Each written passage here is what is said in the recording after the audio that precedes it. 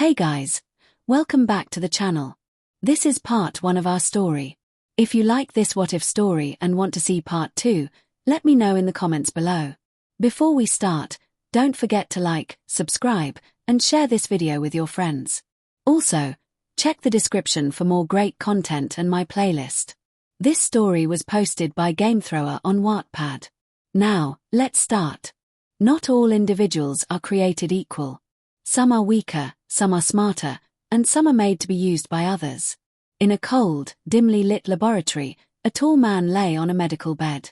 He stood over 7 feet tall, his black 3-piece suit stained with BLD, his hands twisted, and his arms bent at unnatural angles. His suit and skin were marred with tears, and the open wounds emitted a strong scent of BLD. However, nothing was as unsettling as the state of his face. His features were caved in, with his skull partially exposed and his eyes lost, possibly crushed along with the rest of his visage. His skull bore cracks, threatening to break apart at any moment. Yet, this man was not a lifeless body. He was still breathing, albeit weakly. Each breath felt like a painful stab, but he persisted, clinging to life. The barely alive man called out for the doctor, his voice weak and desperate. An elderly bald man in a traditional doctor's lab coat and green goggles looked down at his old ally, trying to focus on stabilizing the body. The man on the bed insisted that when he went under, the doctor should initiate Project Rebirth. The doctor protested, expressing concerns about being discovered and the potential consequences if something went wrong. The injured man reached out, gripping the doctor's lab coat and pulling him closer, forcing the doctor to look into the hollow space where his eyes once were. The man declared that he did not care about the risks. If he were to leave this world, he was determined to ensure that a part of him remained, capable of corrupting anyone who possessed it. He proclaimed that he would live on through that tiny piece of himself. The doctor, startled by the intensity of the declaration, nearly stumbled backward as he released the grip. After a moment, he took a deep breath and agreed to proceed with the plan. The man calmed his breathing, his movements growing more rigid as he slowly drifted into unconsciousness. The doctor sighed, looking at the damaged body before him. He retrieved a hypodermic needle and prepared to use it in a way that most would find uncomfortable, but it was necessary for his research. Dr. 𝐒𝐬𝐫 Garaki, a brilliant biologist specializing in quirks, went about his daily routine as a typical doctor. He would inform children about their quirks or conduct checkups to ensure no complications arose. However, he had lost the thrill of scouting for interesting quirks, knowing that his MSTR was too weak to absorb any powerful abilities. His work had become mundane without the excitement of finding potential successors for his boss. He often fantasized about experimenting on a particular boy with a quirk that allowed him to interface with technology, envisioning the possibilities of transforming him into a 𝗕𝗵𝗲. Yet, he understood the risks of being caught were higher than ever. 𝗓𝗏 had been defeated, and it was now up to him to carry on the legacy through Project Rebirth. Garaki had used his patients as test subjects, administering a simple injection to 9 men who were all trying to conceive. The injection targeted their reproductive systems, altering their sperm cells. While it would not completely overwrite their DNA, it would enhance 𝗓𝗏's genetic traits, ensuring that any child born would carry a mix of 3 individuals' genetic material. The effects would fade over time, leaving no trace of tampering, but if the children began to exhibit traits resembling 𝗓𝗏's, it could raise suspicions. Dr. 𝐒𝐬𝐫 Garaki reviewed the list of names of those he had injected. Each name represented a potential link to his MSTR's legacy. Meanwhile, 𝗓𝗏, now nearly healed but bearing a prominent scar across his face, had lost his eyelids and hair, leaving only his mouth to convey expression. He had become a monstrous figure, as hideous on the outside as he was within. He seized Dr. Garaki by the throat, lifting him off the ground as if he were a mere trophy.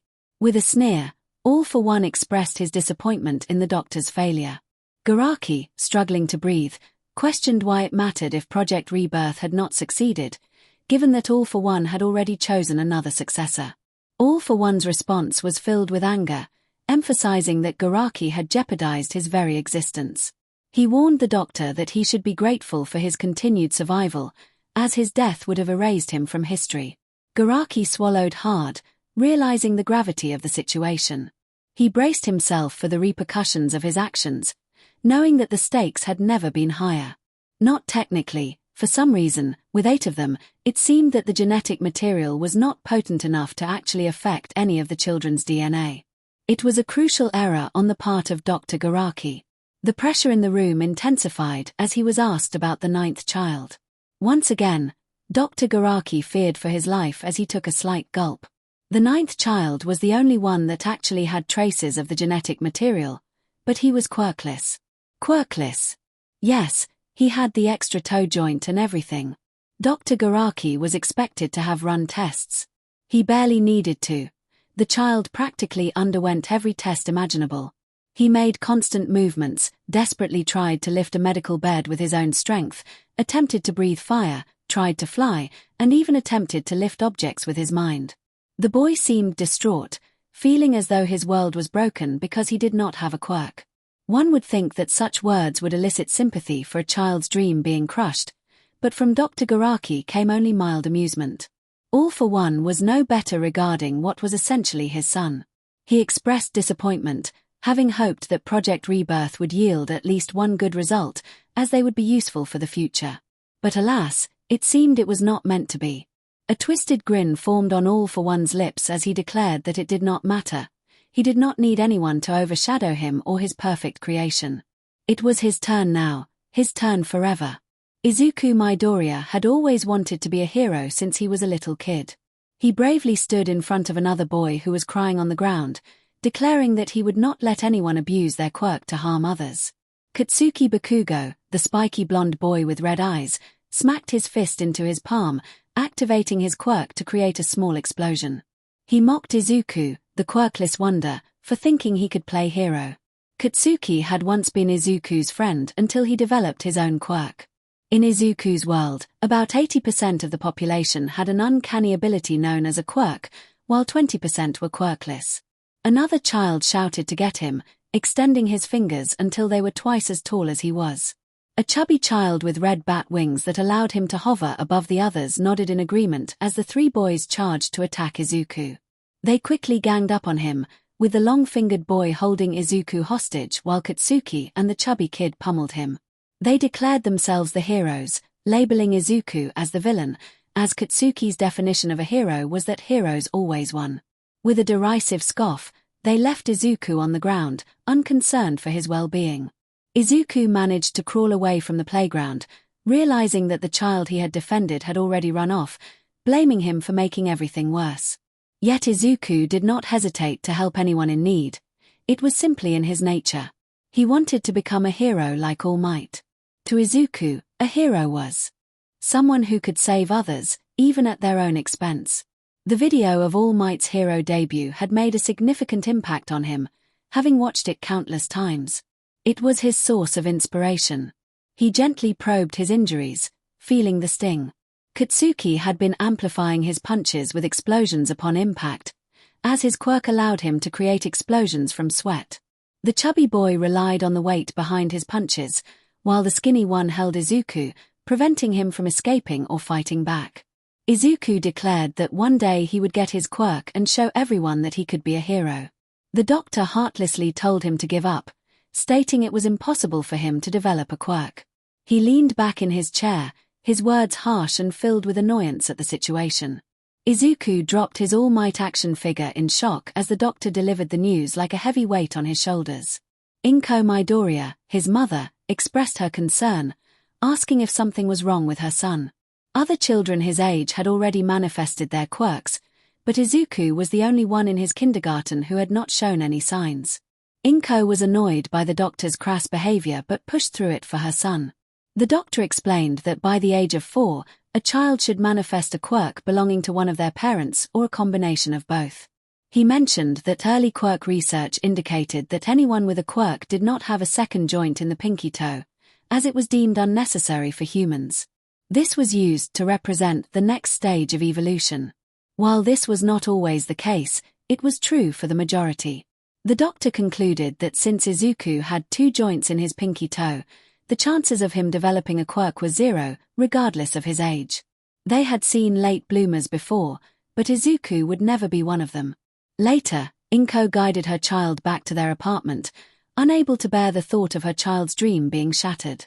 Her husband, Hisoshi, was absent as usual, working abroad. 𝗏𝐽𝐻 felt a pang of annoyance as he was never home to spend time with Izuku. When Izuku was 1, Hisoshi was already out of the house. As Izuku sat motionlessly in his room, 𝗏𝐽𝐻 quickly pulled up the 𝐼𝐧𝐿 debut video, hoping to cheer him up.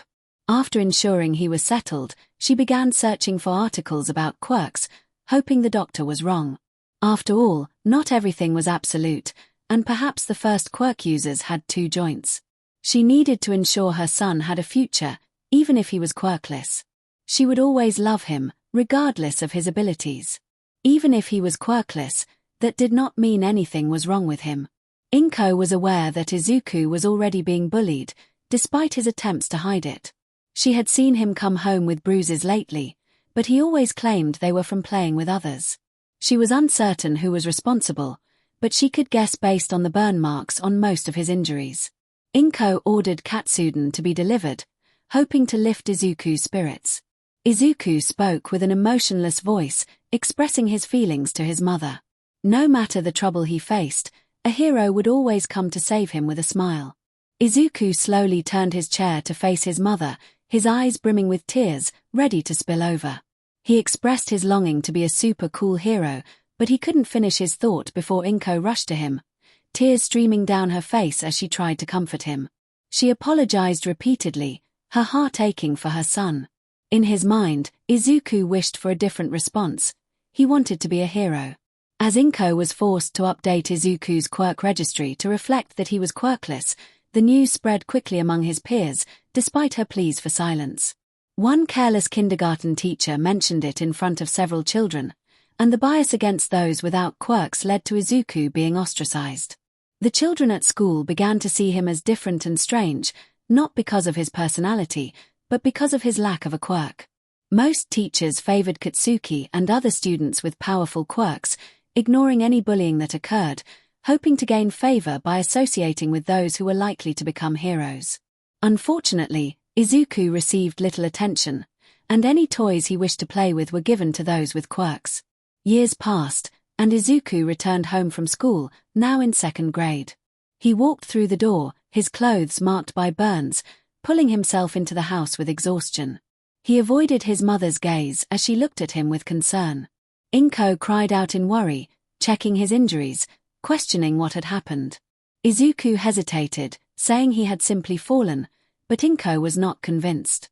She noticed the burn marks and pressed him for answers. As he cringed and looked away, Izuku felt overwhelmed. Tears streamed down his face, and for a brief moment, his green eyes glowed with a hint of red, and his hair appeared almost white. 𝗏𝐽𝐻 didn't notice the change, but it was enough to push Izuku to his breaking point. He expressed his feelings of inadequacy, believing he could never be a hero or save anyone, feeling that everyone despised him for being quirkless. 𝗏𝐽𝐻 hugged him tightly, her heart breaking at his words. She felt her own tears fall as she held him close, wishing to comfort him. She promised herself to address the issue that made her son feel this way. She reminded him that he was not a 𝗓𝗂, a term that made him feel worthless. Reflecting on her own words from their hospital visit, 𝗏𝐽𝐻 realized that parents should guide their children, not dictate their dreams. Izuku had always wanted to be a hero, and despite her worries about the dangers, she believed in him. He was kind-hearted and took care of her more than she cared for him. She knew he could become a hero, and she refused to let him feel otherwise. She told him he could become a hero, just like All Might. Izuku's world shifted as he looked at his mother, his gentle eyes shimmering. 𝗏𝐽𝐻 apologized for not supporting him before and promised to help him in any way she could. Overwhelmed with emotion, Izuku burst into tears, and they embraced each other tightly. After a few moments, 𝗏𝐽𝐻 looked into his eyes, noticing a fleeting hint of red that disappeared almost instantly. Curious, 𝗏𝐻𝐻 asked about the name Deku and who had given it to him. Izuku hesitated, initially lying that no one had. But under her concerned gaze, he opened up about Katsuki, the bullying, and how the nickname had originated. 𝗏𝐽𝐻 resolved to speak with Katsuki's mother about the situation. Izuku, however, was reluctant to get Katsuki in trouble, understanding that deep down, he wanted to be a hero too. 𝐒𝐽𝐻 calmly explained that sometimes action was necessary to address bad behavior, as it could impact Katsuki's future. Izuku nodded, recognizing his mother's wisdom, but he still feared that adults would always side with Katsuki. As the weekend approached, 𝗏𝗏 contemplated how to support Izuku's dream while ensuring his safety. She decided to sign him up for self-defense or martial arts classes to help him stand up against any bullies. However, she faced challenges in finding programs that would accept him, as many had little faith in quirkless individuals. 𝗏𝗏 gritted her teeth, recalling the dismissive comments she had encountered. Izuku noticed a boy with rock-like fists enter the dojo just ahead of him. The boy had been handed the correct paperwork to join the program. However, Izuku received the wrong form, one meant for an aerobics class for seniors. The instructor explained that they were training future heroes at a reduced cost, teaching them how to utilize their quirks in combat. It required significant funding, which meant they had to be selective about who could enroll. The situation felt increasingly discouraging. 𝗏𝗏, Izuku's mother, was determined to support her son's dream of becoming a hero, but she was met with skepticism.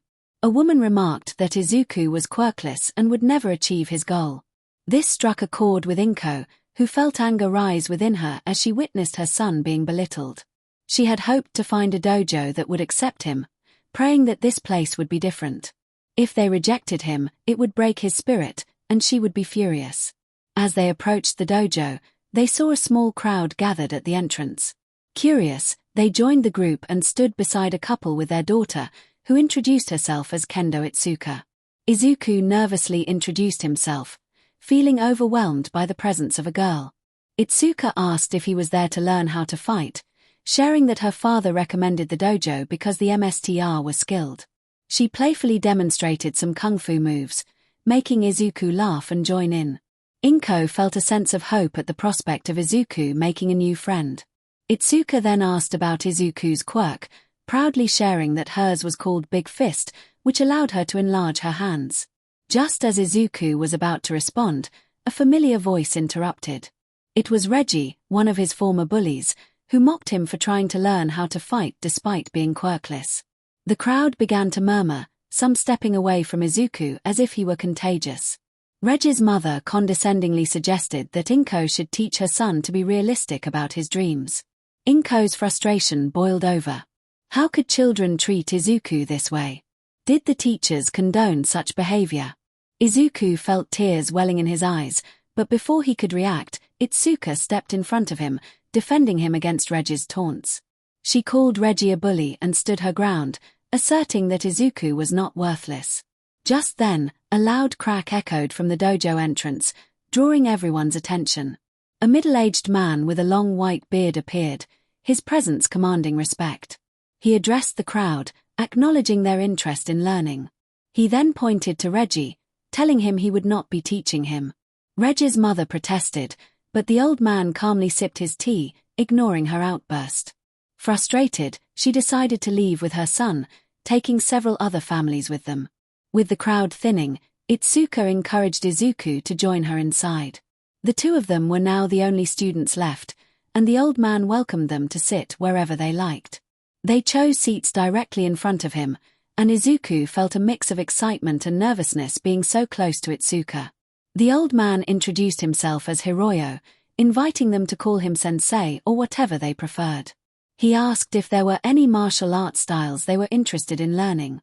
Izuku's eyes lit up with curiosity as he inquired about the different styles available. Hiroyo explained that he had mastered many martial arts from around the world due to his quirk. Izuku, eager to learn more, pulled out a notebook, catching Itsuka's attention as she wondered where it had come from. He asked Hiroyo about his quirk, speculating that it must allow him to learn martial arts quickly. Hiroyo chuckled, revealing that his quirk was called photographic reflexes, enabling him to mimic any physical movement he observed without practice. Izuku was amazed, bombarding Hiroyo with questions about the possibilities of his quirk. He excitedly speculated about the implications of being able to replicate complex athletic routines after seeing them just once. This was one of Izuku's quirks, his tendency to get carried away with his enthusiasm for learning, a trait that had drawn ridicule from others in the past. Izuku wrote furiously in his notebook, filled with ideas about photographic reflexes. Itsuka watched him with wide eyes, captivated by his thoughts and questions, while Hiroyo observed with amusement. Hiroyo glanced at 𝐭𝐽𝐽, who was slightly blushing, and silently conveyed to the older man that Izuku was quite the quirk enthusiast. Itsuka, with a pout, expressed her confusion, saying she couldn't understand him when he spoke so quickly. Izuku, startled, quickly tucked his notebook away and apologized, explaining that it was just an old habit.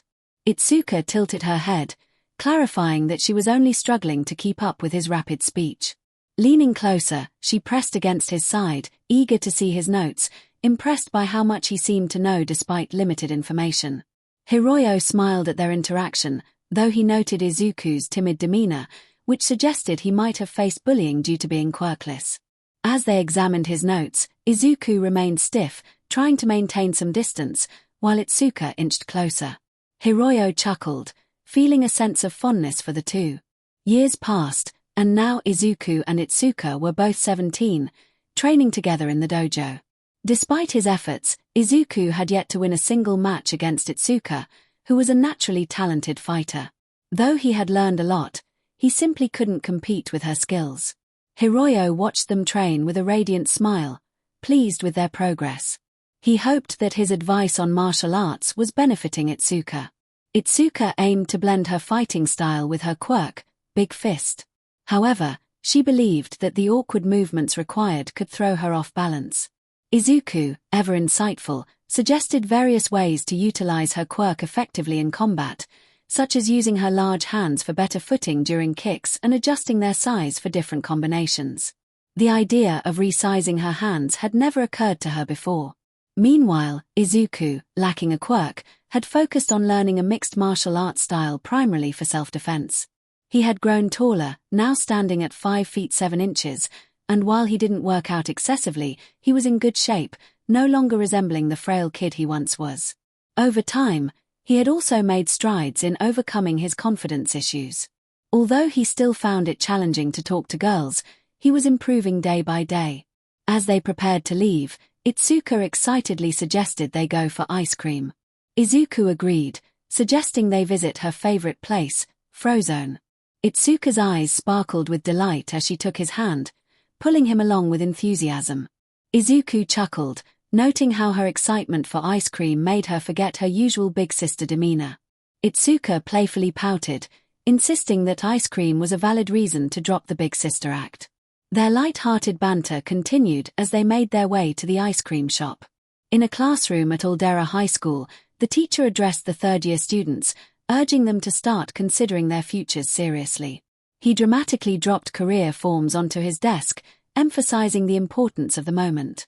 With a flourish, he tossed the papers into the air, his serious demeanor shifting to a dreamy smile as he expressed his assumption that they all aspired to become heroes.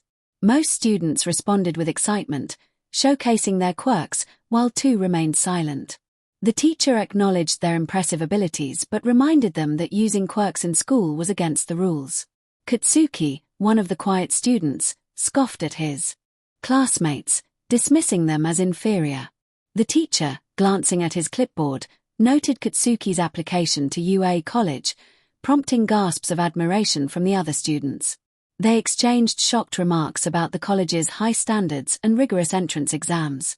Katsuki, filled with confidence, proclaimed that he had achieved the highest score in the mock exam and was destined to surpass All Might as the greatest hero, envisioning himself as the wealthiest person in the world. The teacher then mentioned Izuku's application to UA, causing Katsuki to freeze and the other students to turn their attention to Izuku. He had been focused on his notes in his future hero analysis notebook until he heard his name. As laughter erupted around him, Katsuki remained silent, glaring at the scene. One student mocked Izuku, questioning how he could possibly enter the hero course at UA based solely on his grades, while another teased him about his quirkless status. The teacher did nothing to stop the laughter.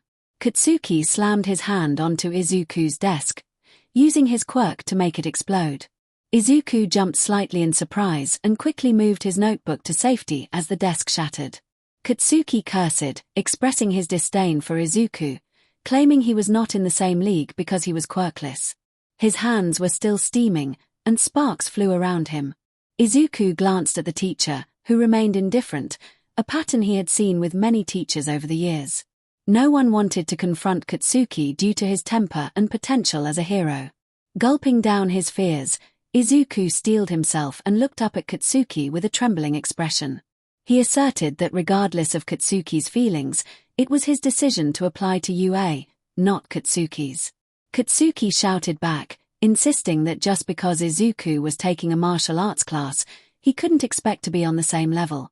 He claimed the best Izuku could hope for was to be a punching bag. Izuku clenched his fists and stood up, staring Katsuki in the face. He took a deep breath and reminded Katsuki that he had aced the mock exam and tied for first place. If he had been less confident, he might have held back his grade to avoid angering Katsuki, but he refused to let fear dictate his actions. Heroes do not back down in the face of danger. If he allowed Katsuki to intimidate him, how could he ever hope to help someone in need? As Katsuki's hands began to smoke again, the bell rang, signaling the end of homeroom. The teacher urged the students to take their seats, stating that the next instructor would arrive shortly. Katsuki warned Izuku that their confrontation was far from over as he sat down. Izuku, determined, replied with a huff and took his seat. After class, Izuku packed his notebook into his backpack, preparing to leave when he heard Katsuki's voice calling out to him. Turning around, he saw Katsuki with his two friends, while other students watched with curiosity. Katsuki made it clear that he intended to make things simple. He boasted about the best heroes showing signs of greatness as students and declared he would be the first to get into UA from their public high school, calling himself a perfectionist. Many students thought Katsuki was vain, though they kept their opinions to themselves. Katsuki continued, placing his hand on Izuku's shoulder, which began to smoke. He warned Izuku not to even think about applying to UA. Not for hero courses or any other programs. He suggested that Izuku should take drastic measures to avoid applying, implying that he wouldn't get a chance in this life. Izuku brushed Katsuki's hand off his shoulder, looking down at him. He declared that he would be a hero who saves everyone with a smile, maintaining a nervous but determined smile. He stated that he would not let Katsuki stand in his way and then turned to leave. As Izuku walked home quietly, he contemplated his plans for the next 10 months. He knew he needed to increase his training to ensure he could make it into UA and get more sparring practice, even if it meant facing defeat repeatedly against Itsuka, who also aimed to attend UA. He looked forward to both of them becoming heroes together. While lost in thought, a sludge villain emerged from a manhole cover, coalescing behind Izuku. The villain muttered about capturing him before leaping forward. Izuku heard the noise and turned just in time to evade the villain's attack. The sludge villain's body sprouted tentacles that shot out to grab him. The villain explained that he only wanted to take over Izuku's body and promised he wouldn't feel a thing after a short time. With misshapen yellow eyes and a wide mouth filled with sharp teeth, the villain's appearance sent a chill through Izuku.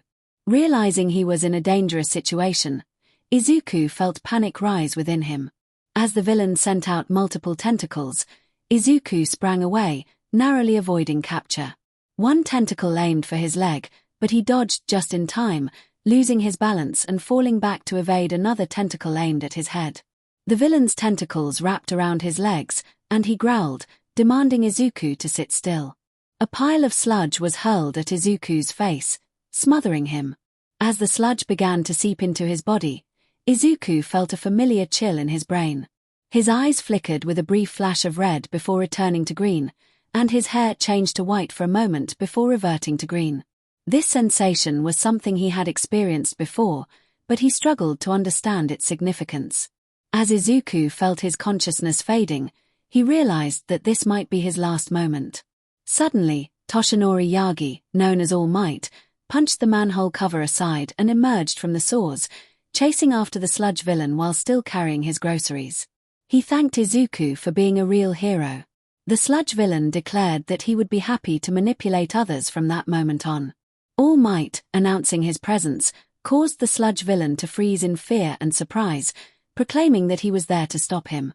The sludge villain reacted with alarm, swinging a large tentacle shaped like a hand to attack All Might. However, All Might effortlessly ducked under the strike and prepared his own counterattack. With a powerful motion, he unleashed a tremendous punch, sending the sludge villain flying and breaking him apart into smaller pieces. Izuku was ejected from the mass of sludge, and his last sight before losing consciousness was All Might striking a dramatic pose. When he regained consciousness, he felt light slaps on his face. All Might, wearing his trademark grin, asked if he was all right. Izuku's mind raced with excitement, recognizing his hero. He expressed his admiration, revealing his dream of becoming a hero just like All Might, and eagerly requested an autograph. All Might laughed heartily, pleased to see Izuku safe. He apologized for the incident with the villain, admitting that he usually avoided such rookie mistakes. Curiously, he noticed the title of Izuku's notebook, Future Hero Analysis Vol 13, and asked if he could take a look. Izuku eagerly agreed, bubbling with excitement about the situation. As All Might flipped through the pages, he was taken aback by the detailed analysis and drawings. He noted Izuku's thorough examination of a new hero, Mount Lady, who had just debuted that morning. Izuku had already documented her quirk, estimated her height, and created a small stats chart. Hiroyo, who had trained with Izuku, had once been curious about his notebooks and found them impressive but suggested there was room for improvement. He encouraged Izuku to incorporate more creativity into his analyses, as he believed that lacking a quirk might have stifled Izuku's imaginative thinking. Hiroyo had helped Izuku enhance his work over time, allowing him to provide better guidance to his friends. All Might, impressed by the depth of Izuku's notes, considered the implications if a villain were to obtain them. He signed the notebook, filling 2 pages with his signature, and returned it to Izuku, taking note of the boy's name. He believed that with such dedication, Izuku could indeed become a hero. Izuku expressed his gratitude, bowing deeply to All Might, overwhelmed by the significance of receiving the signature. He began to mutter excitedly about the moment, treating it as a treasured memory. All Might then announced his intention to take the villain to the authorities, emphasizing that a professional hero not only battles foes but also fights against time itself. He thanked Izuku for his support and prepared to leave. Just as All Might was about to depart, Izuku called out, asking if someone without a quirk could still become a hero. All Might paused, turning back to the boy, momentarily forgetting his own physical strain. He reflected on the challenges faced by those without quirks, acknowledging that while they could contribute in other ways, the hero field was particularly dangerous without one. Meanwhile, Katsuki walked with his friends, expressing his frustration over Izuku. He vented his anger, declaring that he would confront Izuku next time. His friends, concerned, pointed behind him in fear. Katsuki turned to see the sludge villain, who had become invisible, preparing to attack. As Izuku walked down the road, he felt a sense of emptiness. He didn't want to return home, not wanting his mother to see him in such a state. He replayed the events in his mind, realizing the weight of All Might's words about the difficulties of being a hero without a quirk. Just then, a loud explosion startled him, and he turned to witness something alarming unfolding before him. The sludge villain had escaped, capturing Katsuki. Izuku began to assess the situation involving both the villain and the heroes present. Death Arms focused primarily on punches and grapples, which left him ineffective against the sludge villain, who seemed resistant to such attacks. He lacked the power of All Might to push the sludge villain away.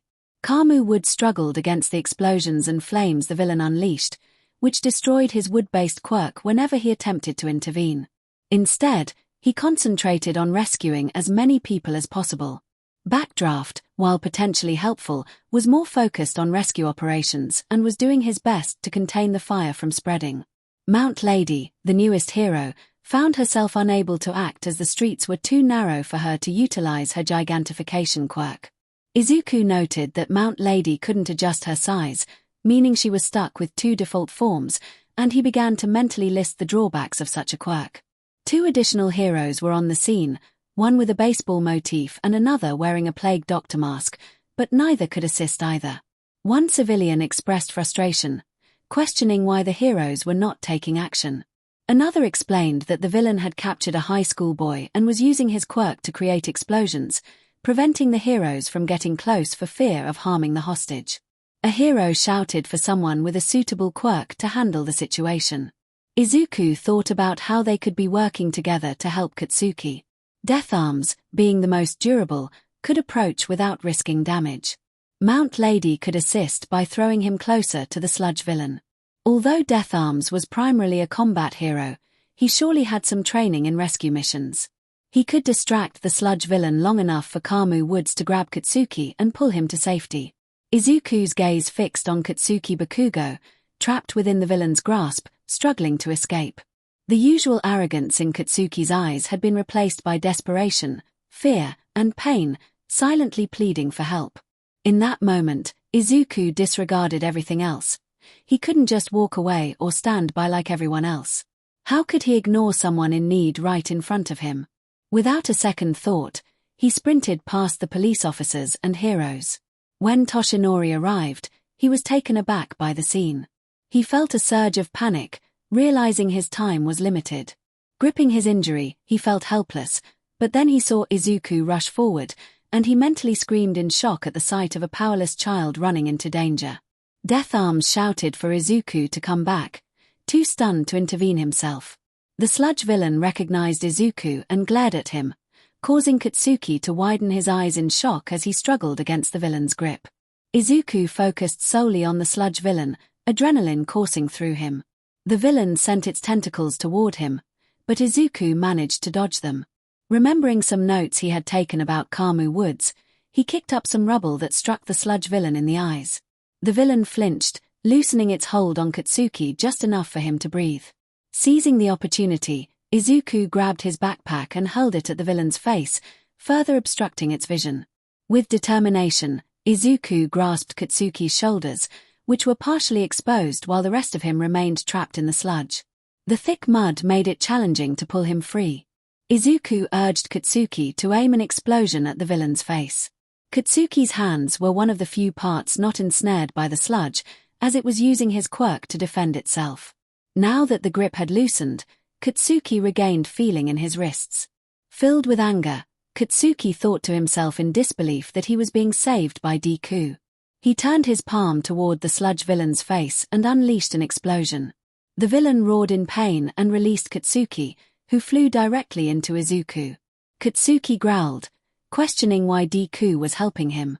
Izuku explained that his legs had moved on their own, and regardless of their history, he felt compelled to help because Katsuki needed saving. He declared his aspiration to become a hero who saves everyone with a smile, offering a nervous yet genuine smile to ease the tension. Toshinori, witnessing this, felt a chill run down his spine. He wondered if he had finally found the next torchbearer.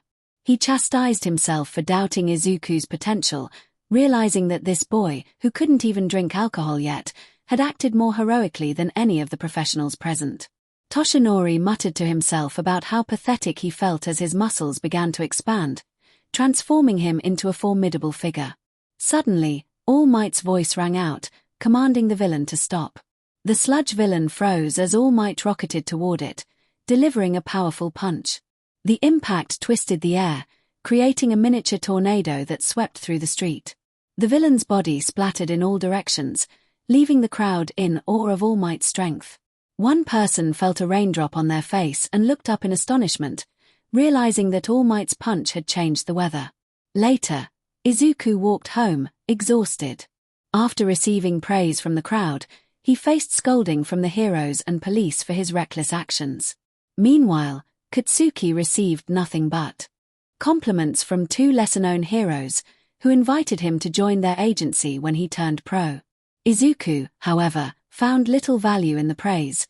He preferred to remain unnoticed. The only thing that bothered Izuku was the amount of attention Katsuki received. Some might call him vain or petty, but the explosion boy had been praised his entire life, and Izuku felt it was unnecessary to further inflate his ego. After their earlier conversation, Izuku assisted the police and heroes in tidying up the shopping district, provided his testimony, and then left. Katsuki had momentarily stopped him to boast about how he didn't need help and could have handled the sludge villain on his own, but Izuku had tuned him out halfway through. As he was about to turn a corner, someone he never expected appeared before him. All Might dashed around the corner, announcing his presence with enthusiasm. Izuku was taken aback, hyperventilating at the sight of the #1 hero for the second time that day. He wondered why All Might wasn't with the reporters. The tall hero stood proudly before him, but then his laughter was interrupted by a sudden cough, and his impressive stature seemed to diminish as he struggled to maintain his composure. Izuku was nearly overwhelmed by the sight of BLD escaping All Might's mouth. He thought he would never get used to that. All Might addressed him with a serious tone, apologizing for not responding to his friend's time of need as he should have. Izuku was stunned by the depth of regret in All Might's voice. The hero's words ignited a flicker of hope within him. All Might continued, acknowledging Izuku's bravery in saving his friend, despite being quirkless. He explained that true heroes often act without thinking, and that was exactly what Izuku had done. The young boy felt tears welling up as All Might praised his actions, stating that they had inspired him to act. All Might's smile widened as he declared Izuku a true hero for his courage that day. Relief washed over Izuku as he absorbed those words he had longed to hear. All Might, feeling a wave of nostalgia, asked Izuku if he would bear his power and become his successor. Izuku's eyes widened in disbelief, the sunlight casting a divine glow around his hero. The prospect of inheriting All Might's quirk seemed surreal. All Might reassured him that it was indeed possible and encouraged him to hold his head high, reminding him that the next symbol of peace should not be crying in the streets. Izuku rushed home, where his mother embraced him tightly, expressing her worry after seeing him confront the sludge villain on the news. He reassured her that everything turned out fine, even as she expressed her concern about what could have happened. Izuku, wanting to lighten the mood, awkwardly asked if she could get used to him being in trouble, as he would often find himself in dangerous situations as a hero. His mother, though teary-eyed, saw the determination in his eyes and promised to try her best to support him. After calming 𝐒𝐭𝐲, Izuku went to his room and noticed a video call from 𝗧𝗍𝗂. She greeted him with a mix of concern and frustration, having seen the news of his heroic act. Izuku smiled, assuring her he was fine, despite the chaos he had faced. 𝗧𝗍𝗂 expressed her disbelief and concern, but also shifted the conversation to the upcoming UA college exam, encouraging him to prepare diligently. As they spoke, Izuku felt a sense of camaraderie and support from 𝗧𝗍𝗂, who believed in him despite his quirkless status. He promised her he would make it into UA before hearing his mother call for him, signaling that it was time for dinner. After saying goodbye to 𝗧𝗍𝗂, he left his room, feeling a mix of excitement and determination. Meanwhile, 𝗧𝗍𝗂 sat in her room, staring at the empty screen after the call. She sighed, feeling a mix of frustration and affection for Izuku, who had unknowingly captured her heart. 2 days later, at Dagobah Municipal Beach, Izuku and Toshinori Yagi sat together, enjoying a moment of camaraderie as they talked. It was a Saturday, and Izuku was relieved to have a break from school. Toshinori was sharing details about his quirk, One for All, explaining the importance of finding a successor and the secrets that needed to be kept. With each revelation, the weight on Izuku's shoulders felt heavier. Toshinori described One for All as a torch passed from one person to another, growing stronger with each new bearer. Toshinori then stood up and said he wanted to see what Izuku could do before handing over the torch. He instructed Izuku to remove his shirt and breathes for an inspection. Feeling a bit nervous, Izuku complied, leaving only his boxers on. Toshinori examined Izuku's physique closely, noting the slim but defined muscles that indicated he had engaged in some basic workout routines. However, he concluded that Izuku's body was not yet prepared to handle One for All. He warned that without proper training, Izuku's limbs could suffer severe consequences.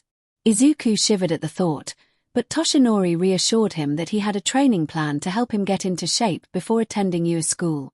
With enthusiasm, Toshinori transformed into his hero form, All Might, only to revert back to his weaker state, coughing and alarming Izuku. Izuku, still concerned for his idol's well-being, asked how he would train. Toshinori instructed him to look around, and Izuku noticed the beach was littered with trash, resembling a dumping ground rather than a public space. Toshinori confirmed that illegal dumping was occurring and that Izuku's first task as a hero would be to clean up the area.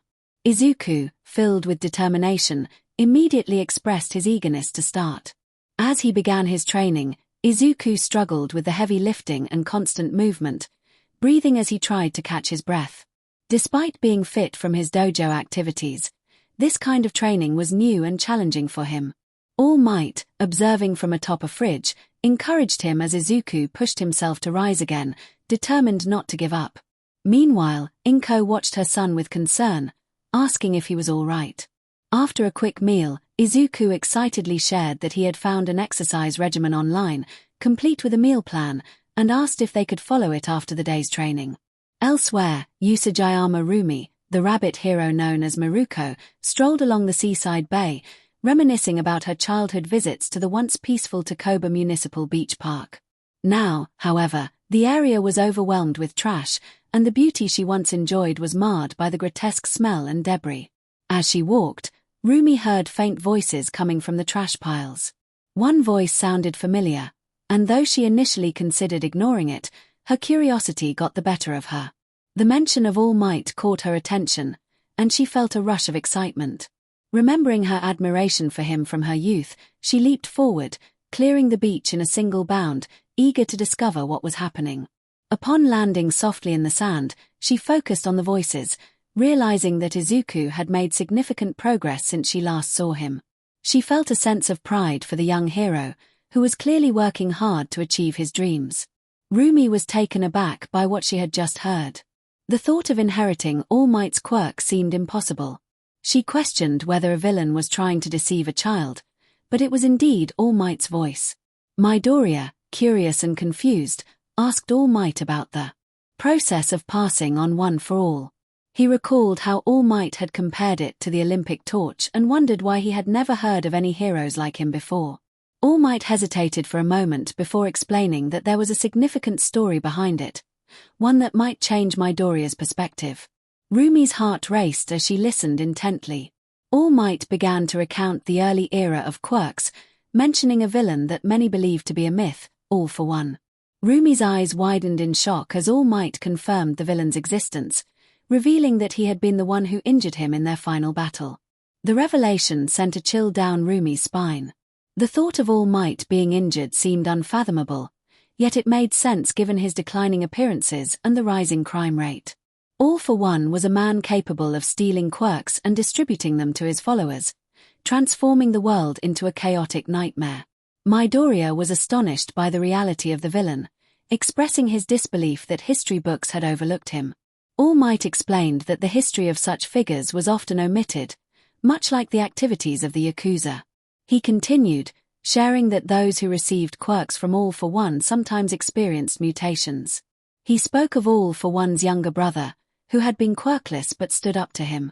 In a twisted act of either love or defiance, All for One forced a quirk upon his brother, which would later become One for All. Rumi listened, captivated by the tale.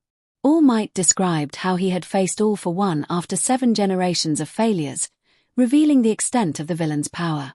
Rumi felt a surge of admiration for All Might, realizing the sacrifices he had made for the sake of others, even while enduring his own pain. As the conversation continued, Rumi felt compelled to confront them. She leaped onto the trash heap, her heart sinking at the sight of All Might's weakened form and the nervous boy beside him. She couldn't help but express her admiration, wishing she could have witnessed All Might's battle. Her sudden appearance startled Midoriya, and she noticed All Might struggling, blood escaping his lips.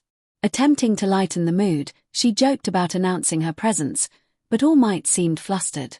He waved her off, clearly not wanting to discuss the matter further. Rumi, undeterred, pointed out her rabbit ears, revealing that she had overheard everything. She playfully teased them about One for All, watching as Midoriya grew increasingly anxious. All Might's demeanor shifted as he transformed back into his heroic form, towering over her. He reminded her that eavesdropping was impolite and insisted that she keep what she had heard to herself. Rumi, determined not to show any fear, assured him she understood, vowing to keep the secret safe. Yes, she would confront the deceiver who claimed otherwise. It stung a little that All Might didn't recognize her. To be fair, the only reason she had even overheard their conversation was because Midoriya had been using All Might's hero name in public. She playfully suggested that they should keep such significant secrets private. She smirked at him, thinking about how she had one job and was already being cheeky. The boy, who had looked panicked when she arrived, yelped and began apologizing profusely to the hero. He was speaking so fast that it was hard to keep up. All Might face-palmed and rubbed his hand down his face as he looked at the boy, stating that it was his fault for not considering the situation sooner. He then explained that unless he was in his hero form, he preferred to be called Yagi Toshinori and asked them to keep his hero name down in public, especially in his weaker form. Midoriya nodded rapidly, turning to Rumi with a look of realization on his face. All Might then transformed into his smaller form, and she couldn't help but think of calling him that once he retired. He began to ask her name, but before he could finish, Midoriya burst out, expressing his admiration and asking for an autograph. Rumi was taken aback. How could he not recognize her? She was on track to surpass even Hawks as the youngest to break into the top 10. She almost reflexively kicked him away when he suddenly appeared in front of her, holding a notebook and a pen. Even All Might seemed surprised by his speed. Instead, she smiled and asked where he would like her to sign. Internally, she chuckled at how All Might had found such an enthusiastic fan. As she took the notebook, she noticed how talented he was as an artist. She signed her name in her unique style, teasing him about whether she was really that pretty after reading a line he hadn't fully erased. She watched as he turned bright red and started to steam, laughing at his reaction. When she asked for his name, he managed to stammer out that he was Midoriya Izuku. Toshinori chuckled, expressing that if anyone had to overhear their conversation, he preferred it to be a great hero. Rumi didn't feel particularly warm and fuzzy from the praise, but she thanked him playfully, enjoying the laughter that followed. She introduced herself as Usajiyama Rumi, stating that she preferred to be called Rumi or Miruko. Curious, she asked why he had chosen Midoriya as his successor, noting that he didn't seem particularly special. Izuku visibly deflated, as if struck by her words. She almost felt bad for him, though she couldn't help but wonder what All Might saw in him. Toshinori laughed, mentioning how different Izuku had been weeks ago. Rumi felt a twinge of sympathy for him but was intrigued by the story. She asked if he had heard about the slime villain incident, recalling that a boy had been caught by a villain with a dangerous quirk. Toshinori confirmed her question and then lifted his shirt, revealing an ugly bruise on his side. Rumi gasped, realizing the severity of his injury. He explained that because of this wound, he could only work as a hero for 3 hours a day now. She had heard about the incident but hadn't realized it had affected him so deeply. He continued, explaining how the villain had been elusive, hiding in the sores and wasting a lot of his time. By the time he had reached the scene, it was too late. He shared that there had been several heroes present, but none could get close enough to help. Izuku quietly mentioned that one of the heroes had said they needed to wait for someone with a suitable quirk to arrive. Toshinori scowled at this revelation, while Rumi felt a surge of anger. A boy had been in danger, and they had chosen to wait for the right quirk. She expressed her outrage, feeling an aura of fury surrounding her. Izuku remained silent, thinking of the many ways he could have helped that the heroes hadn't considered.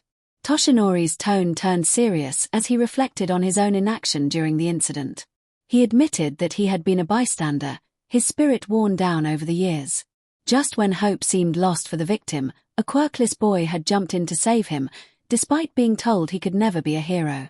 Rumi looked at Izuku with newfound respect, realizing the weight of his journey. Izuku looked away, blushing under her gaze. Hearing All Might express his admiration made Izuku feel uplifted, but he worried that too much praise might overwhelm him. All Might acknowledged that a seemingly powerless child had become the greatest hero in the city block. He smiled, revealing his renewed faith and dedication, reflecting on his past failures. He admitted that he had been ineffective when demanded to know which hero was training him. Izuku chuckled nervously, rubbing the back of his head. He explained that it was meant to be a secret, but Itsuka pouted, holding back her questions. Izuku then shared that he wouldn't be able to train at the dojo for a while. He felt a lump in his throat, his eyes misting as he expressed how much he appreciated their support. They had been the first people, aside from his mother, to believe in his dream, and now it felt as though he was letting them down. Hiroyo's firm voice brought him back to the present, snapping him out of his thoughts. Izuku felt a sense of reassurance as Hiroyo Sensei spoke to him, acknowledging the progress he had made in the dojo and expressing confidence in his future at UA. He nodded, considering the man a grandfather figure. Itsuka stood nearby, her eyes shimmering with unshed tears, but she masked her sadness with a smile. She playfully reminded him that they would stay in touch and could plan to hang out, assuring him that this was not a farewell. Izuku felt a warmth in his chest as Itsuka hugged him tightly, wishing him well. He promised to take care of himself, and they shared a moment of comfort before Hiroyo left the room to give them privacy. Toshinori, known as All Might, was growing anxious as Izuku was running late for their training session. He had never been tardy before, and the thought of something being wrong worried him. Miruko had mentioned returning later in the week to check on Izuku's progress, but Toshinori was eager to see how his successor was doing. When Izuku finally arrived, he seemed different, and Toshinori couldn't help but notice how much he had grown. He was taken aback, wondering if Izuku had experienced a growth spurt. Izuku, looking a bit uncomfortable in his sweatshirt, explained that he had been saying goodbye to a friend and his sensei. As weeks passed, Izuku continued to improve, and his new size required adjustments to his diet. He chuckled at the memory of Rumi's astonished reaction when she last visited him. However, his laughter was interrupted when a sudden voice startled him. A woman with pink hair approached him, accusing him of stealing from her salvage. She wore a grey jumpsuit tied around her waist, revealing a black tank top underneath. Izuku, feeling nervous, explained that he was using the materials for training, specifically for his application to the hero course at UA. Her demeanor shifted, and she became curious about his training. As she examined him, Izuku felt a wave of discomfort. She commented on how strong he felt, which caught him off guard.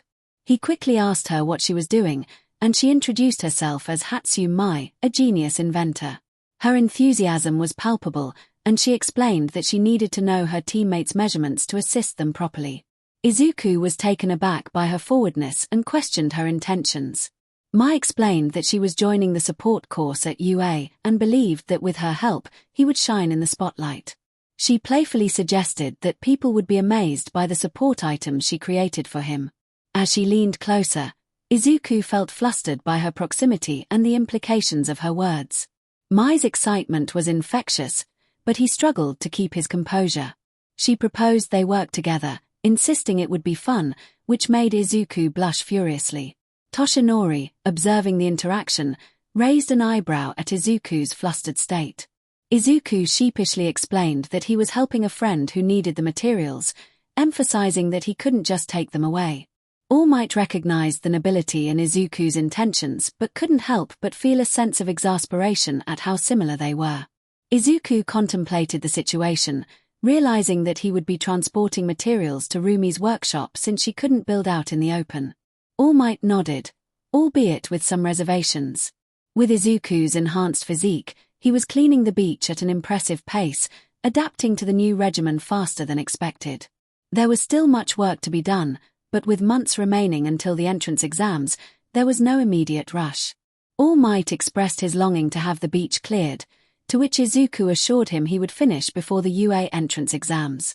Toshinori's eyes widened in surprise, a grin spreading across his face as he recognized the overachiever in Izuku, a reflection of himself. Weeks had passed since Miruko introduced the new training regimen, and Izuku was now in the midst of a training session with her. She quickly adjusted to his new height, though it was evident that looking up at what she once considered the wimpy kid was somewhat irksome. After discussions between All Might and Miruko, they had agreed on various fighting styles to teach Izuku, incorporating their unique techniques to enhance his training. Rumi took charge of the lower body training, demonstrating a few basic stances and kicks. She instructed Izuku on the proper technique for a roundhouse kick, emphasizing the importance of form. Despite his efforts to focus, he found it challenging not to be distracted by her impressive stance. When he executed the kick incorrectly, Rumi corrected him firmly, insisting he pivot and engage his hips properly. Once he demonstrated acceptable form, Rumi challenged him to perform 100 kicks against the posts. Izuku was taken aback, convinced he had misheard her. However, Rumi was entirely serious, explaining that striking an object would strengthen his bones over time. She demonstrated a powerful kick, landing with a resounding impact, urging him to follow suit. Izuku approached the post, taking his stance and attempting the kick. His initial attempt was weak, prompting Rumi to criticize him for lacking intensity. Determined, he kicked harder, feeling a jolt of pain shoot up his leg but managing to call out his count. Rumi encouraged him, wondering how long he would last before giving up. Despite the discomfort, he pressed on, imagining the log as a rival's face, which fueled his determination.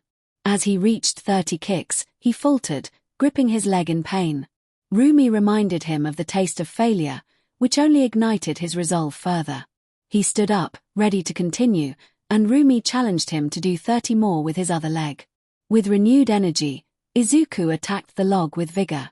All Might watched, feeling a mix of concern and admiration. He recalled his own training with Gran Torino and felt a pang of guilt for putting Izuku through such rigorous training. Rumi dismissed his worries, insisting it was tough love, and secretly found herself impressed by Izuku's determination. Every day, Rumi pushed Izuku beyond his limits. Their warm-ups were more intense than what he had previously considered a full workout. She had him perform push-ups with his legs elevated, and once he adapted, she added her weight to further challenge him. After completing those, he moved on to core exercises, all while she encouraged him with playful remarks. After a grueling day of training, Izuku would return home exhausted and limping, ready to collapse after a shower. All Might, in comparison, had a lighter training regimen, avoiding the more intense methods Rumi employed, grateful he didn't have to endure the same level of strain. All Might concentrated more on upper body workouts as Miruko requested. Instead of the usual horse dance, he had Izuku climbing up and down a chain attached to a broken crane they had discovered while clearing debris. As Izuku became accustomed to picking up trash, the greatest hero decided to add weights to the mix. Izuku regretted agreeing to help Mai, as his workouts had become significantly more challenging with the extra weight. He also had to practice sparring with the heroes, which mainly involved learning to dodge hits while wearing protective gear. Miruko was relentless, giving him little room to breathe, while All Might was comparatively kinder. However, Izuku felt as though his spirit had been crushed the first time All Might increased the intensity and accidentally sent him skimming across the beach like a pebble on water. All Might, with a few manly tears escaping his eyes, realized he had crossed a line and had become just as tough as Gran Torino.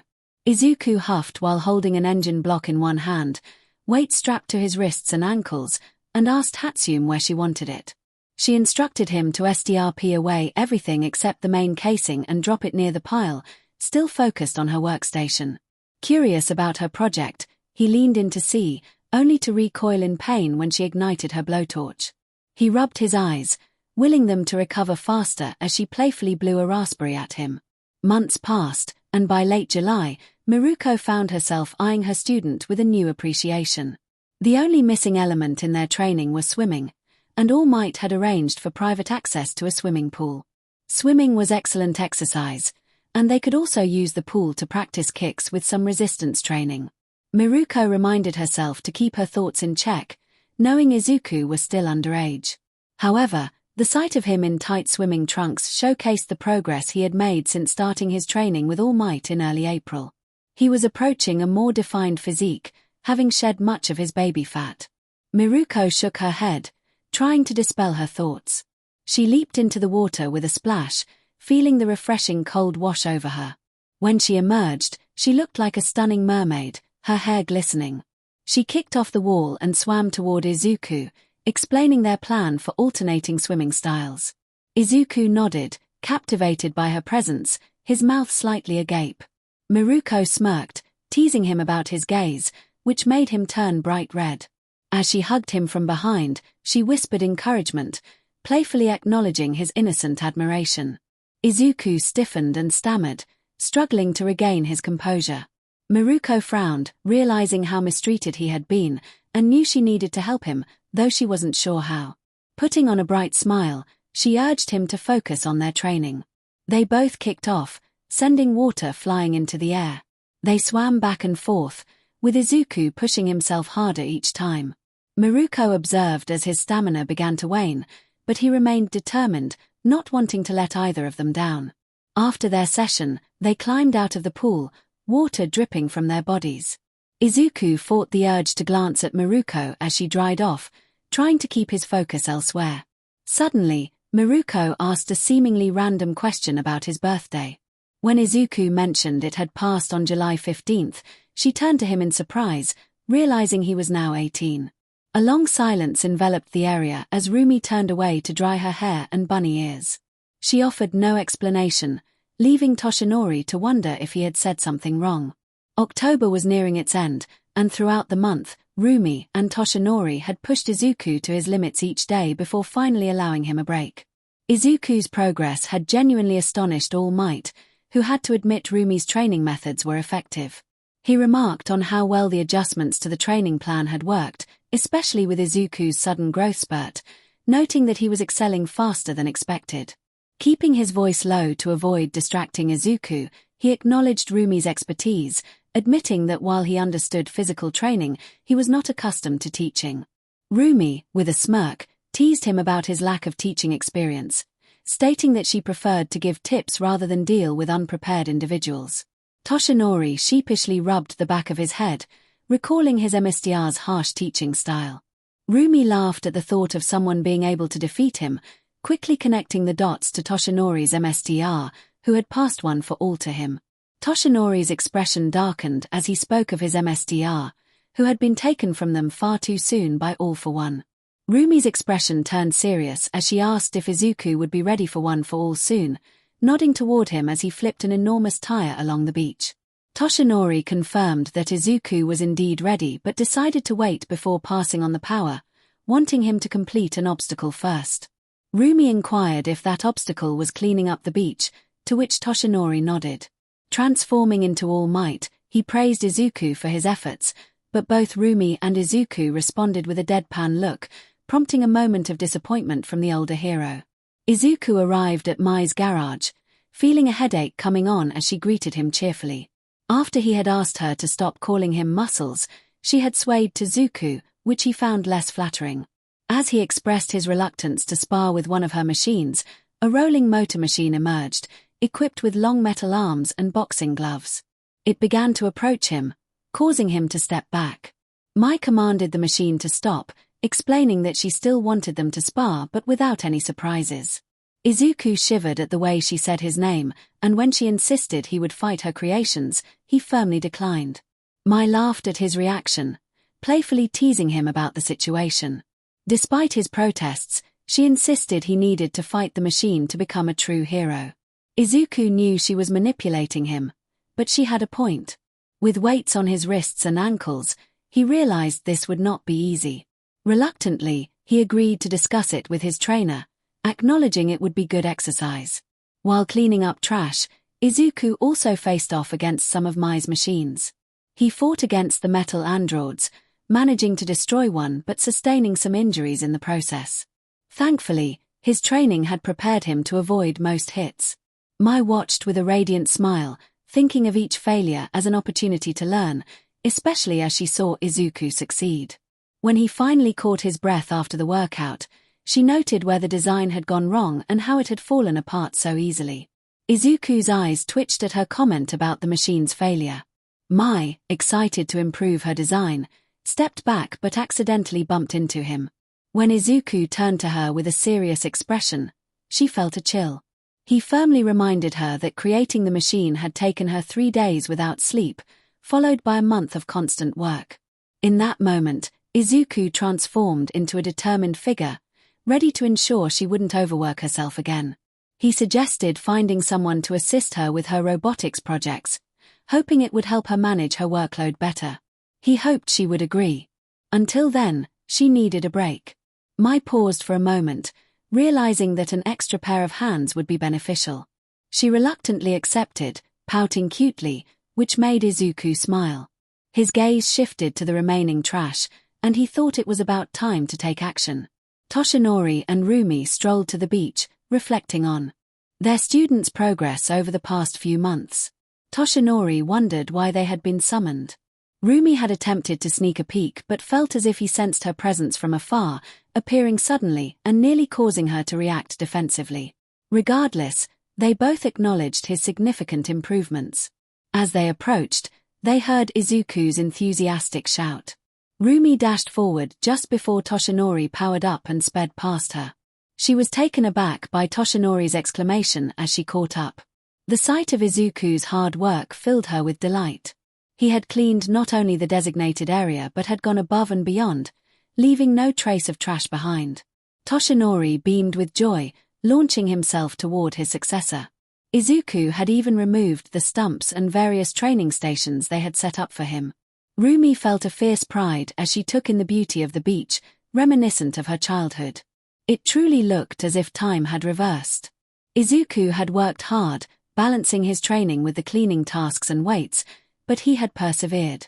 Now it was January 12th, and Izuku had just over a month before the exams began. He celebrated his achievement, raising his fist triumphantly to the sky. Toshinori's grin was wider than ever, and Rumi felt her heart swell with pride for her student. Toshinori acknowledged Izuku's success, holding up a picture comparing his 17-year-old self to the 18-year-old version. He declared that Izuku had earned his power and then presented a strand of his long blonde hair. Rumi and Izuku froze in surprise. Toshinori explained that Izuku needed to consume some of his DNA to acquire one for all. Both of them grimaced at the thought, and Toshinori sheepishly acknowledged that hair was the least unpleasant option. Rumi questioned the ease of stealing such a vital component, but Toshinori reassured her that one for all could not be taken by force, it could only be passed on willingly. With a mix of amusement and disgust, Toshinori urged Izuku to eat the hair. Izuku hesitated, clearly uncomfortable with the task ahead. He muttered to himself before attempting to swallow it quickly, hoping to avoid the taste. Unfortunately, it didn't go as planned, and he gratefully accepted a water bottle. He realized that if Toshinori had water, he could have mixed in a drop of BLD instead, but the thought made him GG. Toshinori pondered the idea for a moment before sheepishly admitting his oversight. Rumi sighed, exasperated. They decided to wait until the next day for the hair to digest before beginning Izuku's training in One for All. Toshinori's excitement was palpable, and Izuku shared in that anticipation. He was finally going to gain a quirk. If only he understood the pulsing sensation in his brain, which seemed to be changing. Izuku felt too exhilarated to sleep, even after the training and cleaning. He still had enough energy to spar with Rumi, though he meant it in a purely training context. That night, Izuku fell asleep with a smile on his face, tears of joy streaming down his cheeks. When he opened his eyes again, he found himself in a dark void, surrounded by an empty abyss. Panic set in as he looked around, unsure of the light source illuminating his figure. As he scanned the horizon, he noticed someone beside him who hadn't been there moments before. Toshinori stood next to him, equally bewildered. Izuku cried out, seeking answers, but Toshinori was equally confused. He noticed changes in Izuku's appearance and remarked on the unusual color of his eyes and hair. Izuku was taken aback by Toshinori's youthful appearance and the transformation of his sclera. Before they could process the situation further, a third voice interrupted them, prompting them to turn toward a large circular table where 7 figures sat, 6 men and 1 woman. The woman caught Toshinori's attention immediately. Toshinori questioned the identity of these individuals, sensing a familiarity. The man with long white hair and green eyes smiled kindly, suggesting they already knew who they were. Izuku's eyes widened as he recognized the previous holders of One for All surrounding them. The first wielder, Yoichi Shigaraki, invited them to talk. Both Izuku and Toshinori felt as if they were in the principal's office after a misstep, their thoughts mirroring one another as they took their seats at the table with the other 7 wielders of One for All. Toshinori glanced at his mentor, Nana Shimura, and questioned if it was truly her. She quickly dismissed him, sensing his nervousness. Izuku sat awkwardly, feeling the weight of the moment. He felt as if 7 pairs of eyes were focused on him, and indeed they were. A large, muscular man with a square jaw and blue eyes, lacking eyebrows and bald with a short beard, confronted him. He demanded to know if Izuku was working with All for One. Both Izuku and Toshinori froze at the mention of that name, their expressions a mix of shock and disbelief. Nana sighed, exasperated, and urged the man named Banjo to have some tact. The previous bearers of One for All turned their attention to Izuku, awaiting his response to the blunt accusation. All Might slammed his fist on the table, insisting that it was impossible for Izuku to be working with All for One. Toshitsugu Kudo, a man with red eyes and spiky red hair, interjected, suggesting that Izuku was related to their nemesis. Izuku gasped in shock at the implication that All for One had a child. Toshinori, equally confused, sought clarification, asking if Izuku was truly a descendant of All for One. Tayutai, another bearer, confirmed that Izuku was indeed connected to him, and Bruce Lee, with his silver hair tied back, added that they sensed Izuku was his son. Izuku felt paralyzed, struggling to comprehend the revelation. The notion that he could be the son of such a notorious figure was overwhelming. All Might, filled with protective instinct, vehemently denied the possibility, asserting that Izuku was a true hero who would never be associated with All for One. Nana placed a comforting hand on Toshinori's shoulder, but he shrugged it off, still in disbelief. Izuku, desperate to defend his father, insisted that he had seen his dad, a normal businessman with an average quirk. He could not fathom how he could be linked to All for One. Yoichi Shigaraki, the first wielder of One for All, urged everyone to calm down. Izuku looked around the table, noticing the mix of emotions on Toshinori's face. All Might, observing Izuku's white hair and red eyes, began to see the unsettling resemblance to All for One. He struggled to meet Izuku's gaze, his fists clenching tightly. Yoichi explained that while Izuku's father was indeed Midoriya Hisoshi, he also bore the genetics of All for One due to his brother's experiments. The room fell silent as the weight of this revelation sank in. Izuku stared at the pristine table, catching a glimpse of his reflection, his red eyes and white hair a stark reminder of the man he was connected to. Determined to assert his innocence, Izuku declared that he was not working with All for One. His downcast eyes hid the tears that threatened to fall. 𝗓𝗏, the fourth bearer, questioned how they could trust him. In a surprising turn, Izuku offered to return One for All to All Might, catching everyone off guard. Despite being quirkless, Izuku expressed his unwavering resolve to become a hero who saves others with a smile. As he lifted his head, his eyes transformed from ruby red back to their natural green, resembling Yoichi more than All for One. He acknowledged that he understood if they doubted him, but he had no knowledge of his true heritage. Izuku then looked at Yoichi, recognizing their shared connection. He pleaded not as the son of their enemy or a quirkless boy seeking power, but as someone who wanted to do good for the world, inspired by his hero. He knelt slightly, bowing to the previous users of One for All, asking for a chance. Silence enveloped the room as the 8 previous users of One for All regarded Izuku. Yoichi smiled gently and agreed, prompting Izuku to lift his head in surprise. The first wielder explained that they could not stop him from pursuing his goals or take away their powers, chuckling softly at the situation.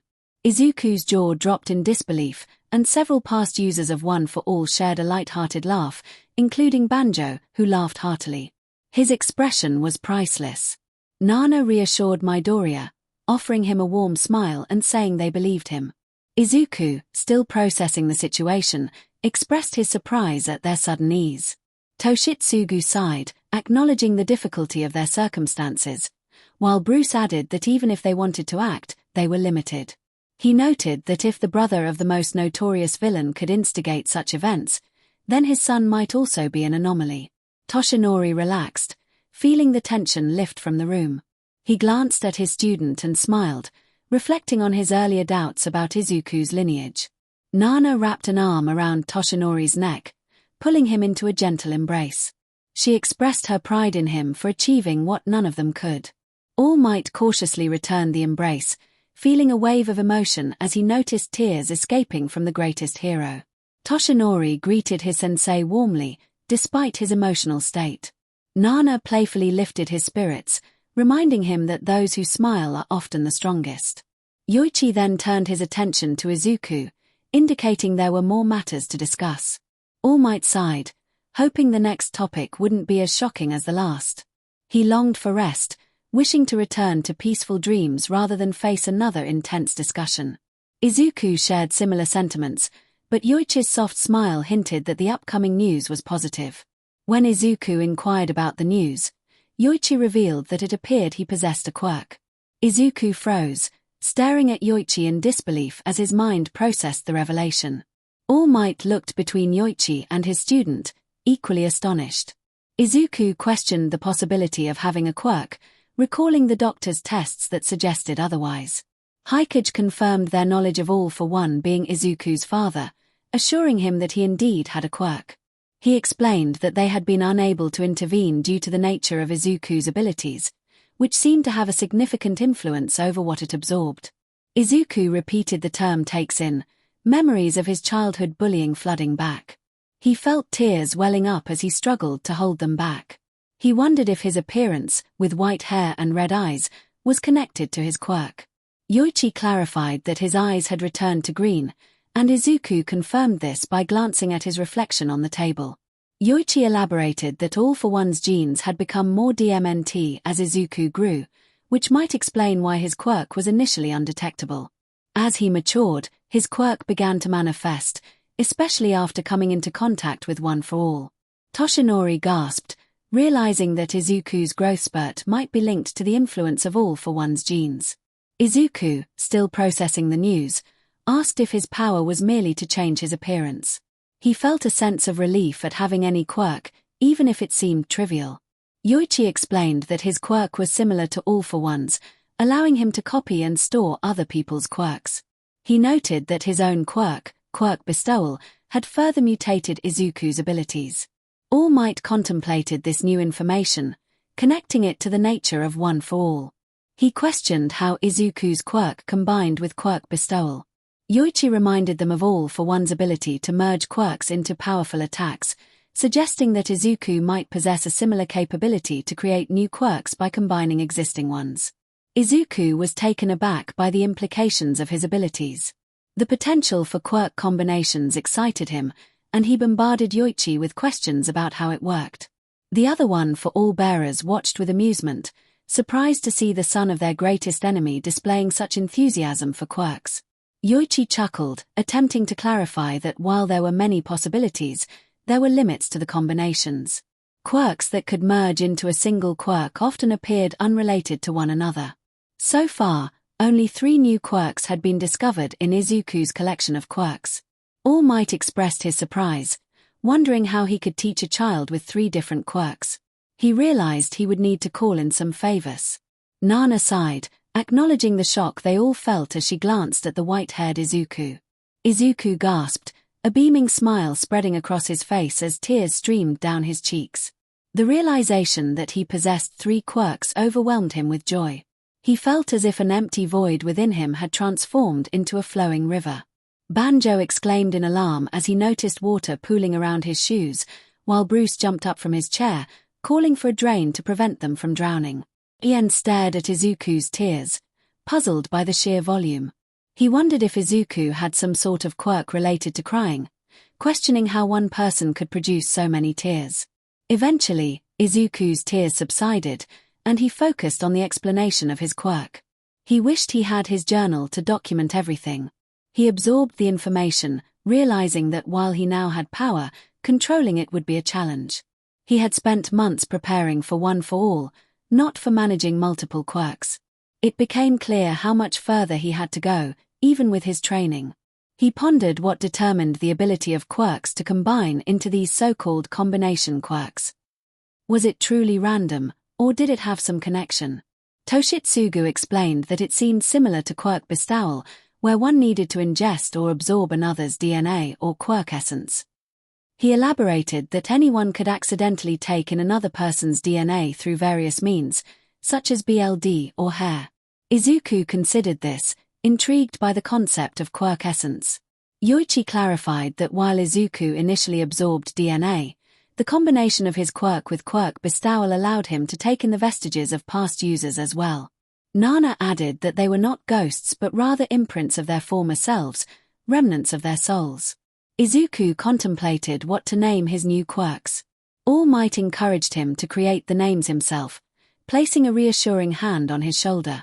Yoichi suggested that they could explain the other two quirks before they left, but perhaps Izuku should name his original quirk first. After a moment of thought, Izuku took a deep breath and looked at the table of past one for all users.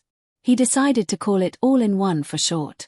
The table of past users stared at him for a moment before 𝐬𝗪𝗏 burst into laughter, teasing Izuku for choosing such a simple name. Izuku blushed slightly, defending his choice by saying it was unique, just like him. Yoichi smiled and accepted the name, preparing to explain the other two quirks. Later, Izuku waited at the beach he had cleaned, soaking in the sun's warmth. He resolved to keep the beach free of trash, appreciating its beauty. He felt happier than ever, so much so that his mother joked about him having a girlfriend. Despite her teasing, his spirits remained high as he sensed the quirks swirling within him. He felt both light and heavy, a strange sensation he couldn't quite articulate. His hair and eyes remained green, but he discovered he could change his hair to white at will, a feature linked to All-in-One.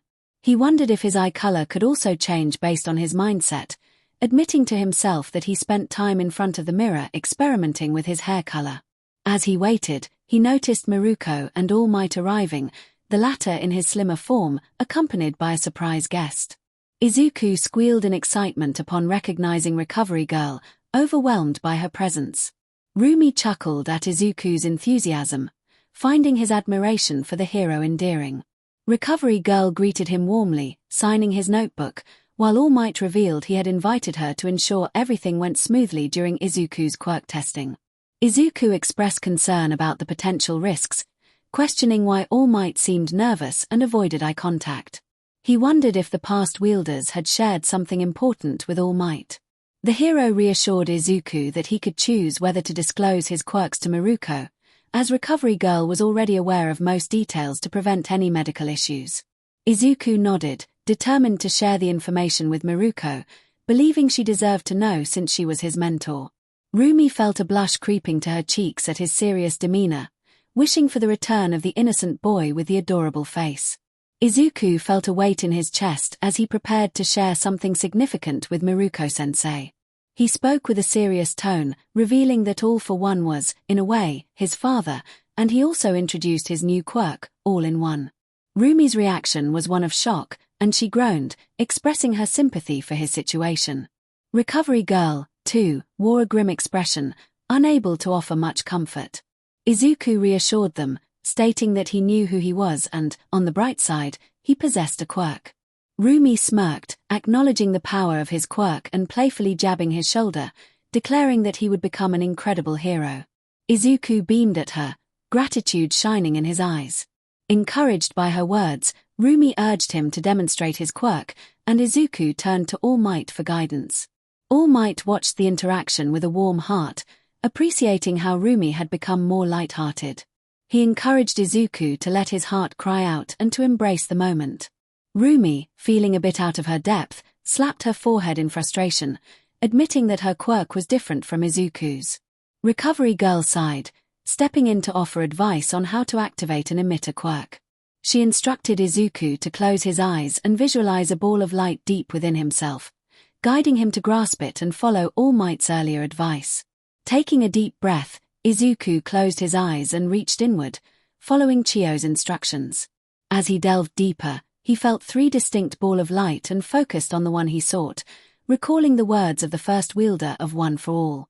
In a flashback, Yoichi explained that One for All, also known as the Power Stock quirk, had merged with 2 other quirks, enhancing its power. Bruce and Toshitsugu introduced their quirks, 𝐹𝐴 and 𝐔𝐸𝐽𝐿, respectively, explaining their unique abilities. Yoichi emphasized that it would be up to Izuku to understand the full potential of this new quirk. Suddenly, Izuku felt a surge of overwhelming power coursing through him. His mentors grinned as green lightning crackled around his body, especially through his leg. He crouched, preparing for a powerful kick, adrenaline masking any pain he felt. He focused solely on the Power Stock quirk, ignoring the others. As he leaped into the air, he called out a name reminiscent of Rumi's techniques, executing a powerful kick. Rumi watched in awe as Izuku's leg sliced through the air with precision. However, Her expression shifted to concern as she noticed something was wrong with his leg. Izuku howled in pain, and Rumi cursed, realizing the severity of his injury. All Might and Qiyo rushed to his side, alarmed by the sight of Izuku's injury. Recovery Girl worked quickly, using her quirk to heal him, and Izuku felt relief wash over him as the pain subsided. He was bewildered by what had just happened, and Rumi expressed her frustration over the situation. Toshinori reflected on their training, realizing they had not anticipated such a severe reaction. Qiyo reassured Izuku that the nature of One for All was inherently powerful, leading to potential growing pains. Toshinori suggested they postpone training with the new quirk until after the entrance exams, allowing Izuku to use his third quirk during that time. Izuku, still recovering, expressed his surprise at the idea of a power quirk. Rumi questioned the name, and Toshinori reminded them that it was ultimately up to Izuku. Inspired, Izuku proposed the name Overdrive, and Toshinori enthusiastically approved. Though exhausted, Izuku attempted to rise but ended up sitting back down. Recovery Girl offered him candies to help restore his stamina, and he prepared for the next challenge ahead, feeling a mix of excitement and determination. Izuku reflected on the previous night when the first wielder spoke of his third quirk.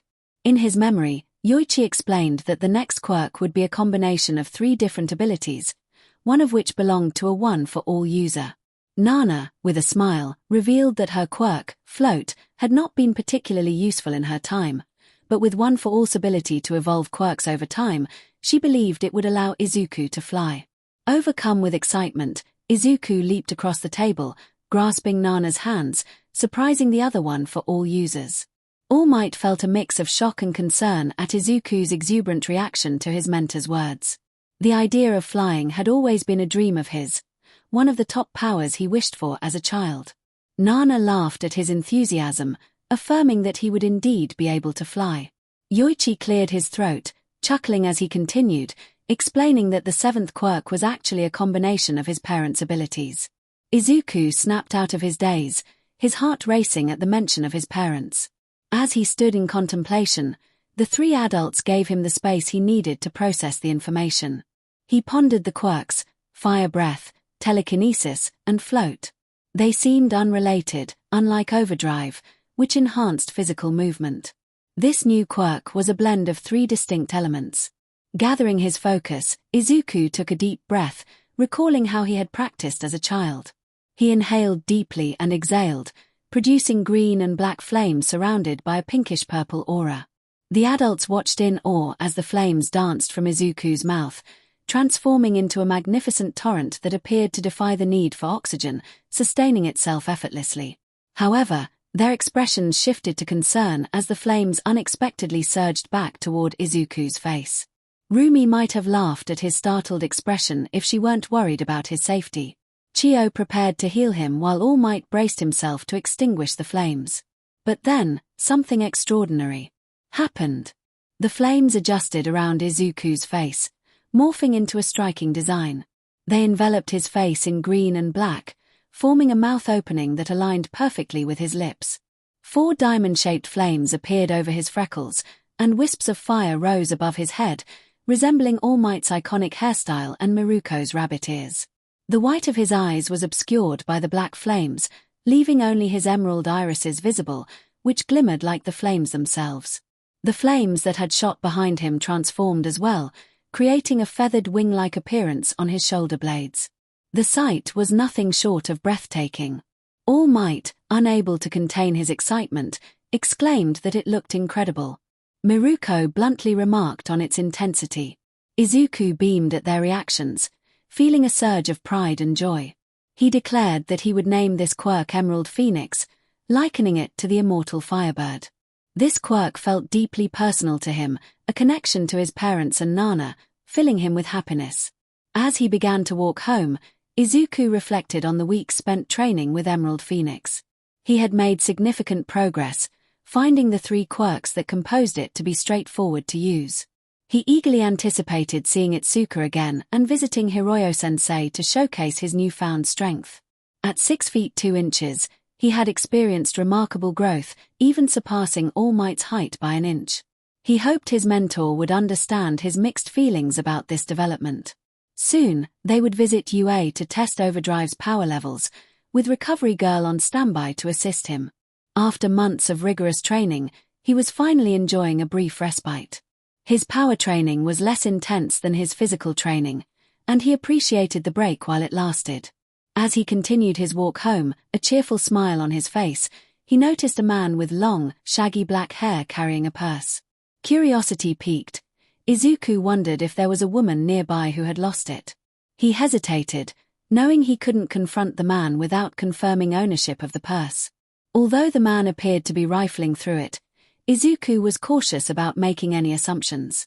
He wanted to avoid an awkward situation if the purse truly belonged to him.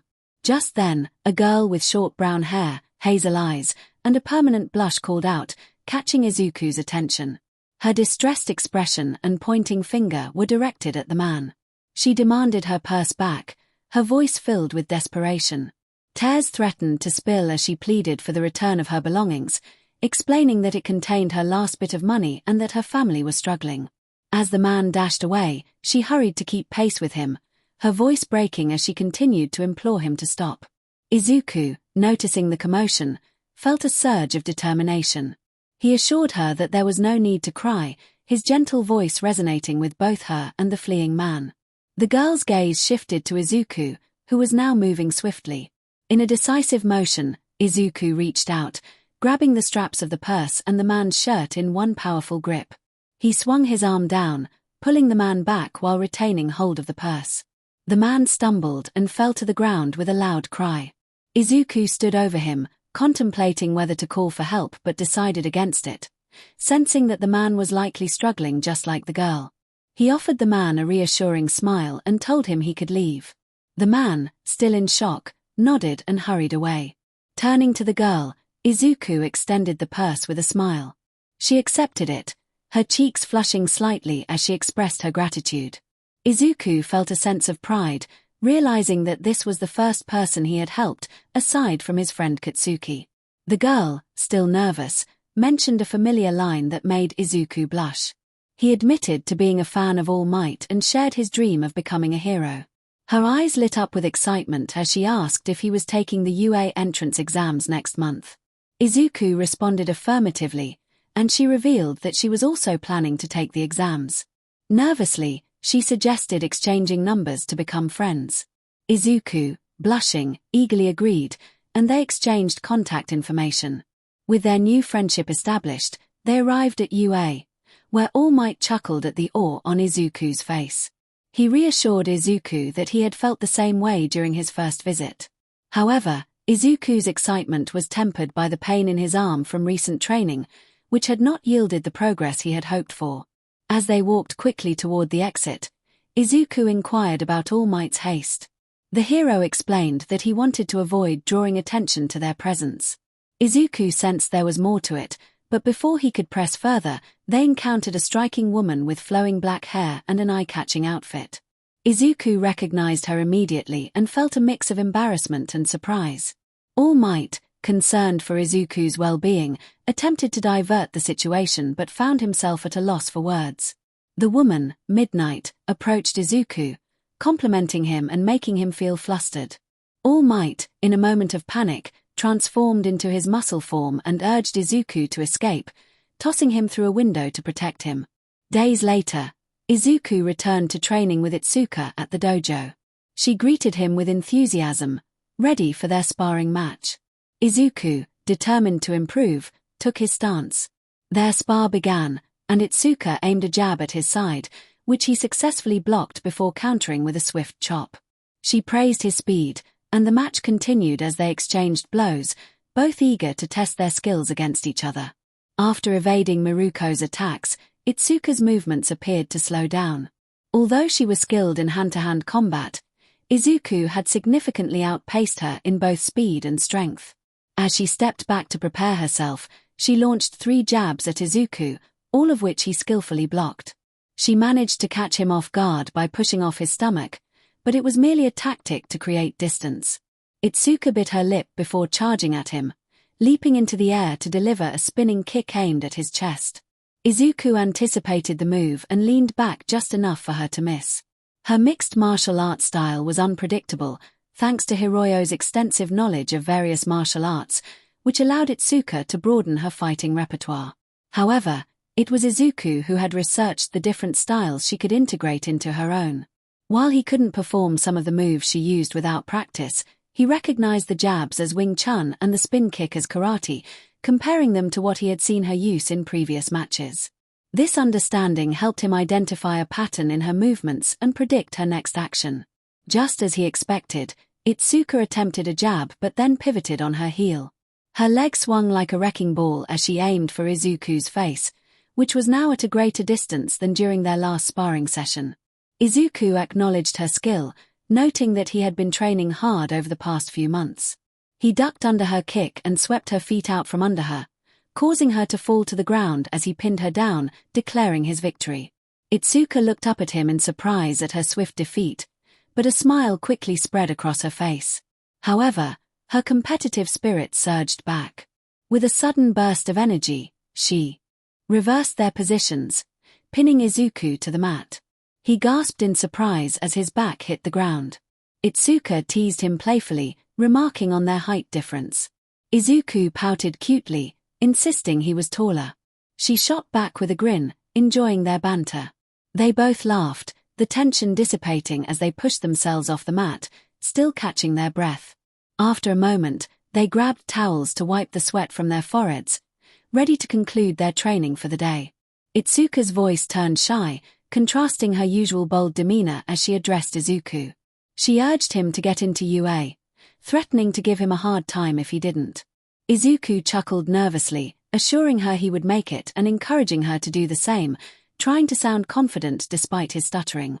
𝗧𝗍 glanced at him, chuckling as she looked away, her cheeks flushed. She wondered how he managed to make her feel this way with such simple words. She playfully challenged him to speak without stuttering next time, asserting that she wouldn't let him win again, especially not in the entrance exam. Izuku smiled, feeling more confident this time as he asked about Hiroyo Sensei. 𝗧𝗍 informed him that he had been away visiting family in Europe. Izuku expressed disappointment, wishing to show him something, pondering the mystery of his sensei's life outside of training. Their conversation continued as they changed out of their GS. Izuku checked his phone, noting a message from 𝗎𝗓𝗏, who was waiting to meet them. He excitedly pulled 𝗧𝗍 along to where 𝐒𝐽𝐽 was waving cheerfully. The three of them chatted as they walked, both girls sharing glances of admiration for Izuku, who was relentless in his training and always pushing himself. 𝗧𝗍 felt a sense of pride, recalling how Izuku never gave up, even when he had lost to her many times. She reflected on how most boys her age would feel embarrassed or quit after being beaten by a girl, but Izuku was different. He saw her as an equal and fought with determination, inspiring her to push herself further. 𝗒𝗏 enthusiastically agreed, expressing how Izuku's attitude motivated her to train harder for the entrance exam. Izuku reminded them that it was less than a month away, acknowledging their skills while expressing his own worries about catching up. Sensing his lack of confidence, both girls encouraged him, assuring him that he had what it took to succeed. 𝗧𝗍 emphasized his strategic mind and newfound strength, while 𝗒𝗏 marveled at his determination. Izuku smiled at their support but felt a pang of regret for not sharing important news with them. He had intended to keep it a surprise but realized it was time to reveal it. 𝗧𝗍's eyes widened in surprise as she learned that Izuku had a quirk. She was confused, recalling that he had been labeled quirkless. 𝗒𝗏 tilted her head cutely, expressing her bewilderment. Izuku sheepishly explained that due to neglecting his health, his quirk had not developed. However, as he trained and grew stronger, his quirk finally emerged. 𝗧𝗍 processed this information in shock, her eyes glistening with tears of joy as she held back a sob. She leaped into his arms, hugging him tightly, overwhelmed with happiness that her best friend finally had a quirk of his own. 𝗒𝗏 smiled at the heartwarming scene before turning her attention to Izuku, eager to know more about his quirk. Izuku chuckled and described it as pretty overpowered. 𝗧𝗍 playfully remarked that he deserved such a powerful ability, knowing how much he had longed for one. She encouraged him, confident that with his analytical mind, he would find countless ways to utilize it. Izuku, feeling a bit bashful, revealed that his quirk was called All-in-One. 𝗏𝗏𝗏 was excited about the name, and Izuku explained that it allowed him to absorb quirks from others, effectively creating a combination quirk made up of multiple abilities. The girls were astonished, realizing the potential of his quirk. They exclaimed how incredible it was, marveling at the idea of having a quirk creator. Curious, Itsuka asked how many quirks he had managed to create so far. Izuku mentioned that he had 2, one of which was too powerful to use at the moment, while the other was more manageable. He planned to rely on the easier one until he could train with the stronger quirk after the upcoming exam. The girls, fascinated by the capabilities of his quirk, leaned in closer, forgetting about personal space in their excitement. Itsuka encouraged Izuku to have more confidence in himself, playfully punching his arm. 𝗏𝗏𝗏 then expressed her longing to train with them, wanting to be prepared for the entrance exams. Itsuka agreed, and Izuku, blushing from their closeness, welcomed her to join. His mind buzzed with ideas on how to improve their quirks, suggesting weights for 𝗏𝗏𝗏 to enhance her zero gravity and slabs for Itsuka to strengthen her big fists. He trailed off into his usual stream of thoughts, leaving Itsuka and 𝗏𝗏𝗏 exchanging amused glances. As they stood before the Grand UA College building, Izuku reasoned that they could train by infiltrating the premises before Midnight noticed them. All Might, however, suggested that they could simply ask Recovery Girl for assistance, cautioning against the risks involved. He reassured Izuku that they would have ample time to train him in 1 overdrive after the exams. Izuku nodded, eager to explore, but All Might sensed there was a deeper reason for his enthusiasm. They decided to sneak inside, only to be caught by Midnight almost immediately. All Might felt a mix of irritation and disbelief at how easily they had been discovered. Midnight approached with a playful glint in her eye, teasing Izuku about running away again. Despite his nerves, Izuku managed to hold his ground and asked her to sign his notebook, which he had pulled out. All Might was baffled by how Izuku had managed to keep the notebook hidden. Midnight's demeanor shifted as she became genuinely interested in the drawings inside, complimenting his talent. Realizing her flirtatious behavior had slipped, Midnight attempted to regain her composure, suggesting a private session afterward. However, her blush betrayed her attempt to maintain the stuck persona. Izuku simply requested her signature under a picture, leaving All Might in disbelief at how quickly Izuku had adapted to the situation. Izuku held his arms around his face protectively, feeling a deep blush spread across his cheeks.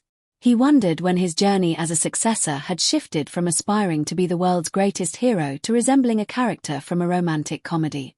As he walked alongside All Might, the legendary hero cast an irritated glance at him. All Might expressed disbelief at Izuku's actions, noting the bandages wrapped around his arm from testing his overdrive quirk, which had resulted in a broken arm that 𝐒𝐻 had healed. He questioned Izuku's decision to go to such lengths for an autograph, suggesting that he could have simply asked for it when he enrolled. Izuku sheepishly rubbed the back of his head, admitting that he had been a bit impatient and couldn't help himself. All Might sighed, acknowledging that this was just part of who Izuku was. The blonde hero reflected on how Miruko had seemed to warm up to Izuku and recalled Midnight's reactions to him.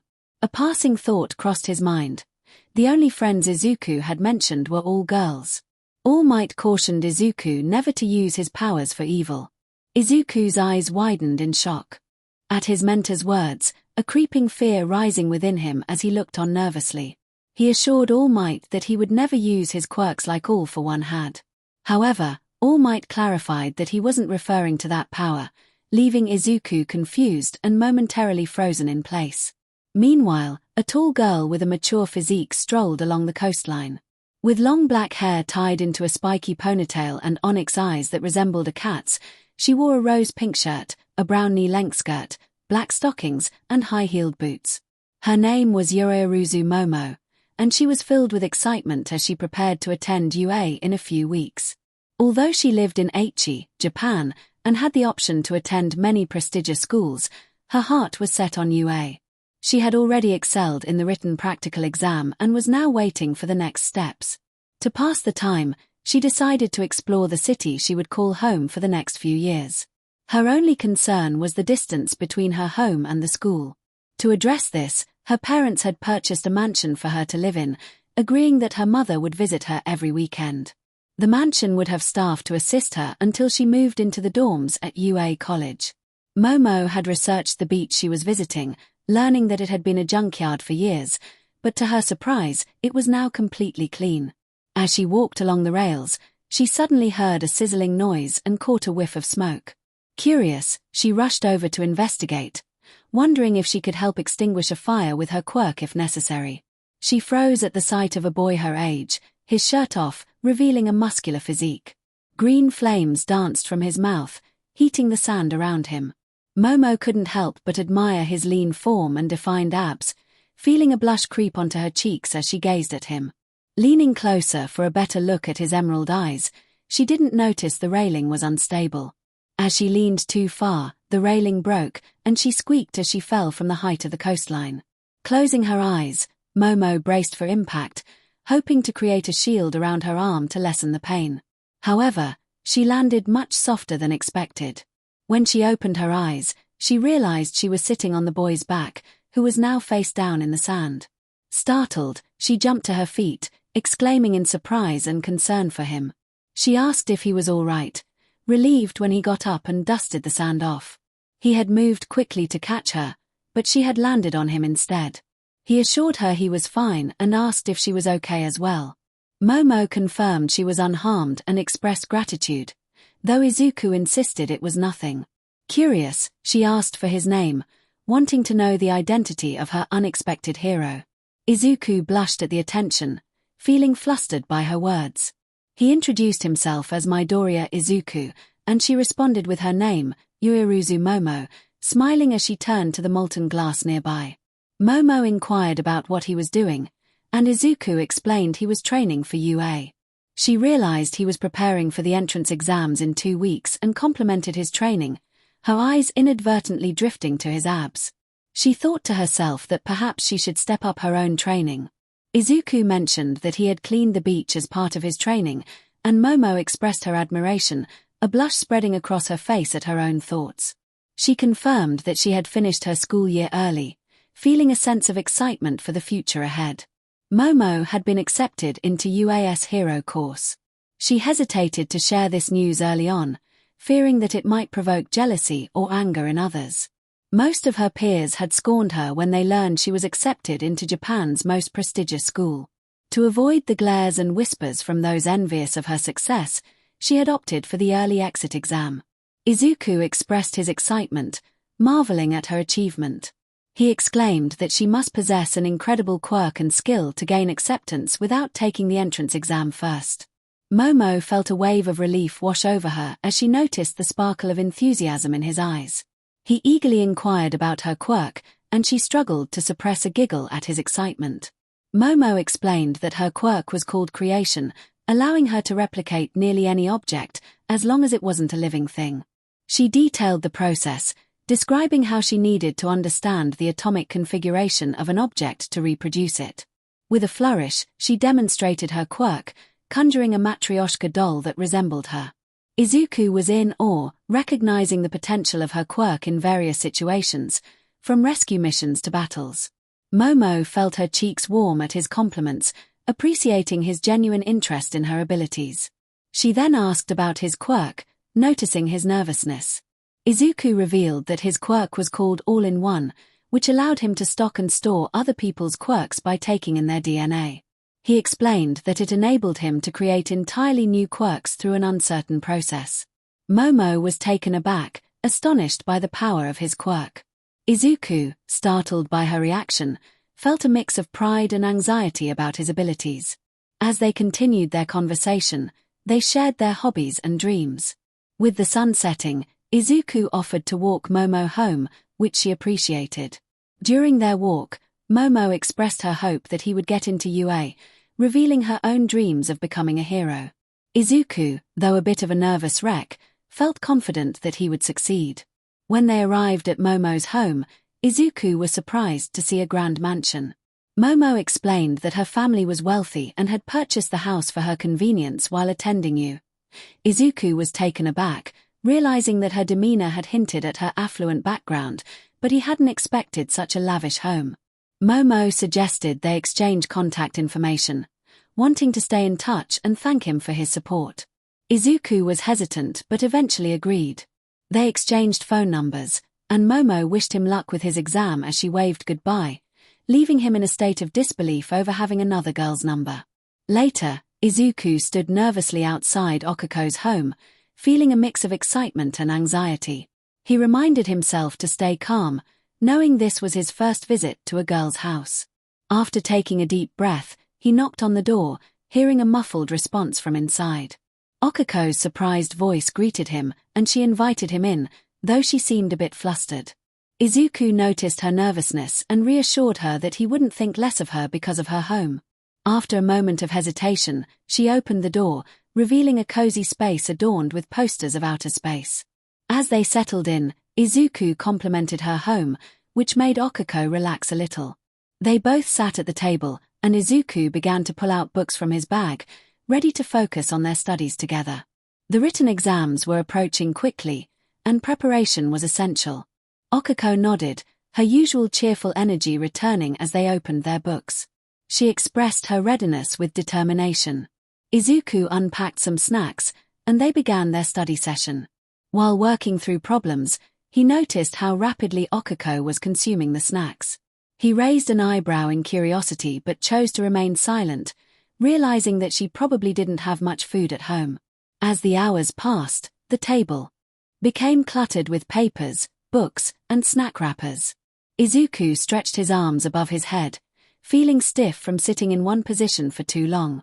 He reassured Okuko, acknowledging her efforts in studying. She leaned back, glancing over her notes and sighed, recognizing the challenge of the written exams compared to the practical ones. He glanced at the clock, surprised by how late it had become. He knew his mother would worry if he didn't return soon. They agreed to continue their studies the next day, possibly including some training. Okuko eagerly pushed her notes aside, excited to share her progress on increasing her limit to 10 tons. However, she admitted feeling embarrassed about her previous mishap in front of him and Itsuka. Izuku chuckled, playfully reminding her to avoid repeating that incident. Okuko blushed and covered her face, clearly flustered. She then suggested that he could call her by her first name since she already called him Izuku. He felt a rush of warmth at the thought, realizing he had only used first names with Itsuka after a long time. As they prepared to enter UA, Izuku stood at the entrance in his uniform, nervously clutching his backpack straps. Despite having been there before, the sight of so many applicants made his heart race. He reminded himself that training under All Might and Miruko didn't guarantee success, and he wanted a fair chance like everyone else. He closed his eyes, steeling himself for the first step toward becoming a hero when a sharp voice interrupted his thoughts. Bakugo, glaring with his usual disdain, brushed past him, seemingly more muscular and taller than before. Izuku stood his ground, muttering a quiet determination to surpass him. He didn't mind that Bakugo hadn't heard. It was a promise to himself. His phone buzzed, pulling him from his thoughts. He checked the messages from his mother, All Might, and Miruko, all wishing him luck and encouragement. Feeling a surge of determination, he took a step forward but stumbled, catching himself just before falling. A familiar giggle reached his ears, and he felt his face flush with embarrassment. Okuko asked if he was okay, and he sighed, feeling awkward about the near mishap. They exchanged cheerful greetings, and she commented on the nerve-wracking atmosphere. Izuku admitted he could barely walk without tripping, which made her giggle again. Okuko then asked about the spiky-haired boy who had called him Deku, thinking it was a supportive phrase. Izuku felt a bead of sweat trickle down his forehead as he explained that it was meant to be an insult. Okuko gasped, her expression turning serious. She suggested calling him Dekiru instead, wanting to turn the negative into something positive. He smiled at the idea, appreciating her kindness. Just then, Itsuka arrived, running up to them with a bright smile. Before Izuku could respond, she hugged him tightly, playfully burying his face in her embrace. He managed to express his struggle to breathe, prompting her to release him with a blush. She handed him an energy drink, explaining that it would help calm his nerves and boost his energy. Izuku's eyes widened in surprise as he accepted the bottle, their fingers brushing for a brief moment. Gratitude filled the air as Ōtsuka acknowledged the moment, her heart racing at the brief connection. She felt her cheeks warm and quickly averted her gaze, reminding herself to stay composed. It was just a simple thank you. She was not a middle school girl anymore. With a collective cheer, the group moved inside, prepared to tackle the exam. As the trio chatted, a small figure lingered in the background, tears streaming down his face. He lamented the unfairness of not experiencing the thrill of being in between the heights of glory so soon, prompting many to steer clear of him. Izuku was open about his quirk, all-in-one, and its capabilities. It made little sense for him or All Might to keep it a secret, especially since the danger lay in villains knowing too much. Unlike One for All-in-One did not clearly indicate that Izuku possessed All Might's quirk, nor did it suggest that it was passed down in the same manner. The belief remained that All for One was defeated, leaving everyone to think that Izuku was merely a target of one last act of defiance from beyond the grave, executed by one of his followers. All Might also recognized the importance of Izuku learning to harness his multiple quirks from UA teachers, who could offer different insights. He had learned from Miruko that he was not the best teacher, but he was determined to help. Izuku would not simply be invincible in this narrative. While he would possess significant power, he would not solve every challenge with ease. The students at UA had matured, growing stronger since their initial days. Quirk development was a natural progression with age, and villains would not merely become stronger without adapting to the evolving circumstances of the story. As for the quirks, a detailed analysis would be provided for each one Izuku acquired. If a quirk had not yet shown its full potential, the analysis would be postponed until it did. For instance, only the all-in-one quirk would be analyzed in this chapter, while others like Emerald Phoenix and Overdrive would receive their own analyses later. Now, on to the analysis of All-in-One. This quirk resembled All for One and Quirk Bestowal, allowing the user to absorb the DNA or essence of other quirk users. These quirks would be stored for future use, but none could be activated until a combination quirk was formed. Once a combination was created, the original quirks could not be reused for another combination. A combination quirk could consist of various types, potentially leading to powerful abilities, but it could also present significant drawbacks or even negate the limitations of certain quirks. Upon entering the building, Izuku was greeted by rows of tables set for the written portion of the exam. Assigned seating and provided writing utensils aimed to prevent any cheating. Izuku, having studied diligently and being among the top students at his high school, completed the exam quickly. He was one of the first to leave the classroom, uncertain whether that was a good or bad sign. Although he was intelligent, he wondered how he measured up against the others. He chastised himself for not spending more time on the questions, fearing he might have made a mistake. But he quickly reminded himself to have confidence. He had done well. After the written tests, the students moved to an auditorium for the practical test briefing. They had to separate from their assigned seating based on their respective high schools, which unfortunately placed Izuku next to his childhood acquaintance. The lights dimmed, and a spotlight illuminated the center stage, revealing the hero present 𝗵𝗍. He enthusiastically welcomed everyone to his live show, urging the crowd to respond, but was met with silence. Izuku hesitated to join in, feeling awkward about being the only one to cheer. Present 𝗵𝗍 shrugged off the lack of response and proceeded to explain the exam format, with visuals displayed behind him. There were 7 examination sites, and students would be randomly assigned to different locations. Katsuki muttered his thoughts on the arrangement, noting that with so many applicants, the chances of classmates being placed together were slim. Izuku echoed this sentiment, realizing how fortunate he was to meet so many aspiring students heading to 𝐒𝐭𝐚𝐲 snapped. At Izuku to be quiet, prompting Izuku to glance at his card, which did not go unnoticed. Bakugo insisted he keep his eyes to himself, while Izuku retorted that Bakugo was trying to look at his. The exchange was filled with tension, as Katsuki wished they were in the same zone to witness his defeat. Present 𝗵𝗍 continued with excitement, explaining that there were 3 types of mock villains in each battle center. Students would earn points based on the difficulty of their targets, encouraging them to strategize wisely and accumulate points as if they were performing a thrilling guitar solo. But it was important to be heroic. Attacking fellow students would not be tolerated at 𝐻𝐸𝐽𝐺. Izuku absorbed this information and narrowed his eyes, contemplating the strategy. It seemed more efficient to target those with higher points, but he questioned whether the true objective was to eliminate all the villains. Even if they didn't yield as many points, it still mattered. Suddenly, a student stood up, his tall figure accentuated by neatly combed black hair. He addressed Present MIC, asking about the 4 types of villains listed on the printout. If it was a mistake, he felt UA, the leading school in Japan, should be embarrassed. They were all there to become exemplary heroes. Present MIC pointed at Izuku, who was taken aback by the sudden attention. He hadn't expected to be singled out, especially by someone he didn't know. The student accused Izuku of muttering, claiming it was distracting. A few nearby students chuckled, and Izuku felt a familiar sting of embarrassment, reminiscent of his past bullying experiences. He quietly expressed that it would have been more considerate to address him after the presentation. The boy, surprised, realized he had been called out himself. Katsuki, observing the exchange, scoffed at Izuku's newfound confidence, thinking he was trying to prove himself just because he had rushed in to help. He planned to show Izuku his place when he claimed the top spot. Present MIC intervened before the tension escalated, reminding everyone to calm down. He acknowledged the student's concern and clarified that the 4th type of villain was worth 0 points. This particular villain was merely an obstacle, something to be avoided rather than confronted. He advised the examinees to focus on the higher-scoring villains instead.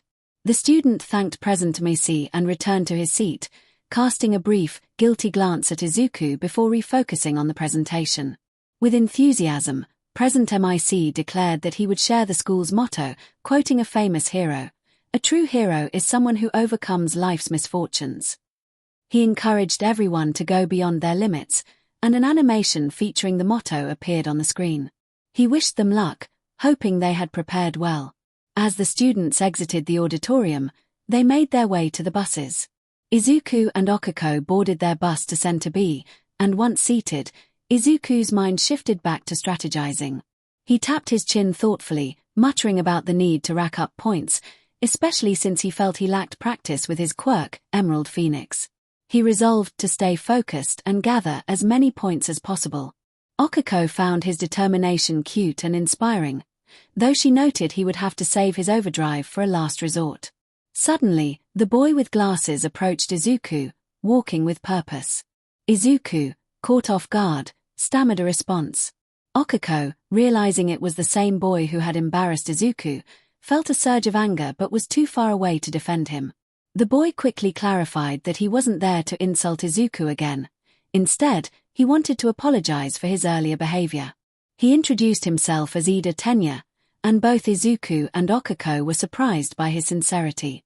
They introduced themselves in return, feeling a sense of relief as the tension eased. 𝐸𝐴 wished them good luck before returning to his seat, leaving Izuku feeling more at ease. He pulled out his notebook, which contained his own quirks and strategies. He diligently took notes on Emerald Phoenix, considering the best ways to utilize it. He continued to jot down his thoughts as they arrived at the training area and disembarked from the bus. As they walked toward the exam entrance, Izuku remained focused on his notes, calculating the potential of Emerald Phoenix's flames, which could reach extremely high temperatures. He planned to execute quick attacks and utilize his speed to earn points efficiently. He reminded himself of the stances taught by Miruko and All Might, knowing he had to be strategic about when to unleash his full power. Beside him, Okiko was visibly anxious, her heart racing as she tried to calm herself. Izuku turned to her, seeing the nerves mirrored in her expression. He reassured her, expressing his belief in her abilities and the strength of her quirk, hoping to lift her spirits as he put his notebook away. Somewhere, as Okiko felt a blush rise at his words, Izuku smiled widely, appreciating the nickname. It felt different from the one he was usually called, and he liked it. Okiko, pleased that it didn't remind him of the insult from the blonde boy, felt a warmth in her heart. Nearby, someone in the crowd remarked on their apparent closeness, causing both teens to freeze and blush as they noticed the attention. Another voice chimed in, suggesting that this wasn't the time for flirting. A blonde boy smirked, commenting on the spectacle of young love, but he also expressed doubt about their chances. Ida, the boy with glasses, sighed and pinched the bridge of his nose, reminding himself not to misjudge Izuku again. He thought it was inappropriate for Izuku to be distracted by romance at such a crucial moment. Another student scoffed, criticizing Izuku's earlier nervousness when called out, while a girl cruelly laughed, suggesting he was too timid to succeed in the exam. Izuku glanced around, noticing how many competitors were already sizing him and Okako up as the weaker students. He caught sight of Okako's angry expression and nudged her gently. When she looked at him, he saw the determination in her eyes, and he encouraged her to prove the doubters wrong. Okako felt inspired by his resolve, recognizing the strength behind his determination despite the challenges he faced. As the speaker by the door activated and the mock city opened, 𝗵𝗃𝗵𝐸's voice rang out, signaling the start of the exam. In an instant, Izuku sprang into action, moving so swiftly that few could follow his movements. He crouched low, his eyes glowing bright green, and his hair transformed to a striking white before he launched himself forward, flames trailing behind him as he activated his phoenix wings and phoenix mask. Uraraka quickly followed, using her quirk to enhance her speed. Ida, initially surprised by Okako's swift movement, surged ahead, his engines roaring to life. The other students were momentarily stunned, but 𝗵𝗃𝗵𝐸's voice urged them to act without hesitation. Izuku soared just above the ground, targeting a three-pointer robot with laser-like focus. As missiles launched from the robot's shoulder cannon, Izuku's phoenix mask mirrored his intense expression. He calculated the trajectory of the missiles, recalling the training he had endured with All Might, which had taught him to anticipate and dodge attacks. With a burst of speed, Izuku touched down, running with a pace that rivaled his flying. He leaped onto a nearby building, propelling himself forward with incredible agility. The missiles missed him entirely, unable to keep up with his rapid movements. In a fluid motion, Izuku's green wing sliced through the robot's metal body effortlessly. He was relentless, driven by the thrill of the challenge. As he spotted a two-pointer, he quickly closed the distance, spinning in the air before delivering a powerful strike that split the machine in two. Izuku was determined to show no mercy in this battle against the machines, channeling his training and experiences into every move he made. Izuku spotted another three-pointer in the distance and dashed toward it, eager to add to his score. The robot stood no chance as he closed the gap swiftly. His feet hit the ground just in front of it before he leaped into the air, utilizing the Emerald Phoenix quirk to maneuver gracefully. He spun around, mimicking Miruko's style, but instead of a rabbit's foot, a phoenix wing made of green flame struck the robot's head. He paused for a moment to catch his breath, noting his score of 8 points and preparing to find his next target. Meanwhile, in the observation room, the staff of UA College monitored the various locations on a large screen displaying multiple views of the mock cities. Each camera focused on a student or situation, allowing the staff to assess performance and make judgments for grading. This exam tested insight, mobility, decision-making, and combat skills, all essential for maintaining peace in the cities. Midnight commented on the impressive talent this year, her smile revealing her excitement. Suddenly, 𝗵𝗲𝗄𝗏 shouted in alarm, drawing everyone's attention. Concern and curiosity filled the room as All Might, having observed City BS screen for some time, sensed the cause of 𝗵𝗲𝗄𝗏's distress. 𝗵𝗲𝗄𝗏 exclaimed that one of the students was on a rampage, having destroyed a significant portion of City BS robots. His voice trembled with a mix of awe and fear as he reported that the student had already surpassed triple digits in points. All Might's grin widened at the astonished faces of his colleagues, realizing that Midoriya was not only motivated by their scores but was determined to surpass them. Izuku soared past numerous robots, his wings spanning 3 meters wide, effortlessly slicing through them with his sharp, heated wings. He occasionally slowed to perform flashy moves, like a spin kick followed by a wing slice or a somersault into a cross slash. He felt fortunate that the Emerald Phoenix quirk was ideal for this exam, as its drawbacks did not hinder his stamina, and its speed and striking power were exactly what he needed. As he approached another three-pointer robot, he curled his wings around himself like a cocoon and spun toward the machine, tearing through it with ease. The ground was coated in melted metal as he advanced. He reveled in the effectiveness of the Emerald Phoenix, marveling at how well his quirk combined with those of his parents and Nana. The unique combination of float, telekinesis, and fire breath allowed him to control the green flames with precision, burning only what he intended. He had tested this ability on various objects, confirming that he could manipulate the flames without losing control. The telekinesis aspect stabilized and shaped the fire, enabling him to form wings and a mask. While he could float and maneuver in the air using the fire, he realized that he was reliant on the flames to maintain his flight. If he exhausted his flames, it would take time to regenerate them. He had learned that it took about an hour for his fire to replenish. Additionally, his mother's quirk had limitations. Telekinesis was now focused solely on the flames, but he discovered that he could still move objects coated in the psychic fire. More robots converged on him, but Izuku smiled confidently. He crouched down before launching himself into the sky, causing the robots to halt and look up in confusion. Like a vulture descending upon its prey, he glided down with his wings spread wide, glowing brilliantly. As he prepared for his next move, his right fist drew back, and his wing mirrored the motion, forming around his arm like a protective brace. With determination, he unleashed a powerful punch enveloped in green flames, striking the metal of the robots. The impact created a massive explosion, sending shockwaves through the area and obliterating the robots in front of him. Judges in the observation room gasped in disbelief, struggling to comprehend the sheer power displayed by Izuku. They exchanged astonished remarks, realizing he was not only accumulating points but also aiding his fellow examinees in the process. All Might felt a sense of pride, knowing that Izuku was impressing the judges on his own merit, a feat far more significant than any recommendation he could provide. This story follows a boy who had been quirkless for most of his life. He had only a month or two to train with his newfound quirk. Rather than focusing on amassing a collection of quirks or making it a numbers game to overpower others, he dedicated himself to mastering the single quirk he possessed. As a result, he managed to surpass many of the examiners who had years of experience. Izuku excelled in analytical problem-solving, understanding that quality mattered more than quantity. He intended to make the most of what he had. All Might watched with a mix of terror and pride as Izuku demonstrated his potential. If this was his performance with just one quirk, how formidable would his successor become with more?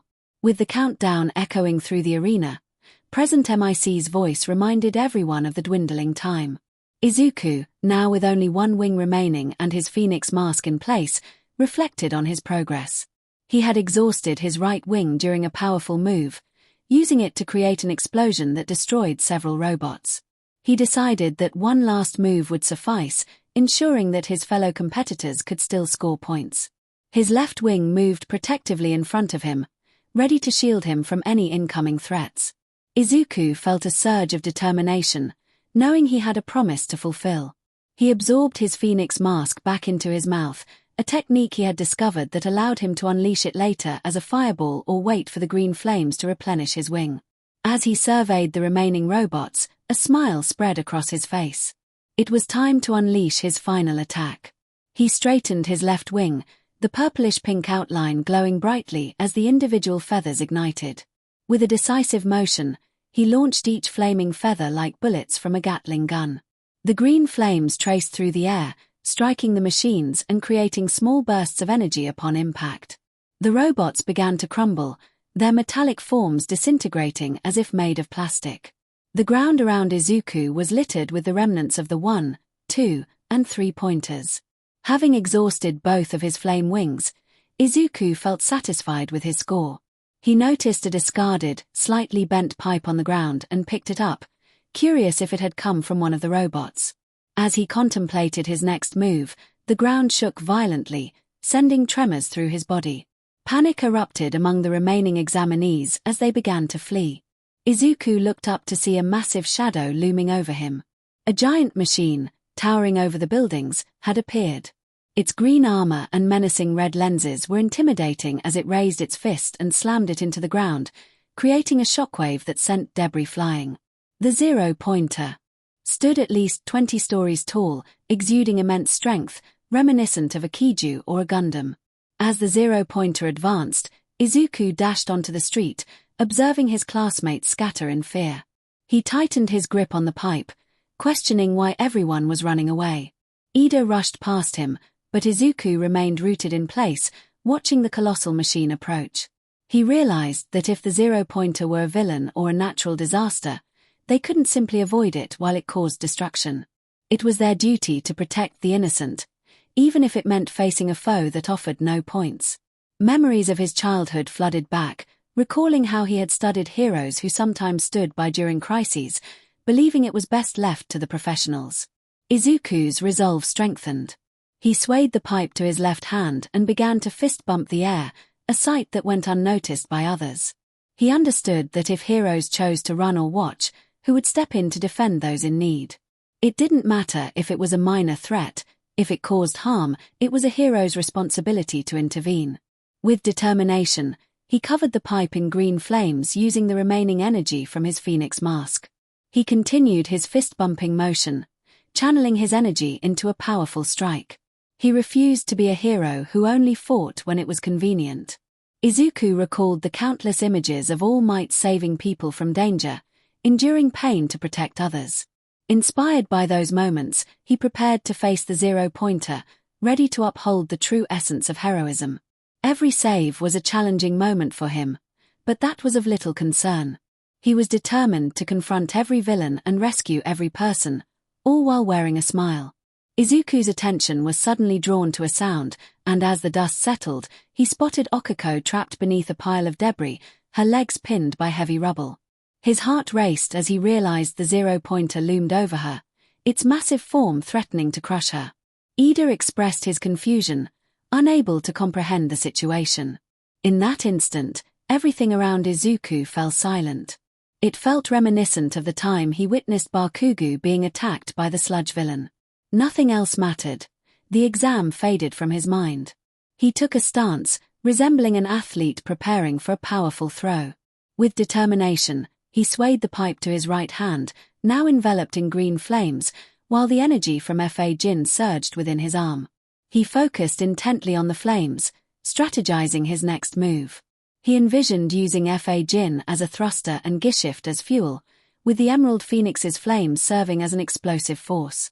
Izuku propelled his arm forward, channeling the red energy into the throw, sending the pipe soaring toward the robot's head. 𝐸𝐻𝐵 accelerated its trajectory, ensuring it remained steady as it approached its target. The psychic flame surrounding the pipe kept it on course. In a moment that felt legendary, the flaming spear struck the giant's head. All Might smiled, while the others in the room watched in stunned silence. He reflected on how he had doubted Izuku's capabilities, believing he would have to rely on the 0-pointer. The crowd's eyes were glued to the screen showing City B, where the flaming pipe shattered the 0-pointer's red lenses, driving into its head before erupting in a brilliant explosion. All Might acknowledged how wrong he had been about Izuku. He had thought the boy's quirkless state would hinder him, but Izuku had proven him wrong. The explosion sent the 0-pointer reeling, its face destroyed and its sensory functions obliterated. All Might recalled his past words, admitting he had hurt Izuku when he suggested he couldn't be a hero. He had believed heroism was fading, overshadowed by those seeking fame rather than genuine heroism. He had assumed Izuku's longing for a quirk stemmed from a need for power, but he realized that wasn't the case at all. The screen shifted to show the boy responsible for the flaming spear, who had caused the explosion. All Might reflected on how Izuku wanted to emulate him, to be a hero who inspired others and brought smiles to their faces. He marveled at the impact he had on Izuku's life, recognizing the admiration the boy held for him. The screen displayed Izuku, beaming with joy, his white hair flowing in the wind, and his green eyes shining brightly. All Might felt a profound change within himself, acknowledging that Izuku had rekindled his belief in heroism. He recognized Izuku as an inspiration, a symbol of hope, and declared him his hero. The analysis of Izuku's quirk revealed it to be the Emerald Phoenix, a combination quirk that included fire breath, telekinesis, and float. This ability allowed him to breathe green psychic flames that did not require oxygen, lasting as long as necessary. The flames could transform into a phoenix mask and phoenix wings, enabling various combat techniques. When activated, the user could fly and manipulate their movements in the air. The Emerald Phoenix could launch feather-like projectiles that pierced enemies before exploding. The user could also envelop themselves in green flames for powerful physical attacks, and the flames could be used to telekinetically move objects. However, the quirk had its limitations. The flames needed to be active for the floating ability, and telekinesis was restricted to the fire and the user's body. If the flames exploded, there would be a delay before the user could unleash more psychic flames. Meanwhile, 𝗵𝗲 observed the tall boy with white hair, recalling their previous encounter when his hair had been green. She recognized him due to his height and innocent emerald eyes. Curious, she decided to check his bio, confirming that his hair had indeed been green before. As she reviewed the information, she was taken aback by the revelation that he was quirkless. What was happening? For the second time, this boy had completely taken her out of her serious mindset. Had they just witnessed someone manifest a quirk for the first time? She thought in disbelief. Toshinori winced, feeling the urge to facepalm but refraining, as it might draw attention to him. He reflected that Midoriya had ample time to prepare for this moment. As Aizawa's astonished gaze turned to his old friend, Nezu observed Toshinori closely, murmuring quietly to himself. All Might felt uneasy under the scrutiny of the little mouse. Suddenly, Present MIC's voice echoed in Izuku's ears, announcing that time was up. As the announcement registered, an uncomfortable numbness spread from his arm, resembling small explosions within it. However, upon inspection, only his wrist appeared to be injured. He considered whether he had fractured a bone, but it didn't feel too severe. As he moved his wrist slightly, a sharp pain shot through his hand, prompting him to rethink his earlier assessment. Okako approached, concern etched on her face as she asked if he was all right. Izuku nodded, managing a smile as his white hair gradually returned to its green hue. He asked if she was okay, but before she could respond, her face turned pale. She managed to tell him not to look before bending over and becoming ill. Izuku expressed sympathy, patting her back while averting his gaze. Several other examinees cautiously approached, gasping at the aftermath of Izuku's attack, struggling to comprehend the extent of the destruction he had caused. They turned to see Recovery Girl walking toward them, her expression calm amidst the chaos. She praised their efforts, calling them heroes in her eyes, and offered them gummies as a reward. Approaching Izuku, her brow furrowed with concern. From a distance, Ida observed quietly, deep in thought. He realized that Izuku had risked everything without hesitation. If this had been a real situation, he would have done the same. Then it struck him, the judges had been watching. Meanwhile, a blonde student smirked and leaned closer, commenting on Recovery Girl being the heart of UA. Recovery Girl gently kissed Izuku's forehead, and the crowd watched in awe as a warm glow surrounded him.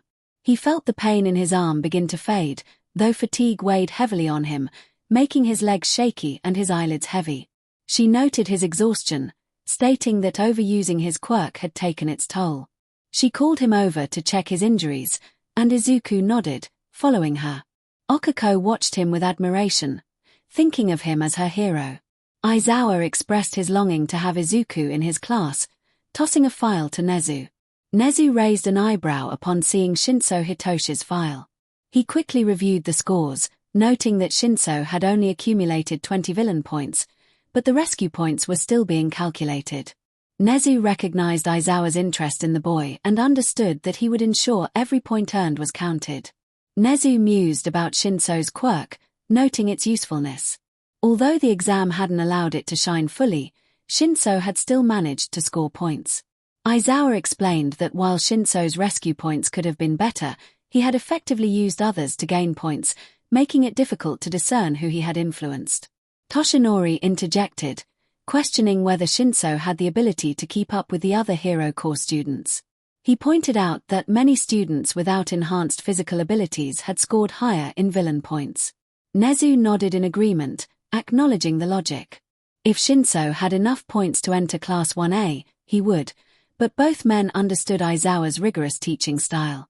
Aizawa asserted his determination to train Shinso himself, aiming to elevate him to the required standard. Toshinori observed Aizawa's resolve, contemplating whether he saw a reflection of himself in the boy. He glanced between Shinso's picture and Aizawa, recognizing the connection.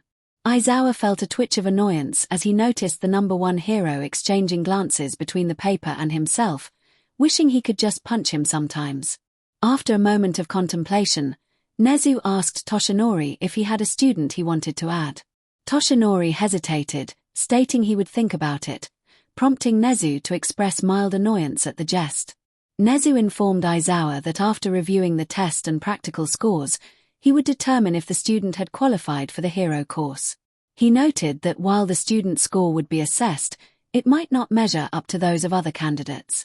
Depending on the results and the student's dedication, Nezu considered placing him as a reserve student if he did not qualify. Aizawa acknowledged this, his expression shifting to one of gratitude, though his usual tired demeanor remained. Nezu then turned to All Might, mentioning that the same conditions applied if he brought someone along. All Might chuckled lightly, backing away slightly, and attempted to ease the tension by joking, though it was unclear how serious he was. Nezu, feeling a mix of irritation and amusement, refrained from throwing his cup of tea at All Might. Soon after, Aizawa exited, leaving Nezu and All Might alone in the room. Nezu inquired if All Might had found a student, to which All Might confirmed. Nezu expressed that a heads-up would have been appreciated, to which All Might sheepishly acknowledged.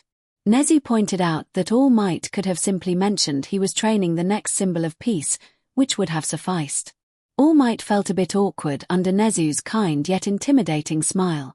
Nezu continued, suggesting that All Might should have informed him when he decided to teach the next generation of heroes, especially after Nezu had recommended Mirio.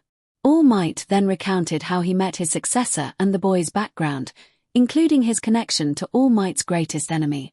Nezu laughed at the irony of the situation, and once he composed himself, he asked what All Might planned to do to help the student master his quirk, now referred to as overdrive. All Might expressed his intention to take the student to 𝗳𝗲𝗏, acknowledging that while he had never used support gear himself, he recognized its value. He believed 𝗳𝗏𝗏 could assist Midoriya in controlling his power until he was ready. Nezu agreed, noting that it would help the student manage one for all overdrive, especially considering the student's initial struggles with it. All Might mentioned that when Midoriya first used his quirk, his leg nearly gave out, and on another occasion, his arm almost burst. Nezu, glaring at All Might, pressed him on why he hadn't shared this information sooner, making All Might sweat under the scrutiny. Nezu then asked if All Might would leave as soon as Midoriya's school year concluded, to which All Might replied that he preferred to utilize every moment available after Midoriya received his acceptance letter to you. Nezu revealed that he had already graded Midoriya's examinations, which surprised All Might. Nezu confirmed that Midoriya had passed with commendable marks, sufficient to qualify for the general education track. He suggested he could influence Midoriya's school to allow him to graduate early. All Might expressed his gratitude, but Nezu reminded him that there was still paperwork to complete, indicating that it wouldn't be a vacation for him. As the week progressed, it was now early March. Izuku found himself anxious, wondering why All Might hadn't contacted him despite feeling confident about his performance. He was lost in thought when his mother, 𝐒𝐭𝐞𝐲, noticed his distraction and asked if he was all right. After assuring her he was fine, Izuku returned to his room, still plagued by self-doubt. His phone buzzed, bringing him back to reality. He saw a message from Itsuka, asking if he had received his acceptance letter. His heart raced with anxiety. Another message from Okako followed, expressing her excitement and fear about opening her letter. Izuku's stomach churned as he awaited his own response. Momo then messaged him, inquiring if he had received his letter yet. Just then, 𝗏𝗏𝗏 burst into the room, excitedly announcing that a letter had arrived for Izuku. She showed him the envelope, and he quickly texted the 3 girls that he had received his letter. Sitting at his desk, he felt his heart pounding as he opened the envelope, revealing a metal disc that projected a holographic screen. All Might's voice boomed from the projection, announcing himself as US newest heroics teacher. Izuku was taken aback, realizing All Might had never mentioned this. All Might continued, explaining that he was there to help prepare the heroes of the future, though he seemed momentarily distracted by someone off-screen, leading to a humorous exchange about the recording. All Might cleared his throat and then spoke words that made Izuku's heart nearly stop. He announced that Izuku had passed the written exam with exceptional results and was eager to discuss his villain points. For the last 40 years, All Might had held the highest score in the UA entrance exam, a record he set in his first year. Nostalgia crept into his voice as he reflected on a time when he believed no one could ever surpass it. No one had, until now.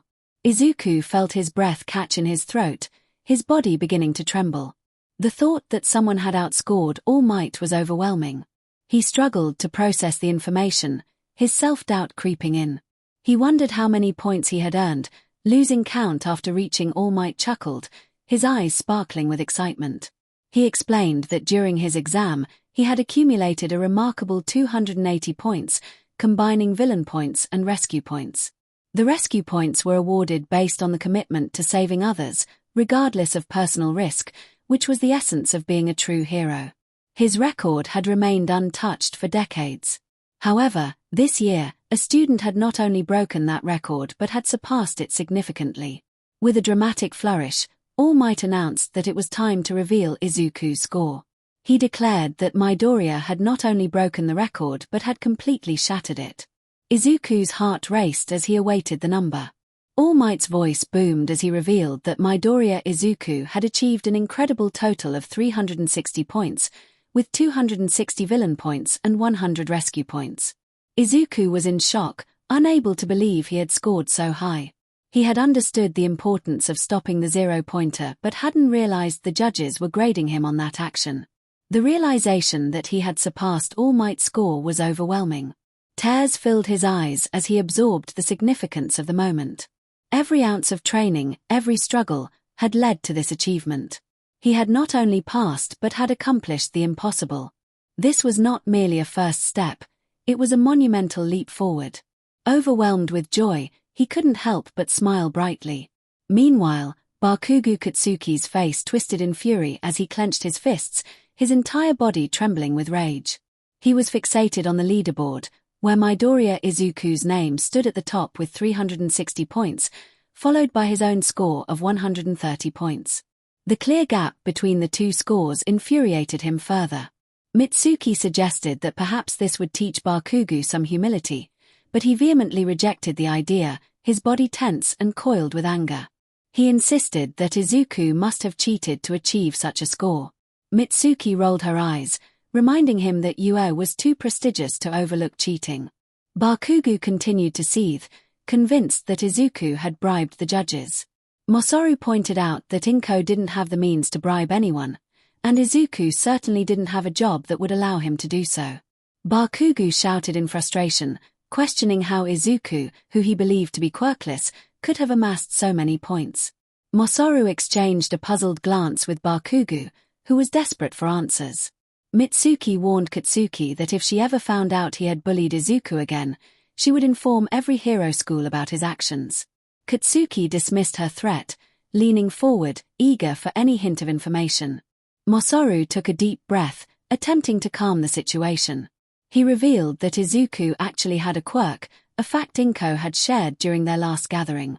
Katsuki's eyes widened in disbelief, but his scowl returned quickly. He insisted that quirks manifested at age 4 and refused to accept that Izuku had hidden a quirk all this time.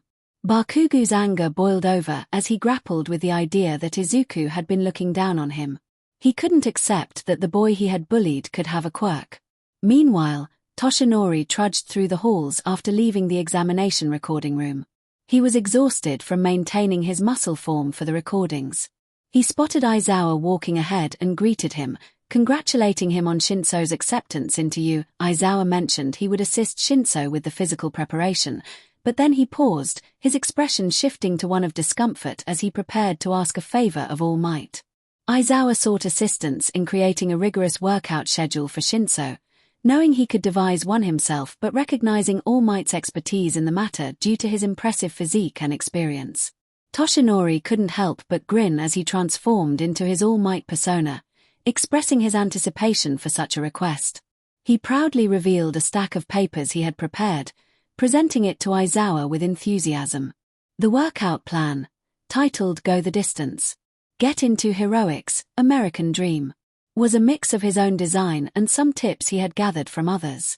Aizawa examined the meticulously outlined plan, which included details on sleep, diet, exercise, and even weapon training. He acknowledged that if Shinso adhered to this schedule, he would easily keep pace with his peers. All Might waved goodbye as he dashed off, leaving Aizawa with a twitch of irritation as dust swirled around him. Aizawa's fatigue deepened, contemplating the challenges of having All Might teach at the school. Meanwhile, Izuku lounged on his couch, a broad smile lighting up his face as he reveled in the fact that he had been accepted into UA. The leaderboard flashed in his mind, reminding him of Okako and Itsuka's impressive placements in the top 10. He felt a surge of pride for their achievements, including Ida's success, though he wished he could congratulate him directly. However, a wave of irritation washed over him as he recalled All Might's earlier antics, feeling a mix of frustration and determination to confront the hero. In a small restaurant, a celebratory atmosphere filled the air as drinks clinked together at a round table occupied by 5 friends: Okako, Itsuka, Momo, Mai, and Izuku. Izuku sat stiffly in the center, flanked by 2 girls on each side, feeling trapped in an unexpected situation. It all began when he suggested a celebratory meal for their acceptance into UA. The others eagerly agreed, and he had also invited Mai, who had recently been accepted, hoping to encourage her social interaction outside her lab. Now, he found himself in a dilemma, wishing to keep Mai close to prevent any potential mishaps with her inventions. As the conversation flowed, Izuku noticed Mai engrossed in fiddling with a small device, while Okako and Itsuka reacted with shock to Momo's revelation about her living situation. Izuku's mind raced with anxiety, feeling the weight of being surrounded by 4 charming girls. A blush crept onto his face as he sensed the glares from nearby patrons, who seemed to envy his situation. Comments about his luck echoed around him, amplifying his embarrassment. Mai suddenly interrupted the conversation, her enthusiasm causing a stir among the group. She innocently inquired about the girls' interest in her inventions, suggesting they might want one for themselves. Izuku's eyes widened in shock, realizing the implications of her words. He felt a wave of relief wash over him as the onlookers shifted their attention away, but the damage was done.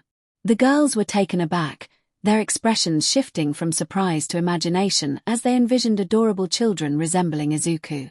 Momo pictured herself teaching them about atomic structures, while Itsuka imagined cradling one lovingly. Okako envisioned floating alongside her child, using her quirk to soar through the air.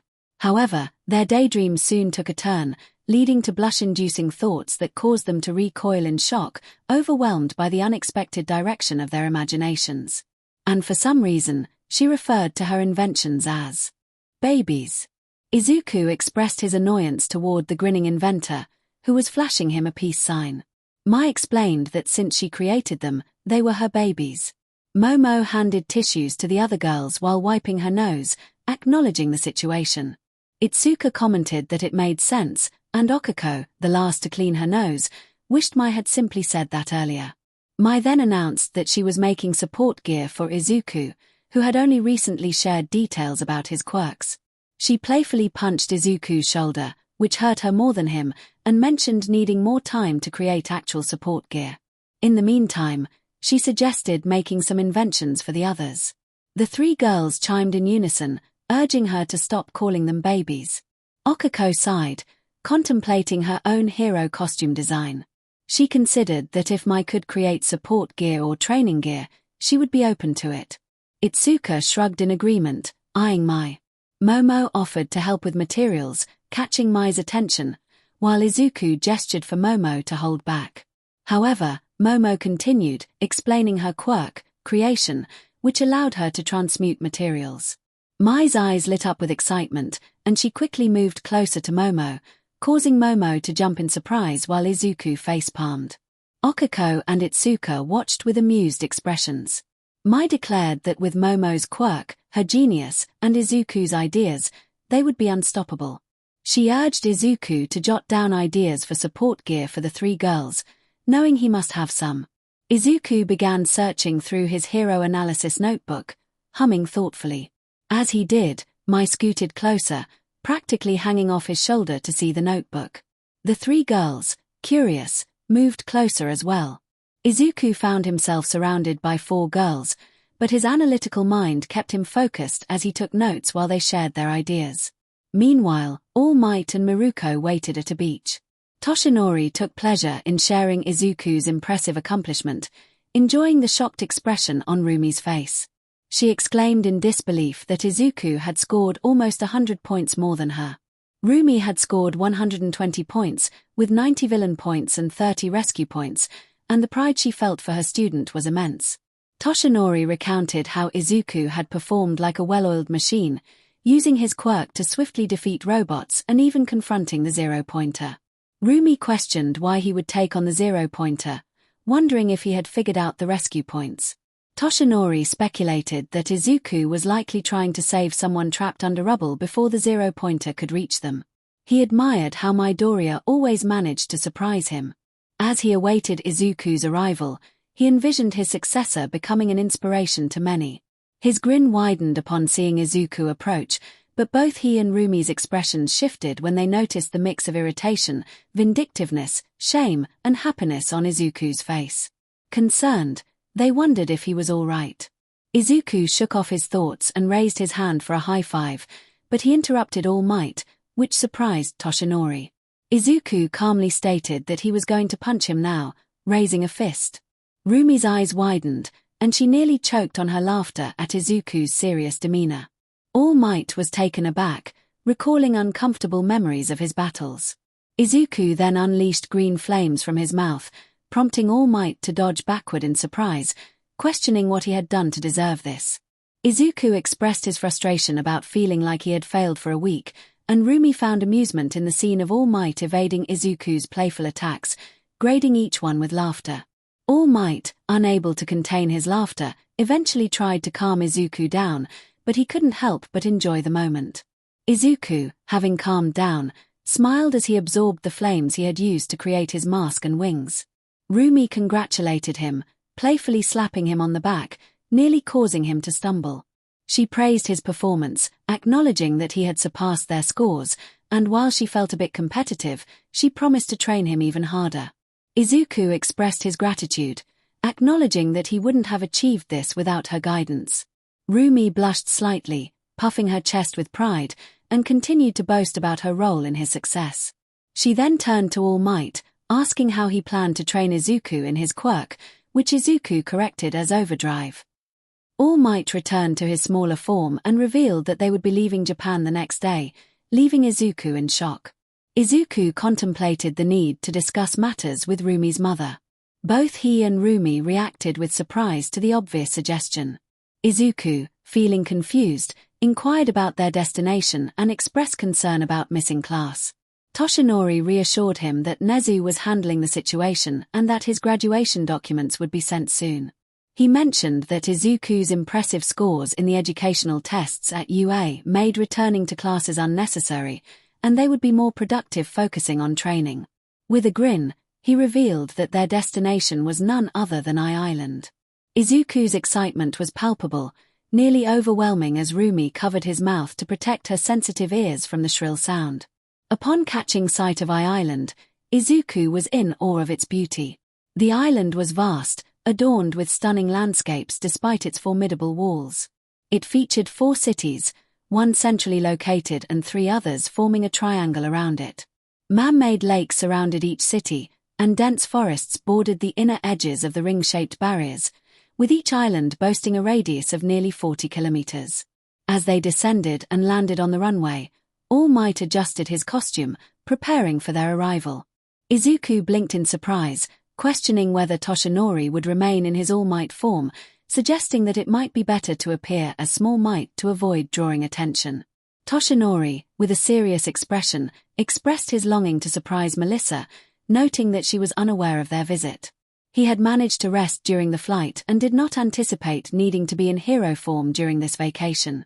Once the plane's door opened, they stepped out, relieved to find no tourists around to swarm them, particularly All Might.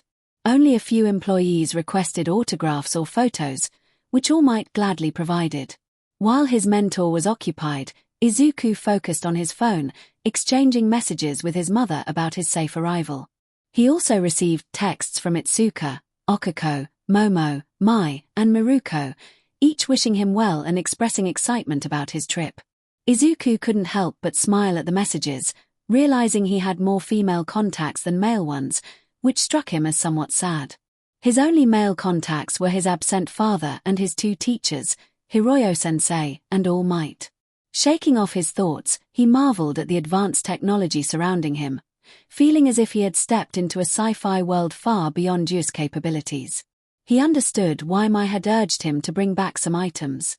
Curious about their next destination, Izuku asked if they were heading to the hotel. Toshinori informed him that they were waiting for Melissa to arrive. Suddenly, a peculiar sound caught their attention, boinging, which grew louder as it approached. All Might's face lit up with genuine excitement, and soon they spotted her. Melissa appeared on a high-tech pogo stick, her bright blonde hair reminiscent of All Might's, cascading down her back. She wore stylish tan capri briefs, plaid pink socks, and brown-heeled boots, complemented by a white dress shirt and a dark raspberry pink waistcoat. Oval glasses perched on her nose, miraculously staying in place despite her energetic bouncing. She called out to All Might before leaping off the pogo stick and into his arms. Izuku observed, feeling a blush rise to his cheeks at the sight of the appealing girl. All Might joyfully spun her around, expressing how much she had grown since their last meeting. Melissa, now 18, embraced All Might again, sharing her delight at his visit. She apologized for her tardiness, explaining that her father had informed her last minute about the surprise. Toshinori chuckled, guessing that her father had mentioned a surprise waiting for her at the airport. Melissa's attention then shifted to Izuku, who stood blushing and nervous. She leaned closer, noting his height, and greeted him warmly, asking if he was a friend of All Might. Izuku stammered, nervously introducing himself and fumbling over his name. Melissa found his shyness endearing and smiled, inviting him to call her Melissa. Toshinori, seeing Izuku's discomfort, stepped in to help, mentioning that Izuku had just been accepted into 𝐤𝑢. Melissa's eyes lit up with excitement as she congratulated him, asking if he was in the hero course. Izuku confirmed, feeling overwhelmed by her bright demeanor. Toshinori continued to praise Izuku, revealing that he had topped the leaderboard in the entrance exam, surpassing Toshinori's own score by 80 points. Melissa gasped in admiration, her excitement infectious as she celebrated Izuku's achievement. He felt a rush of pride from the praise, grateful for All Might's timely intervention. His quirk, however, came with significant drawbacks. To provide the best assistance, he decided to enlist the top quirk analyst he knew, along with the finest support technicians. Melissa gasped in delight and smiled broadly, expressing her excitement about their collaboration. She eagerly grabbed Izuku's arm and her uncle's large hand, attempting to pull them along. Izuku felt overwhelmed by her enthusiasm, noting that she was even more affectionate than Okako and Mai. All Might made a grand entrance, exclaiming with enthusiasm about their reunion. He flexed his muscles in front of David and his assistant, Sam. David, filled with joy, quickly rose from his chair and rushed to greet All Might. The two friends shared a hearty laugh as they met in the center of the room, with the much larger hero almost enveloping David in a tight embrace. David playfully gasped for air, expressing his relief at seeing his friend again. Toshinori, with a hint of mischief, mentioned that he would have preferred to surprise David, but he couldn't do so without Melissa knowing. They reminisced about how long it had been since they last met, and David jokingly lamented about aging. Their laughter filled the room, and they exchanged a fist bump before David turned to introduce Izuku. Izuku, bursting with excitement, eagerly proclaimed David's impressive credentials, highlighting his status as a top scientist in quirk research and his past partnership with All Might in America.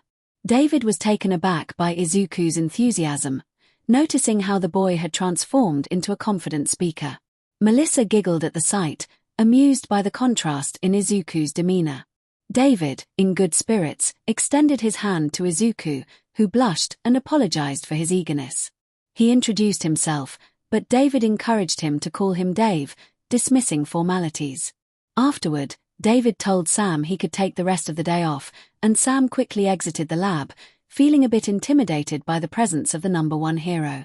Once the door closed, David activated the security measures on his computer, causing Melissa to furrow her brows in confusion. She turned to All Might, curious about his visit, noting that he rarely came by anymore. Toshinori explained that there were several reasons for his visit, and Melissa sensed a shift in his tone, realizing he appeared nervous. He revealed that the main purpose was to assist Izuku with his quirk. David, intrigued, asked for more details, but Toshinori indicated that he had kept certain secrets even from him. Both David and Melissa were taken aback, and Toshinori acknowledged the hurt in David's expression. He admitted to keeping 2 secrets from Melissa, one of which David already knew. As he prepared to share, he sighed, expressing that he hadn't wanted her to worry. He finally revealed his injury, and as he spoke, his body began to change. Melissa gasped in shock as she witnessed the transformation, her eyes widening in disbelief. David looked horrified, covering his eyes in frustration.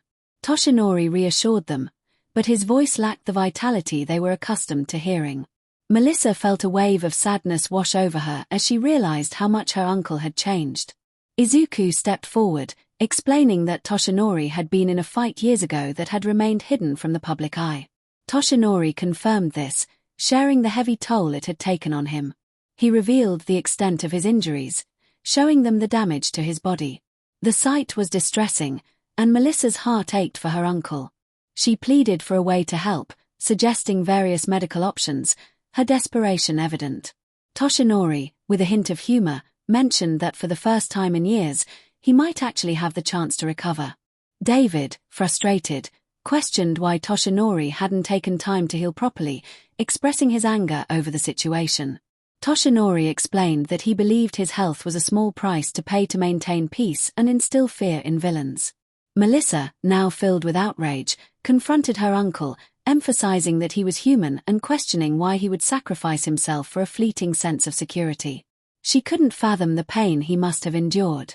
Toshinori expressed a dry laugh, acknowledging Melissa's frustration with his stubbornness. She insisted that perhaps this time her words would penetrate the barrier he had built around himself. He weakly agreed that it was better late than never, while David glared at his old friend, pointing out that time had passed and recovery was now more challenging. Toshinori's reluctance to take time off had only complicated his healing process. Izuku observed the rare sight of All Might being reprimanded, recalling the last time he had seen something similar was when Miruko-sensei had scolded him. He felt out of place in the conversation and wished he could slip away unnoticed.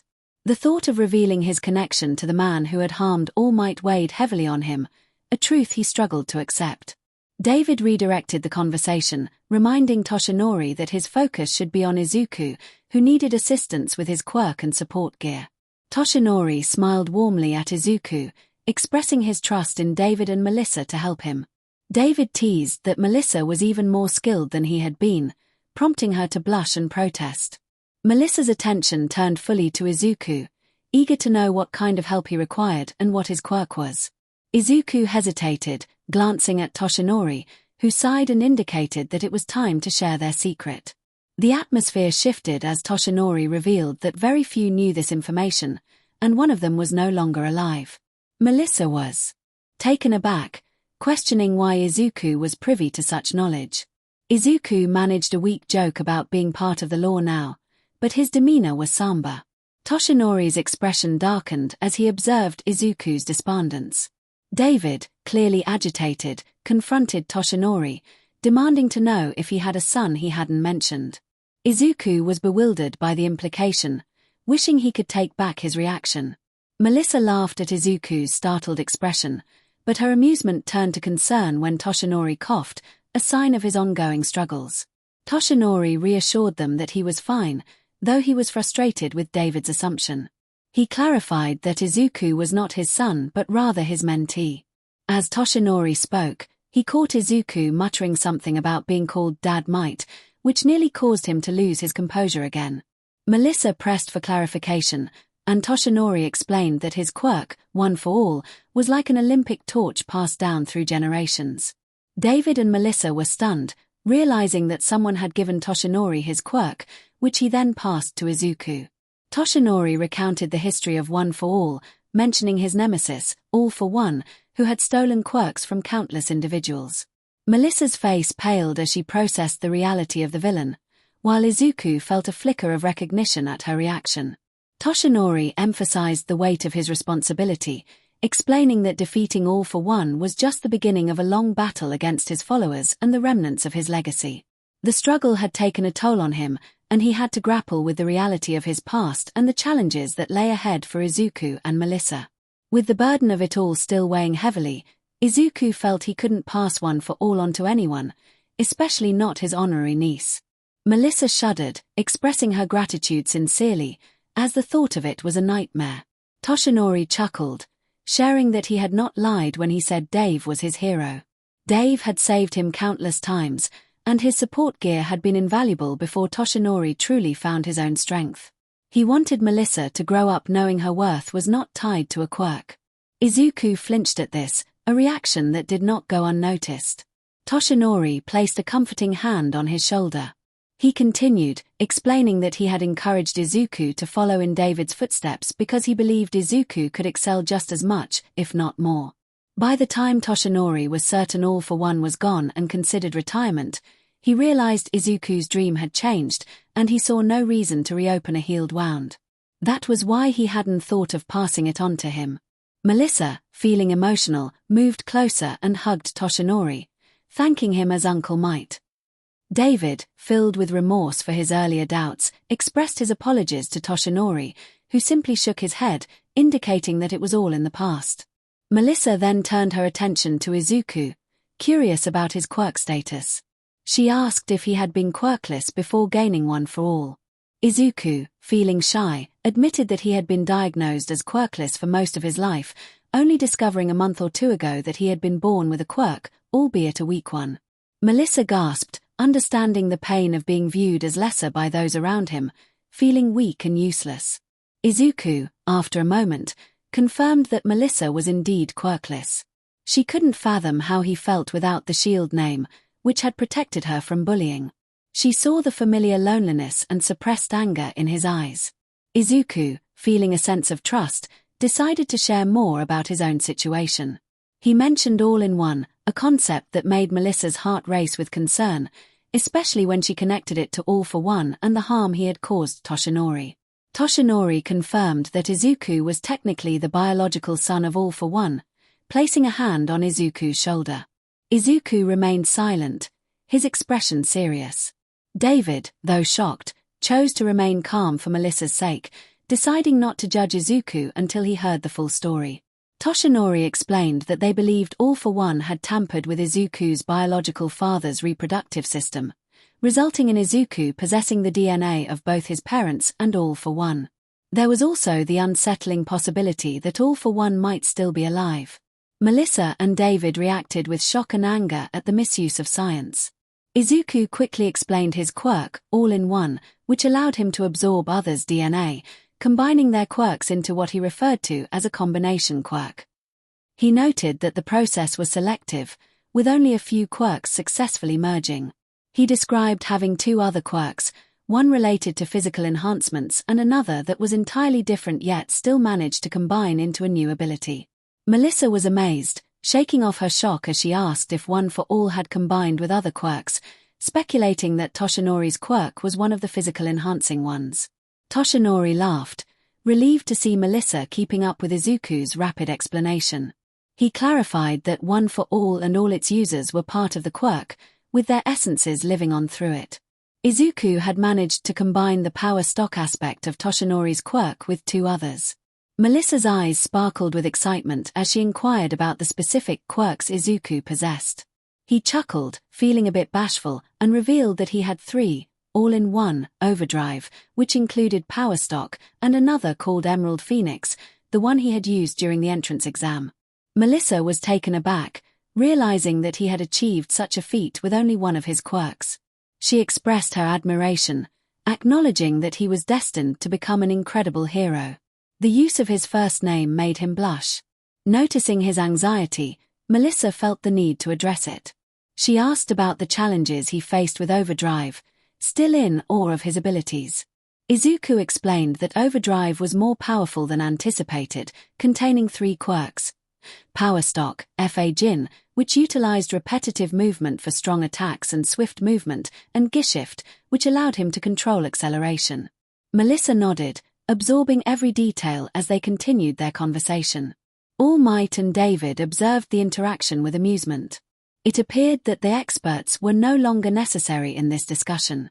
David explained that while Fa Jin and 𝐒𝐻𝐁 caused numbness and fatigue, they weren't the main issue. The real concern was Power Stock, the primary quirk of one for all that All Might utilized. He recounted his first experience with it, recalling how his leg had been injured, and the second time, his arm had suffered a severe setback. Melissa's face drained of color as she processed this information, realizing the gravity of the situation. Izuku smiled slightly, finding humor in the situation, which prompted him to downplay the severity. David suggested they get Izuku into the cradle, the most advanced quirk and health monitoring device he had developed. He then turned to Toshinori, urging him to use one as well, hoping to determine how much time he had left. Izuku, taken aback, expressed his confusion about the implications of All Might passing on his quirk. David raised an eyebrow, explaining that All Might would eventually lose the ability to use his quirk since it was now Izuku's. Toshinori confirmed this, stating that the embers of his power would eventually fade. Izuku looked stricken, grappling with the thought of a world without All Might. Toshinori reassured him, emphasizing that he had sought a successor for a reason and was proud to have found Izuku. Melissa interrupted, reminding them that their time was limited and it was time to start. She led them to a changing room, handing them garments that resembled swim jammers. She explained that the cradle preferred minimal clothing to avoid interference and that the garments were designed to fit anyone, as long as they didn't have a size-changing quirk. Izuku was impressed by her ingenuity, which made Melissa blush with pride, appreciating his genuine compliment. As they prepared to change, David teased Melissa about her reaction to Izuku's compliment, prompting her to respond with playful annoyance before she hurried away. After a few moments, Toshinori emerged from the changing room, revealing a wound that made Melissa gasp in surprise. She questioned how he had concealed his pain for so long, to which Toshinori sheepishly admitted that it was indeed as bad as it looked.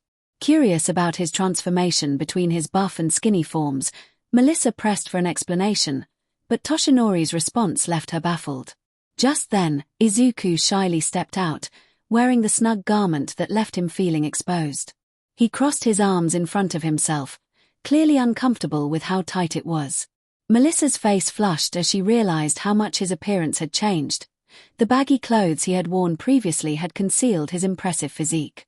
Toshinori and David struggled to contain their amusement at the situation. Melissa, flustered, quickly redirected the focus back to the cradle, urging everyone to follow her. Izuku, blushing deeply, wondered if he had something on his face, while Toshinori fought the urge to make a light-hearted comment. Outside, Bakugo Katsuki shouted for Izuku, unaware that no one was home. Frustrated, he accused Izuku of cheating to secure his top position in the exams and graduating early. He demanded that Izuku come out to settle their rivalry, vowing to wait until he emerged. Meanwhile, Izuku and Toshinori followed Melissa, eager to see Overdrive in action. As Melissa prepared to attach monitoring probes to Izuku's skin, she inadvertently lingered on his abs, focused on her task. She secured cuffs around his legs, connecting them to additional monitoring equipment, as they prepared for the next phase of their endeavor. Once everything was prepared, he donned an oxygen mask, and then Melissa secured him inside the cradle, which resembled a high-tech, cylindrical, transparent chamber. Melissa asserted confidently that they were ready, and David concurred, indicating that they would begin immediately. The cradle illuminated, and various data streams started to flow.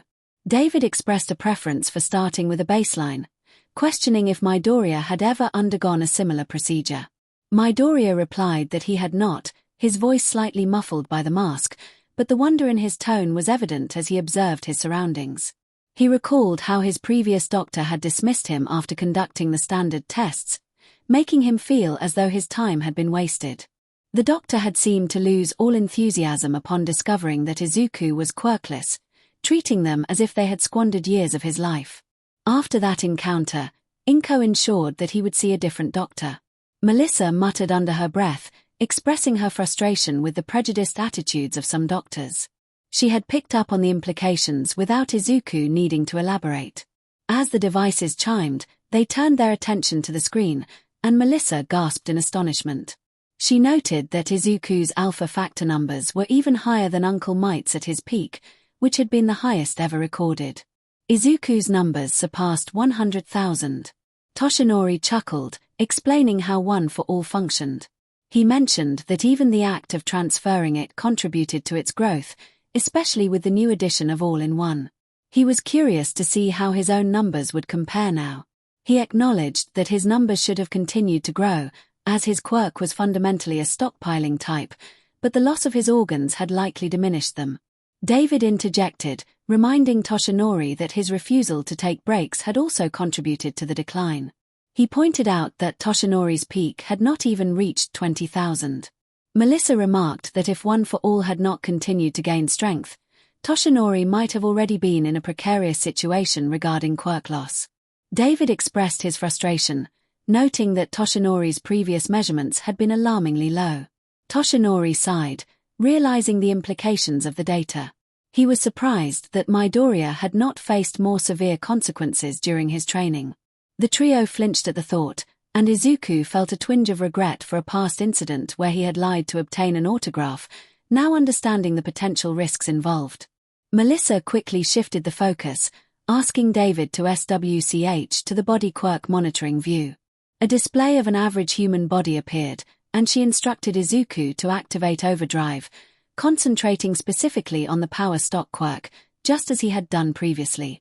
She emphasized the importance of remaining still and holding the power for 5 seconds, or until he felt any discomfort. Izuku closed his eyes, reaching deep within himself to access the power he recognized as overdrive. As he summoned it, a green aura crackled around him, illuminating his right arm with emerald lightning patterns. After a couple of seconds, he began to feel discomfort and released the quirk. Melissa quickly inquired about his well-being, and Izuku confirmed that he had experienced some pain. David activated the MRI readouts and asked if there was still any discomfort. Izuku expressed relief that there was none. Toshinori noted that the display indicated Izuku had only utilized power stock on his right arm. Izuku, sounding confused, questioned whether that was not the intended use of the quirk.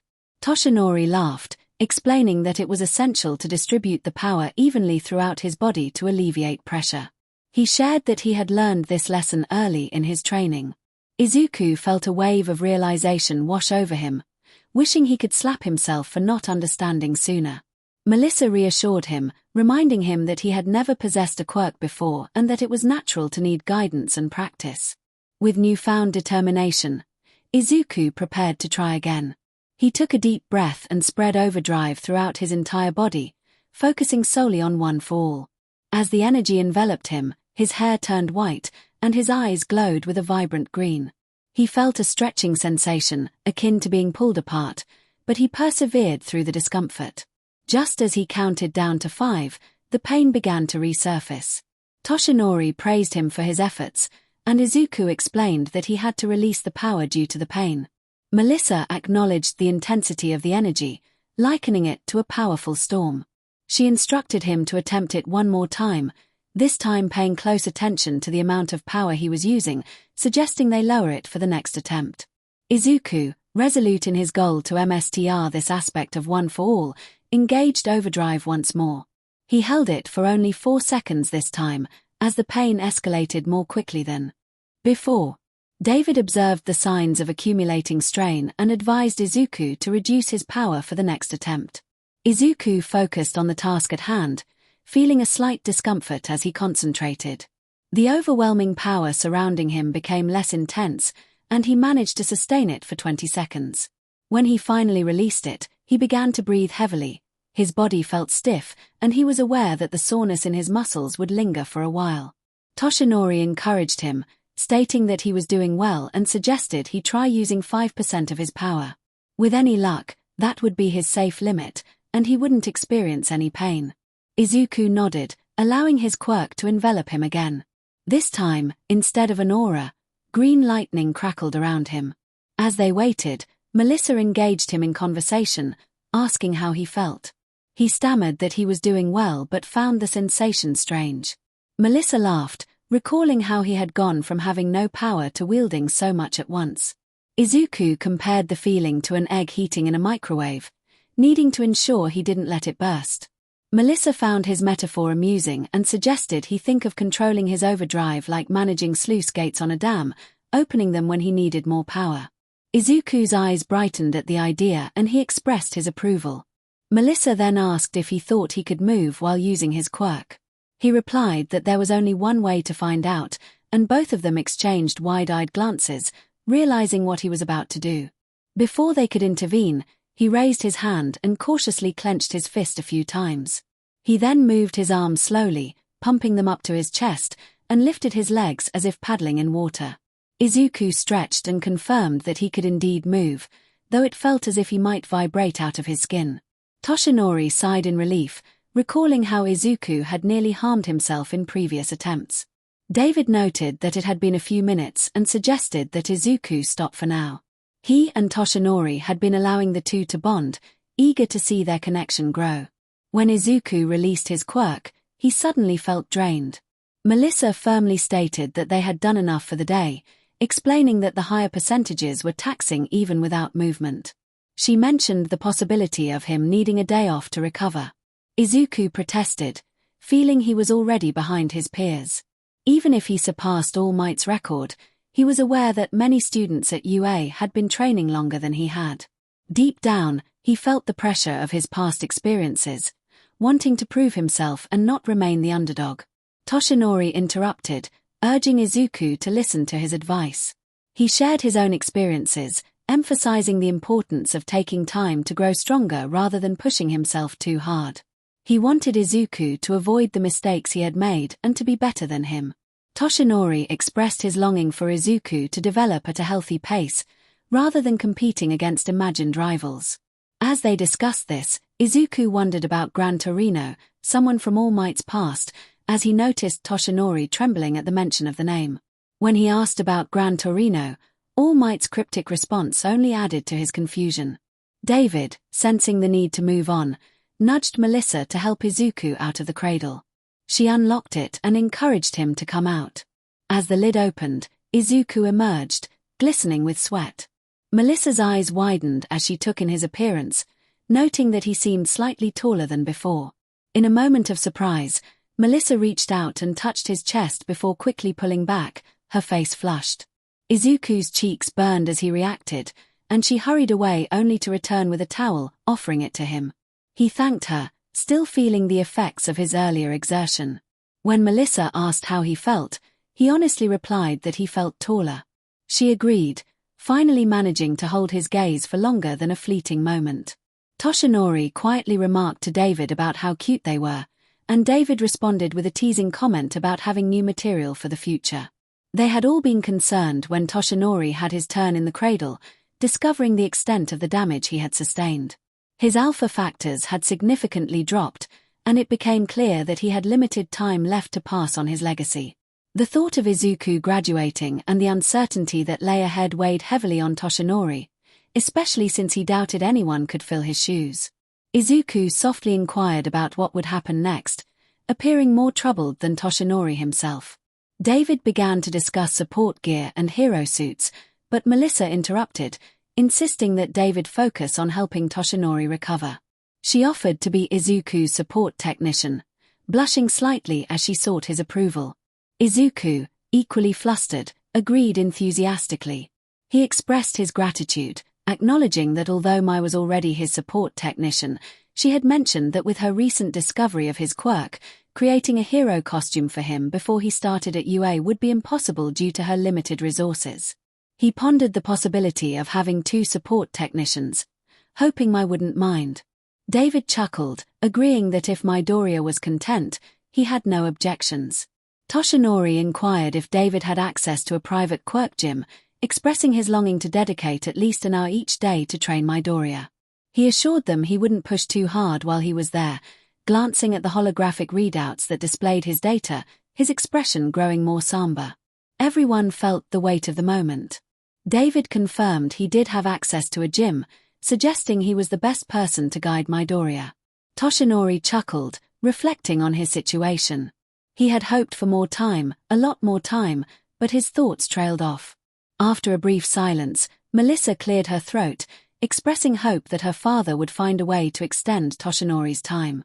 She added that at the very least, he should be able to enjoy proper meals again. All Might reminisced about the taste of a fully loaded burger, and they all shared a light laugh. With time running short before classes began, Melissa excitedly suggested they return to her apartment to work on Izuku's hero suit and support gear. Izuku felt a rush of nerves at the thought of visiting a girl's apartment, having only been to Okuko's before, and he hesitantly agreed. She took his hand, leading him back to the changing room, leaving her father and Toshinori behind. The skeletal man made a playful bet that Izuku and Melissa would start dating before UA began. David scoffed, noting he had never seen Melissa act this way. He confidently stated that if they weren't inseparable by the end of the month, he would eat his lab coat. Toshinori laughed, acknowledging he had allowed for some leeway due to Izuku's anxiety. After nearly an hour, they arrived at Melissa's apartment, and Izuku was taken aback by the sheer size of it. It resembled a lab more than an apartment, far larger than his own. Melissa chuckled, downplaying it as humble, and Izuku expressed his awe, noticing awards on a shelf that highlighted her talents.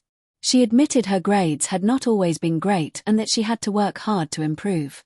Izuku found her determination impressive and shared his own struggles, revealing that no one had believed in him either, not even his mother at first due to her concerns about danger. Melissa's heart ached for him as she carefully asked if he had considered other paths. He looked down, revealing that being a hero was all he ever wanted, and he felt the weight of past ridicule from others. Melissa, sensing his pain, surprised him by embracing him tightly. She reassured him that he was not worthless, feeling the storm of emotions he was experiencing as he fought back tears. Izuku struggled with his feelings, questioning why he couldn't shake them off now that he had a quirk. He reflected on how he had been called Deku, a name that meant useless, and felt a wave of vulnerability wash over him. Melissa's expression turned fierce as she reacted to his revelation, expressing her anger at the bullies who had belittled him. She squeezed him tighter, understanding now why he felt so low. Izuku chuckled softly, appreciating her support. When she released him, he was surprised to see a determined smile on her face, encouraging him to ensure he would have the last laugh. Izuku realized he had rarely confided in anyone, feeling isolated in his struggles. Melissa then opened a box she had brought, revealing a support item she had created months ago. She explained that she had designed it to help All Might regain his strength, acknowledging it was only a prototype but hopeful it would be beneficial. She handed him a red band, unaware of his blush as she did so. She wrapped the device around his wrist and indicated the panel on the front of the band. Izuku followed her instructions, and as she stepped back, he was amazed to see holographic hexagons cover it. A bright light enveloped the red gauntlet, causing it to expand and wrap around his entire arm up to his elbow.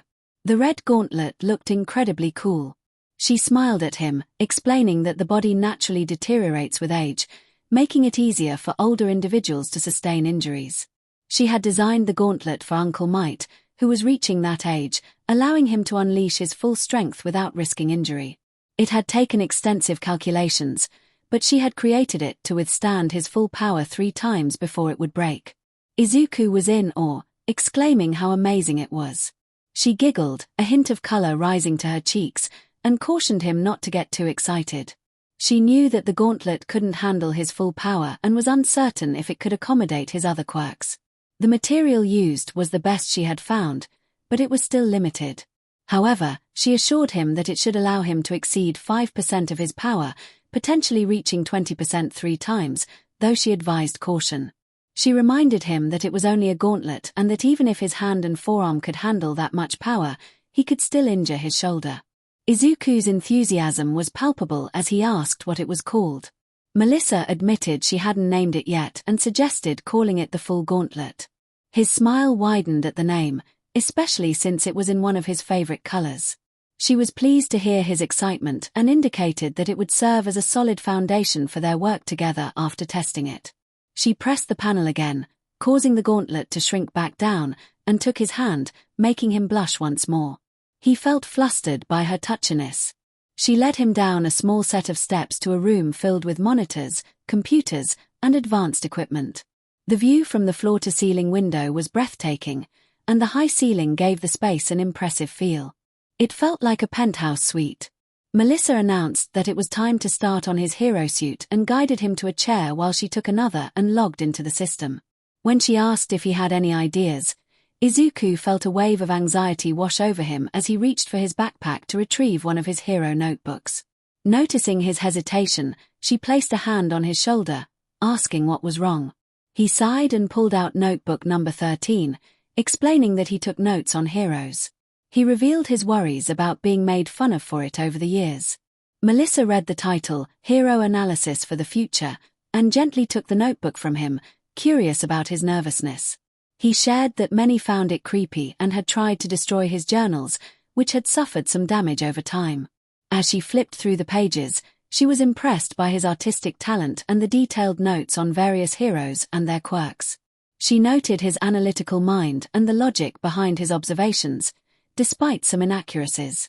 His notes on the incident that had caught Uncle Might's attention were particularly concise, showcasing a well-thought-out battle plan for the heroes involved in saving the victim.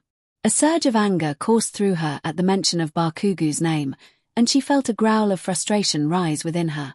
She recognized that Izuku's plan was far superior to simply waiting for the right quirk.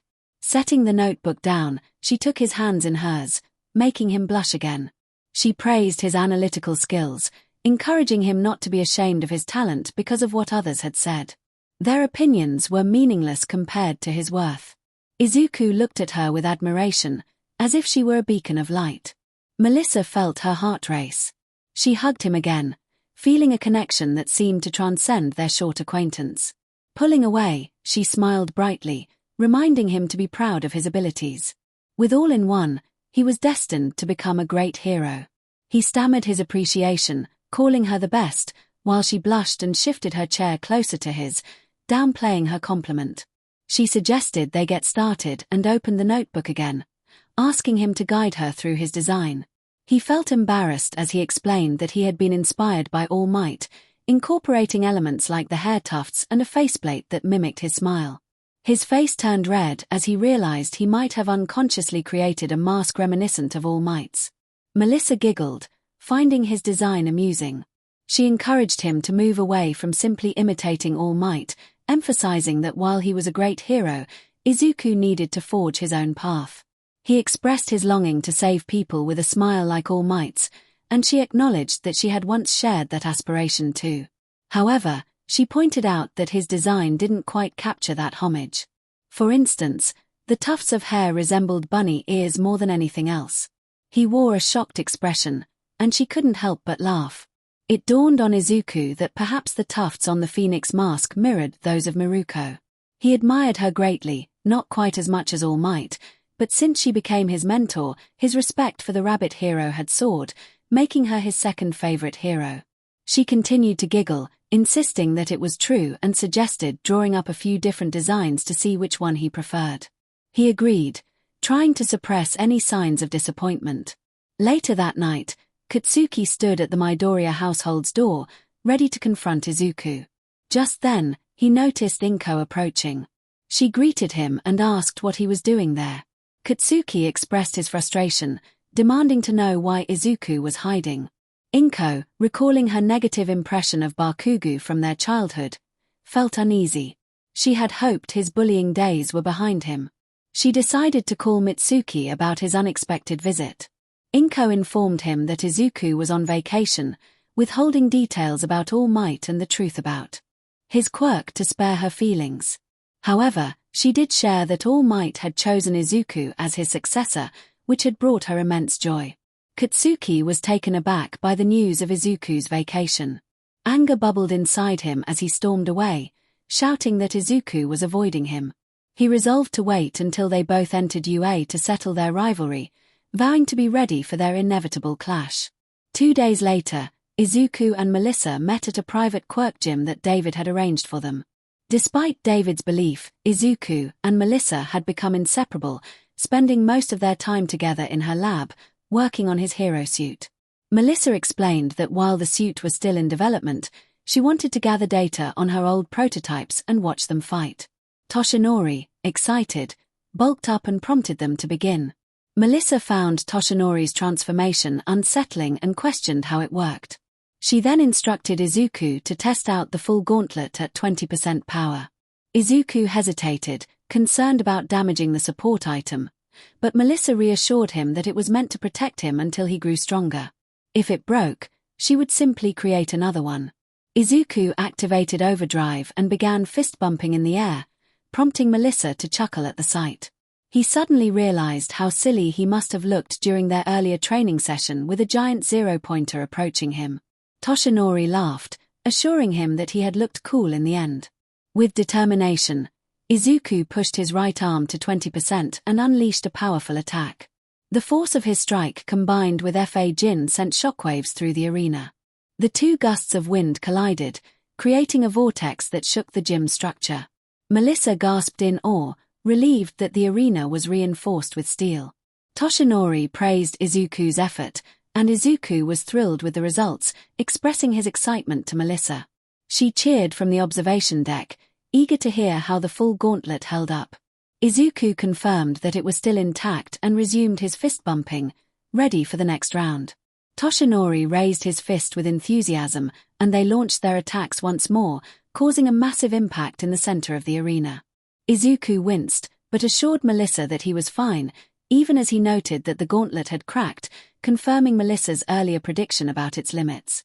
Although Melissa doubted that adding 𝐒𝐻 to the mix would help, she insisted on not risking any injuries. She wanted to analyze the failure and improve performance with actual data. Quickly, she made her way to the elevator and hurried down to the arena.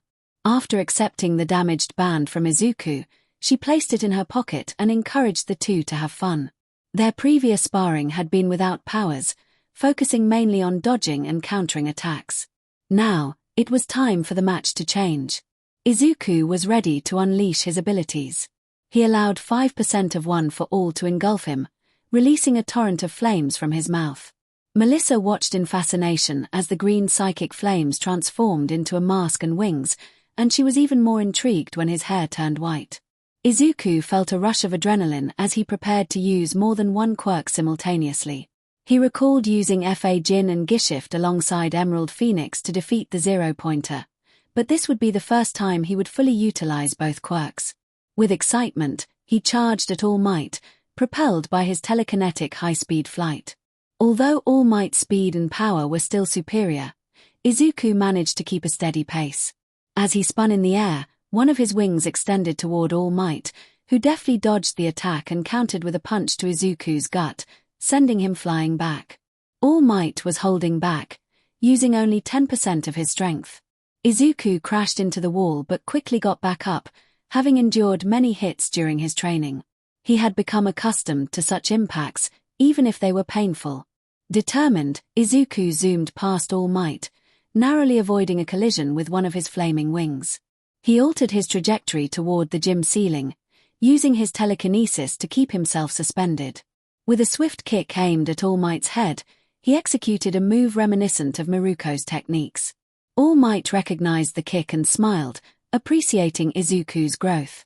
All Might blocked the kick with his arm, the ground cracking under the force. Without hesitation, he retaliated with a punch aimed at Izuku's face. Izuku dodged just in time, using his telekinesis and the floating aspect of Emerald Phoenix to evade the blow. However, the force of All Might's punch created a powerful gust of wind that pushed Izuku back, crashing him into the wall once more. Undeterred, Izuku took to the air again, this time enveloped by his green flaming wings, which formed a protective shell around him. All Might, recognizing Izuku's tactics, leaped into the air, ready to counter whatever strategy Izuku had devised. He understood that when Izuku was in a tight spot, he often took a moment to stall and plan his counterattack. Izuku had indeed formulated a plan. His green-winged cocoon shifted direction, heading straight for All Might. Surprised by this change, All Might continued his assault, launching a punch that created a shockwave of wind pressure. The force collided with the green flames, but suddenly, the flames expanded, pushing the wind away from their center. In the midst of the flames, Izuku smiled through his phoenix mask, his fist charged with 5% of 1 for all and 𝐕. All Might realized that Izuku had cleverly used the wings as a cover to build up his power. As Izuku swung forward, All Might welcomed the challenge, and when Izuku's fist connected with his face, the impact sent All Might crashing to the ground, creating a massive dent. Izuku landed on the ground, wincing in pain as he swung his arm, feeling the bruises on his knuckles. Thankfully, they weren't broken. He reflected on how taxing 𝐕 was and how he had likely overexerted himself during the exam. As he looked at All Might, who remained in the crater he had created, he marveled at the fact that he had just punched his hero. All Might's hearty laughter filled the arena, praising Izuku for his effort and asking if he was ready for the next round. Although All Might had taken a significant hit, he appeared largely unaffected. Izuku, feeling the strain of his previous efforts, worried about the upcoming round, realizing he could no longer use his wings. All that remained was his phoenix mask, which did little to hide his nervous smile. This was going to be challenging, but Izuku charged forward with determination. Shinso Hitoshi approached the park bench where he was scheduled to meet a teacher who would assist him in meeting the physical requirements for the hero course. He had often neglected physical training, not seeing much reason to prioritize it. Despite his lifelong dream of becoming a hero, he had never fully believed it could be a reality. However, he had proven himself wrong by making it onto the scoreboard. His score fairly tallied. Even with the disadvantage of not having a flashy quirk like many of his peers, he had a brainwashing quirk that allowed him to control others' minds. This quirk was often viewed as untrustworthy or even villainous in superhero narratives, leading to discrimination against him. People had always seen him as someone to be wary of because of his abilities. But now, he was determined to show that he could be a hero. A calm smile appeared on his face as he felt a sense of pride in himself. Suddenly, a gruff voice interrupted his thoughts, reminding him that he needed to work on his awareness. Shinso turned to see a tall man with long, shaggy black hair, dressed in black clothing and a white scarf. The man looked exhausted, as if he hadn't slept in days, and his beard was unkempt. In Shinso's eyes, he resembled someone down on their luck, but he recognized this man as the one who had sent him a holo message about acceptance into you. Shinso's smile faded slightly as he greeted his teacher. The teacher wasted no time, stating that he would not show favoritism and that they needed to work on Shinso's physical training. Shinso felt a surge of frustration as he glared at his teacher, muttering about not everyone being blessed with a heroic quirk. The teacher challenged his belief, emphasizing that quirks were not the sole defining factor of a hero. He pointed out that many students who had been accepted into the hero course did not possess physical enhancement quirks, yet they found ways to succeed. Shinso had also used his quirk strategically during the exam, which was a testament to his resourcefulness. The teacher continued, stressing that to be a hero, one must put in effort and not rely solely on their quirk. Shinso felt a lump in his throat as he absorbed his teacher's words, realizing their truth. He acknowledged his mistake and expressed his regret. The teacher nodded and informed Shinso that they would move to a more private location for his workout plan, insisting that he not waste his time. Before they left, the teacher shared that his own quirk was not particularly heroic either, as it could disable others' quirks.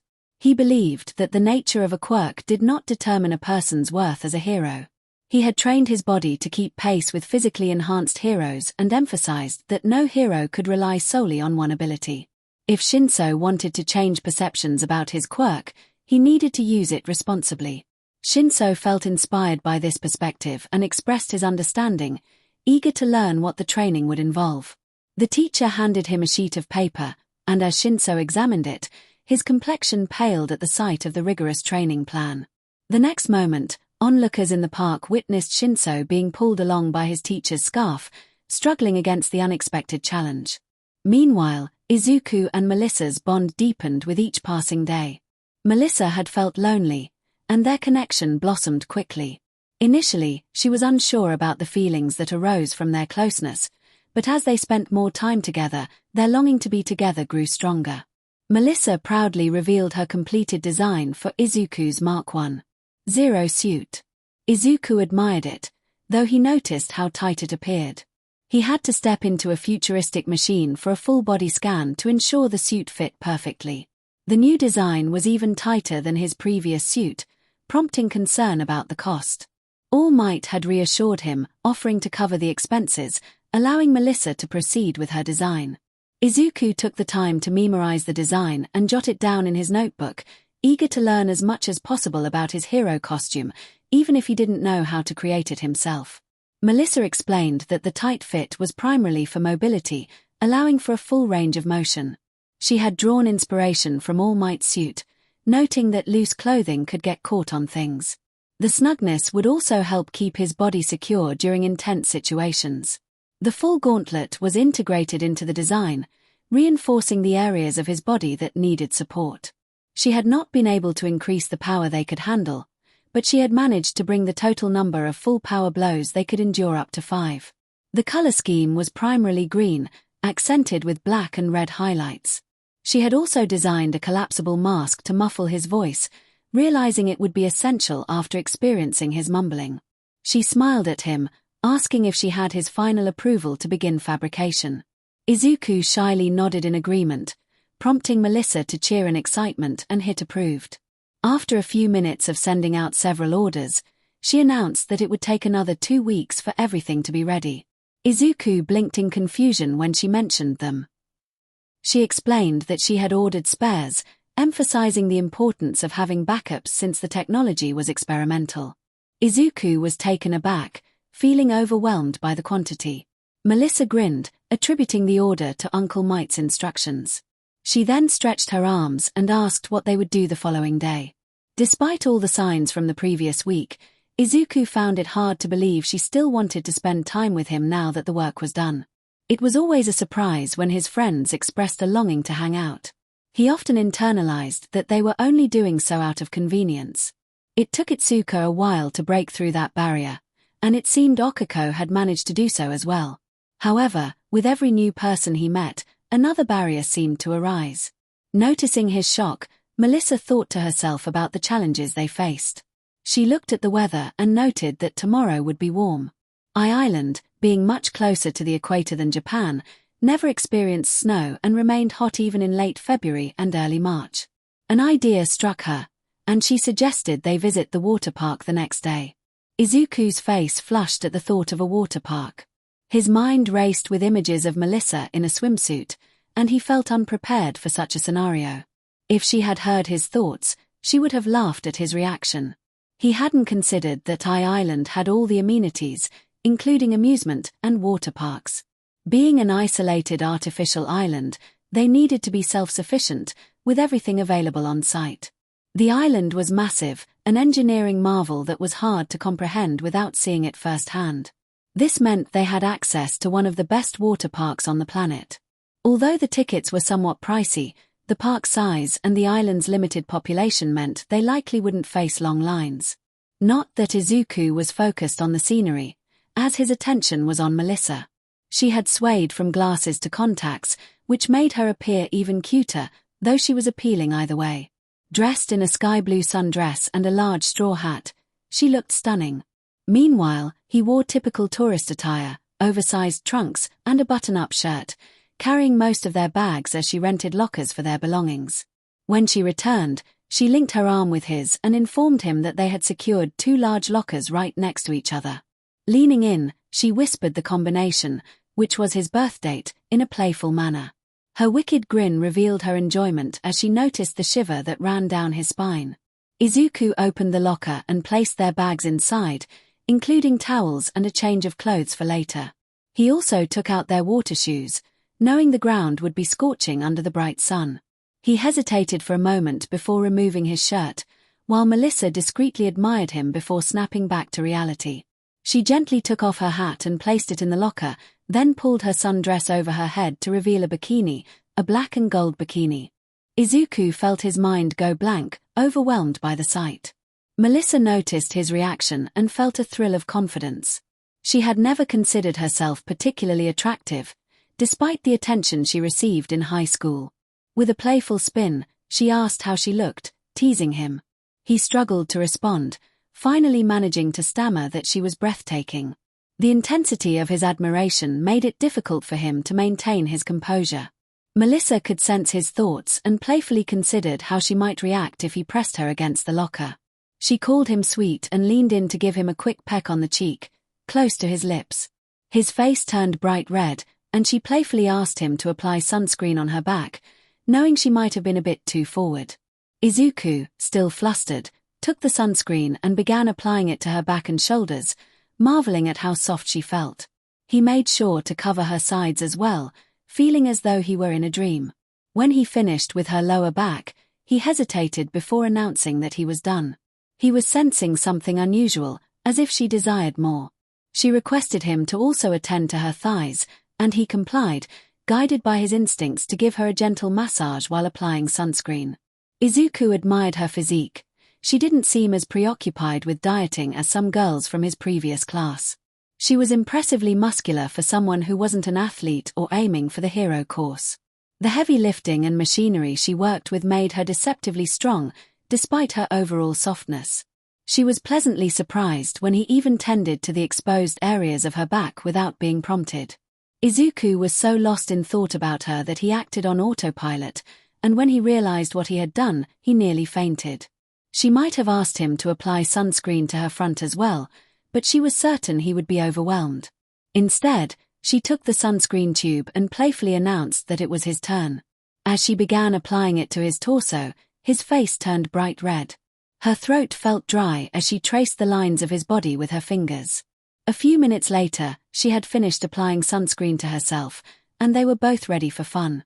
She opened the second locker to store their supplies and wallets before firmly taking his hand, intertwining their fingers. Both of them blushed at the gesture, but Melissa pushed through, determined to make this first date. Yes, she was calling it a date, the best it could be. She wasn't sure if Izuku considered it a date or if he even realized she wanted to date him, so she decided to keep that to herself for now. She pointed excitedly at a tall double tube ride with many twists and turns, grinning widely. It took them a few minutes to climb the stairs, and fortunately, they arrived early enough to avoid waiting in line. They were directed into separate chambers facing each other, and the employee closed the doors behind them. Suddenly, the floor dropped out from beneath them, and they screamed as they plunged down, only to be splashed in the face by water. They coughed and sputtered as they fell, eventually landing in a pool. After a moment of coughing, laughter erupted between them. Melissa chuckled, recalling how she had forgotten about the main flow of water that blasted them in the face. Izuku joined in her laughter, enjoying the moment. She then took his hand again, eager to try the next ride. They quickly made their way up another set of stairs, with her in front and him behind. This time, there was no spray of water hitting them directly, so they cheered and shouted as they were tossed about on the ride. Once they reached the catch pool at the bottom, Melissa giggled, surprised at how much fun he was having, especially since he could go much faster on his own. She had worried he wouldn't feel the same adrenaline rush. Izuku agreed, expressing his surprise at how exhilarating it was. She suggested they try all the smaller rides before the park got crowded.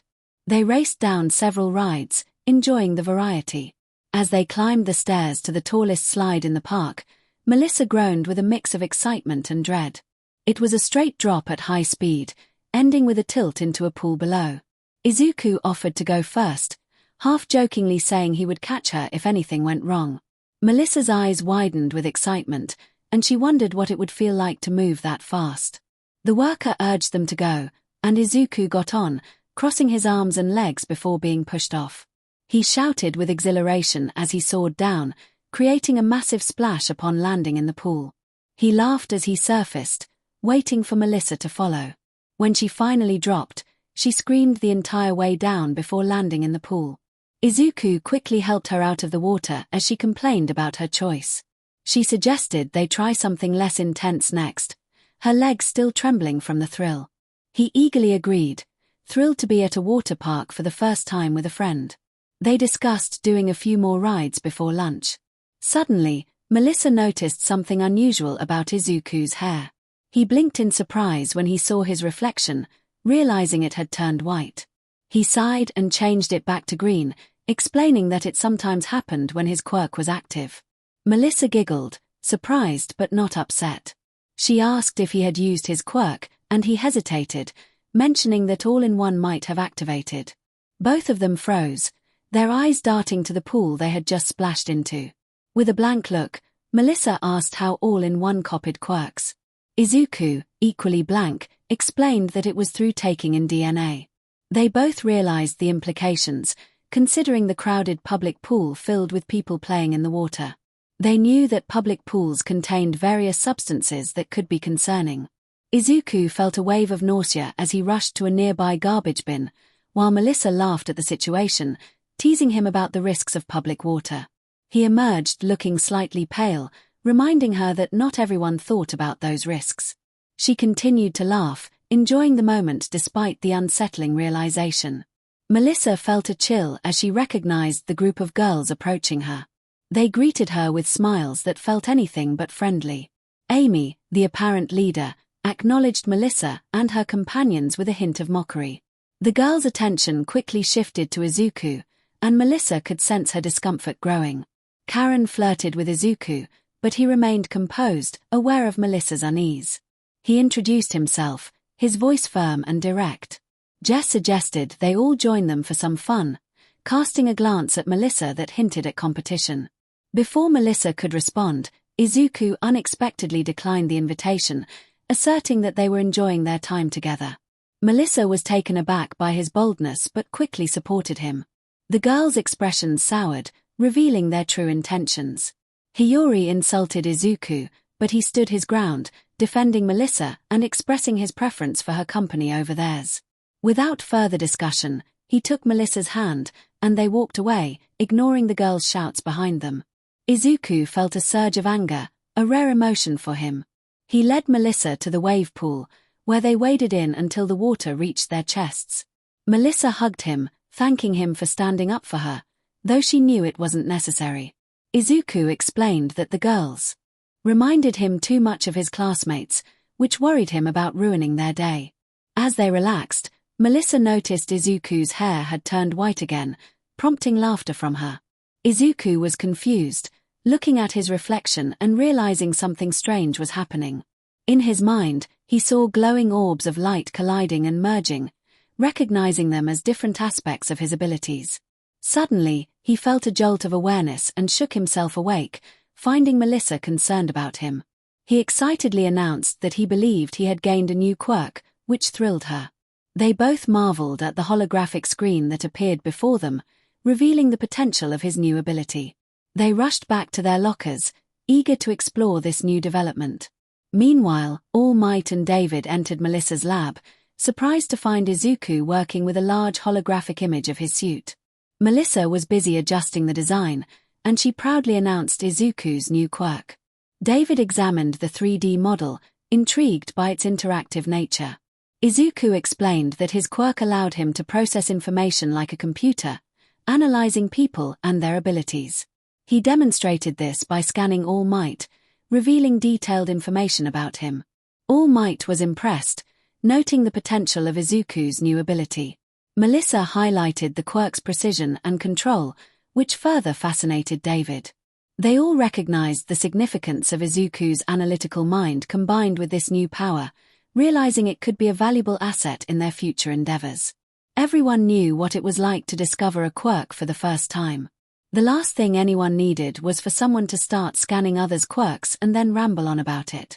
Izuku chuckled sheepishly while rubbing the back of his head, acknowledging that it was probably best to ask before scanning someone. It would be impolite to do so without permission. David pondered as he glanced at the holographic screen and then back at the two teens, curious about how they had figured everything out in just one night. Izuku and Melissa exchanged shy glances, both avoiding eye contact and missing the amused expressions of the adults. They admitted that they hadn't gotten much sleep, and Izuku's eyes widened as he realized the implications of his words. Melissa looked at him, shocked, while David and All Might struggled to contain their laughter. Izuku quickly clarified that they had been deep in thought, nothing more, and Melissa echoed his sentiment. It was Melissa who had suggested that the new quirk might be analysis-based, which reminded Izuku that the only reason they knew about his current quirks was due to the past users of One for All. Toshinori blinked in realization and slapped his forehead, acknowledging that without those users, they would have been left guessing about all-in-one's quirks. They were the ones who had revealed the specific quirks used to create Izuku's combination quirks. Izuku nodded, reflecting on the previous users and noting that they hadn't contacted him since. He had thought that if this new quirk was indeed analysis-based, perhaps he could use it on itself, and it had worked. A new holographic screen appeared before the two men, displaying a detailed description of the quirks used to form the combination quirk. The description seemed to be based on Izuku's own knowledge and the information gathered from the scans, updating as his understanding grew. He explained that the quirk not only gathered data but also recorded it in his mind. They had been experimenting with the design of his suit, and after scanning it, he had created a holographic 3D model that could be modified. The holographic screens could also record and project audio and data from his brain, allowing him to display recorded information on a screen, as if his own eyes were a camera. While he didn't have perfect recall, he found that he could remember the recorded data much better than anything else. However, he learned that if he recorded for too long, it caused him headaches. He considered the possibility of a communication system to project audio to others, though he would need to enhance his hearing to make it truly effective. Melissa interrupted his thoughts with a deadpan stare, bringing him back to reality. He apologized sheepishly, realizing he had been rambling. Days passed, and Izuku had endured more training than he could count. While packing his bag in his hotel room, he heard a knock at the door. He opened it to find Melissa, dressed in the same outfit she wore when they first met, carrying a large suitcase. She cheerfully announced that she was there to accompany him, as she was one of his support technicians. She expressed her longing to join him, explaining that US support course was an excellent start to her career. Izuku was taken aback, realizing she would be attending UA too. Melissa sighed, admitting that she had wanted to get in on her own but had received help from 𝗏𝗏 since the exams had already passed. She resolved to work twice as hard to earn her place. Izuku reassured her that her contributions in creating his suit and the full gauntlet were more than enough proof of her capabilities, making her blush. Grateful, Melissa quickly thanked him and rushed downstairs to meet 𝗏𝗏. Izuku tilted his head in confusion but returned to his packing. At the airport, Izuku met up with Toshinori and Melissa, all of them looking at David, who was leaning back and gazing at the sky. He hadn't anticipated that his daughter would be leaving Island so soon. He had assumed they would be inseparable, and now he wondered if she would be engaged before they even left the island. David sighed, closing his eyes for a moment before chuckling softly. He shared that after Toshinori's injury, he had spent years developing a prototype for a quirk amplifier, as he couldn't envision a future without All Might. Melissa gasped in surprise, and Izuku asked for clarification. David explained that it was like Trigger but without any drawbacks. Both Toshinori and Izuku were taken aback, realizing the potential dangers. David revealed that the board had deemed it too risky and sealed it away, rendering years of work lost. He mentioned that a colleague had even suggested staging a robbery to retrieve it, which made Melissa blanch at the thought, admitting that the idea had crossed her mind during sleepless nights. Toshinori, startled by the conversation, raised his voice in concern, immediately regretting it as he clutched his side in discomfort. David expressed his disbelief, stating he would have destroyed the object if it had been suggested. Melissa, horrified, questioned how anyone could consider such an action. David chuckled in exasperation, wishing he had known sooner, as he could have welcomed a new symbol of peace instead of futilely resisting the inevitable. With a proud grin, he sat up and expressed his happiness for Melissa's future, declaring she would be amazing. Melissa, moved to tears, rushed to embrace him. David then turned to Izuku, urging him to protect Melissa, his tone firm yet caring. He reminded Melissa to look out for Izuku as well, emphasizing the importance of watching each other's backs. Izuku affirmed their commitment, and as Melissa released her father, he reassured her that he was always nearby, encouraging her to visit whenever possible. He then turned to Izuku, inviting him to accompany Melissa on her visits, and playfully warned them not to get married without him. Both teens flushed at the comment, and Melissa playfully swatted at her father, who laughed, claiming she was too strong for him now. With that, Izuku and Melissa made their way to the plane bound for Japan, and for the first time since gaining his powers, Izuku felt ready for the journey ahead. As they departed, David glared at Toshinori, blaming him for the situation and lamenting that he wouldn't get to have the fatherly talk with Izuku. Toshinori chuckled, teasing that if David did, he might end up being used as a shovel. David, with a dry tone, reminded Toshinori to take care of himself, acknowledging that retirement was approaching. Toshinori promised to try and make it to their graduation, and the two friends shared a brief embrace before Toshinori jogged over to the teens, bidding David farewell. As Izuku stepped onto the plane, he heard David call his name. Turning around, he expected a stern warning but was met with a warm smile, encouraging him that he would be a great hero. Izuku blushed and expressed his gratitude before boarding the plane, which soon took off. David watched until it was no longer visible in the sky, reminiscing about the days spent with All Might, reflecting on the light that shone brightly during their battles against villains. 𝐒𝐽 greeted her son with a heartfelt hug, tears streaming down her face as she marveled at his growth. Melissa was staying with All Might, who had returned home. Izuku felt exhaustion wash over him as he greeted his mother, chuckling sheepishly while leaning down for another hug. He noted that she was likely to flood the house with her tears if she continued. 𝗎𝐽 apologized, overwhelmed with joy at seeing him again after a month apart, while also acknowledging that he would soon be moving into UA dorms.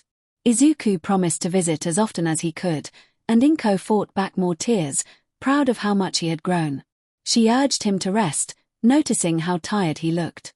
After another hug, Izuku headed to his room, greeted by his collection of All Might memorabilia and his stack of hero analysis books. Despite his fatigue, a new idea sparked in his mind, compelling him to walk over to the top book and begin flipping through the pages, recording data. He spent a brief moment on each page, and upon reaching the final one, he closed the notebook and activated a holographic screen. The screen displayed the book number and entry, along with a doodle of a hero named Bullfrog. Excited, Izuku noted that he could improve the design, but as he reached out, a black line appeared across his drawing.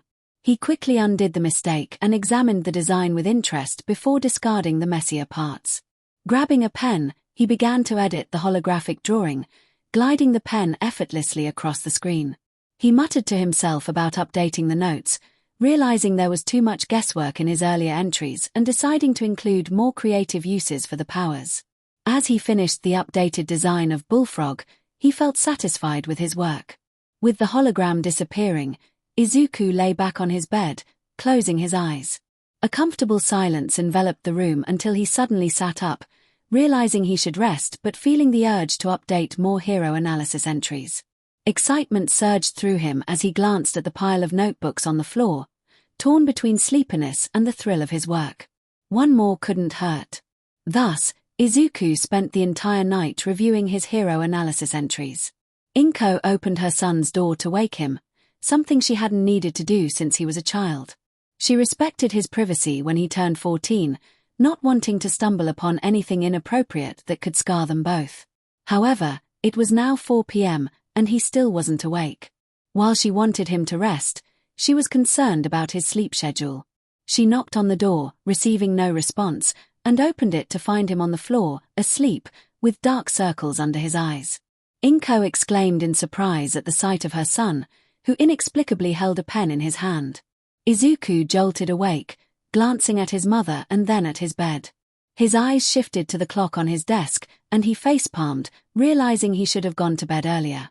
His new quirk wasn't as destructive as Overdrive or Emerald Phoenix, allowing him to use it more freely, even indoors. He had succumbed to the temptation of using his new quirk like a toy he had just received for Christmas, and now he was paying the price. He apologized to his mother, admitting he got caught up in something and lost track of time. 𝗎𝐽 raised an eyebrow, concerned. She reminded him that he shouldn't have stayed up so late, as it would leave him tired for the day. Whatever he was working on couldn't have been that urgent. Izuku sheepishly scratched his cheek, acknowledging her point. He just wanted to finish it before his schedule became busy again.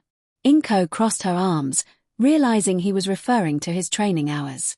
She nodded, reminding him that UA was still a month away and he had already graduated from high school, thanks to the principal's recommendation. Izuku froze, slowly turning to his mother, who was giving him a serious look. He attempted to argue that he could still get some rest, but 𝐒𝐭 firmly insisted he needed to maintain his sleep schedule and not even think about lifting the covers. She threatened to drag him out of bed like she used to when he was younger. Suddenly, a loud scream interrupted them. 𝗧𝗵𝗲 stood about 5 feet away from Izuku, with Melissa beside him.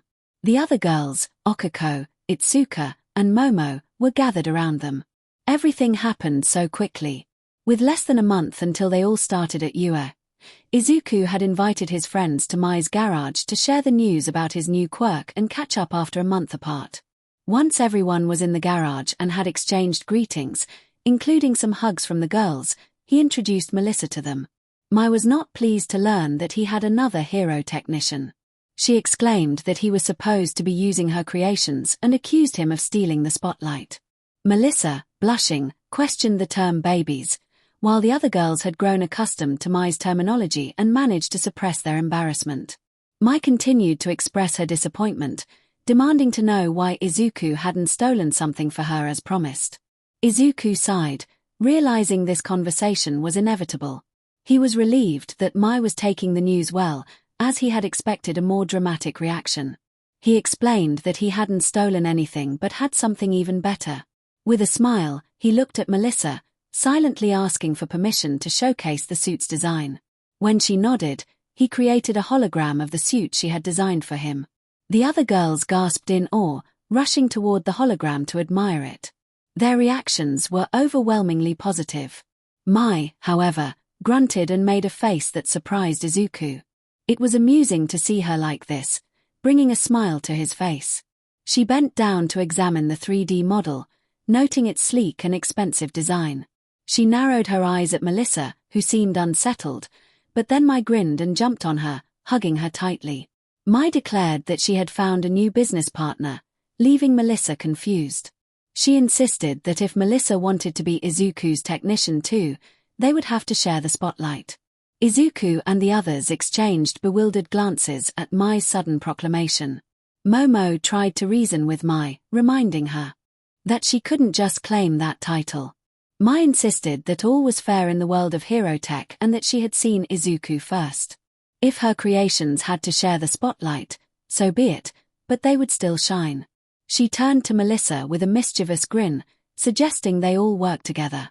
Izuku felt overwhelmed, wondering if Mai was doing this on purpose. He pulled her off Melissa, trying to regain control of the situation. Melissa, blushing, quickly agreed to be Mai's business partner if it meant supporting Izuku. Mai grinned and shook her hand enthusiastically, declaring they would create many amazing inventions together. Everyone in the room blushed at her words, sharing a collective thought that she must be doing this intentionally. Itsuka returned her focus to the 3D model, noticing some intriguing details. Momo and Okiko seemed to share her curiosity as they leaned in closely, studying the hologram with intense interest. The stomach seemed to accentuate the boy's abs perfectly, his arms and legs fit snugly, and the rear was also noteworthy. Okiko quietly addressed 𝐒𝐲𝐿-san, her gaze fixed on the 3D hologram. Melissa and Mai broke away from their conversation and joined the other 3 girls, all of them captivated by the model. No words were exchanged. Their shared thoughts spoke volumes. Melissa introduced herself, inviting the others to call her by name. Itsuka continued with Okiko's inquiry about the 3D model, but before she could finish, Melissa was already affirming that it was created using scans of Izuku's body. Once he donned the suit, it would fit him just like this. Izuku observed the girls' focused expressions, feeling a mix of confusion and curiosity. He wondered if he should deactivate the hologram, pondering whether they were critiquing the design or simply admiring it.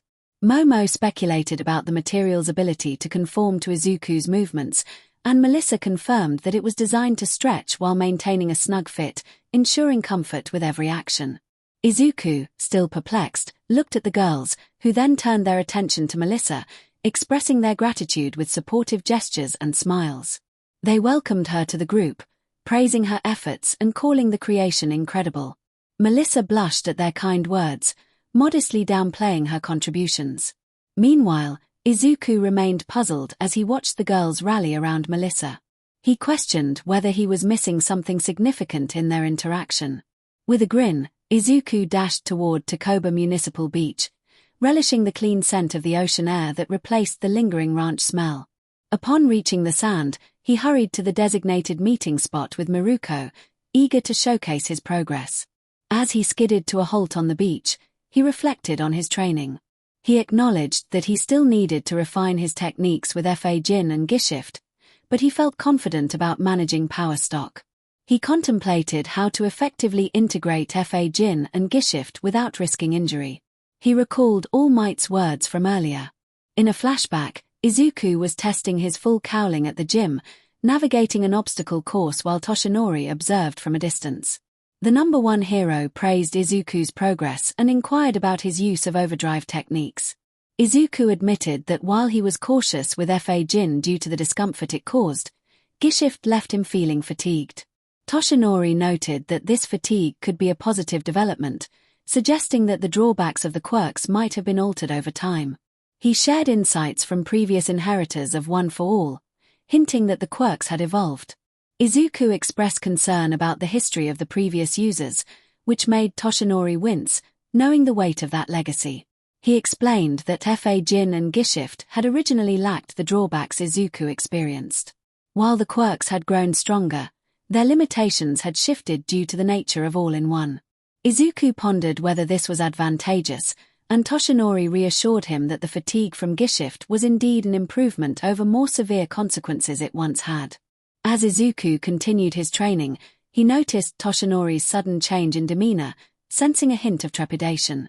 He approached his mentor, who seemed lost in thought, and expressed concern about the possibility of discomfort during training.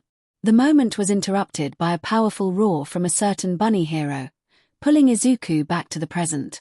Izuku activated overdrive, specifically power stock, as a glow of green energy enveloped him. He swiftly dodged Rumi's rabbit foot, landing in the sand and creating a cloud that obscured his vision. Bewildered, he recognized Rumi's familiar grin. She praised his progress with a laugh, noting how he had managed to grasp the quirk. Izuku expressed concern about what might have happened had he not moved in time, watching as Rumi effortlessly pulled her foot from the sand. With a playful tone, Rumi teased that he would have been flattened if he had been too slow. Her laughter only intensified as she observed his reaction. She had no intention of truly harming him. She merely increased the force of her kick when she noticed he had moved. Izuku shook his head, a smile breaking through as the energy surged through him, illuminating his features. His skin brightened, and his eyes and hair glowed a vivid green, surrounded by emerald energy. Rumi's grin widened, impressed by his transformation. It was a stark contrast to the boy she had first met. She inquired if he had mastered everything, to which Izuku sheepishly admitted that while he had a good grasp on power stock, he still needed to refine 𝐻𝐻 and 𝐕. Rumi acknowledged his progress, asking about his current power level. He revealed he was at 5% and aimed to reach 10% before starting at UA. He felt confident holding 5% but was not yet comfortable maintaining 10%. Anticipating the training ahead, Rumi instructed him to focus solely on overdrive. Izuku nodded, adopting a fighting stance reminiscent of a boxer. Rumi playfully reminded him that they would be using their legs, demonstrating with a standing split. Izuku felt a shiver at her teasing tone but adjusted his stance, ready to spring into action. With a mischievous grin, Rumi launched her foot downward, sending another gust of sand into Izuku's face. When he opened his eyes, he found Rumi's appealing face looming close, prompting him to increase his overdrive to 10%. This boost allowed him to dodge her kick and leap aside just in time. He quickly recovered and attempted a spinning kick aimed at Rumi's head, which she deftly avoided. As Rumi aimed another kick at his stomach, Izuku managed to block it with his leg, though he felt a jolt of pain. He proposed the name overdrive, full cowl for his technique, and Rumi agreed, cautioning him not to overcomplicate things with too many ultimate moves. Izuku acknowledged her advice, admitting he had created quite a few techniques already. Rumi, slightly exasperated, challenged him to demonstrate one. She leaped into the air, preparing to kick. Izuku smiled, recalling a move he had attempted on his first day. He shot his leg back, his hair turning white and eyes glowing green as he declared that this time, his leg would not break. The two techniques collided in a powerful clash, creating a shockwave that sent sand and dust flying around them. Both combatants grinned with excitement as their battle continued. Meanwhile, a weary Toshinori sat in Nezu's office, feeling drained from the weight of paperwork. He lamented how it seemed to extinguish the last remnants of one for all within him. Nezu, sipping his tea, pointed out that perhaps there would be less paperwork if Toshinori didn't wait until the last minute to add new students. Curious about Izuku, Nezu asked Toshinori for his thoughts on the boy. Toshinori brightened, noting Izuku's significant improvement over the months and his readiness for Yua. Nezu pressed for a more personal perspective, wanting to know what Toshinori thought about Izuku as a future #1 hero. Toshinori described Izuku as pure-hearted and heroic, but Nezu cut to the chase, asking how Izuku would react upon discovering the Commission's corruption. Both men were aware of the Commission's unsavory actions and how they treated heroes. Toshinori had learned about these issues too late, having already faced All for One when he discovered the truth. He understood the potential threats against Izuku, including how the Commission could manipulate public perception and tarnish his reputation with false accusations. The possibility of appointing a new #1 hero loomed, and Toshinori worried that 𝗕𝗏𝗏 was not ready for that responsibility. He knew that if Izuku were aware of the corruption, he would not stand for it. It took all of Toshinori's strength not to rush in and confront the situation head-on. As he bulked up into his all-might form, Nezu nodded in approval.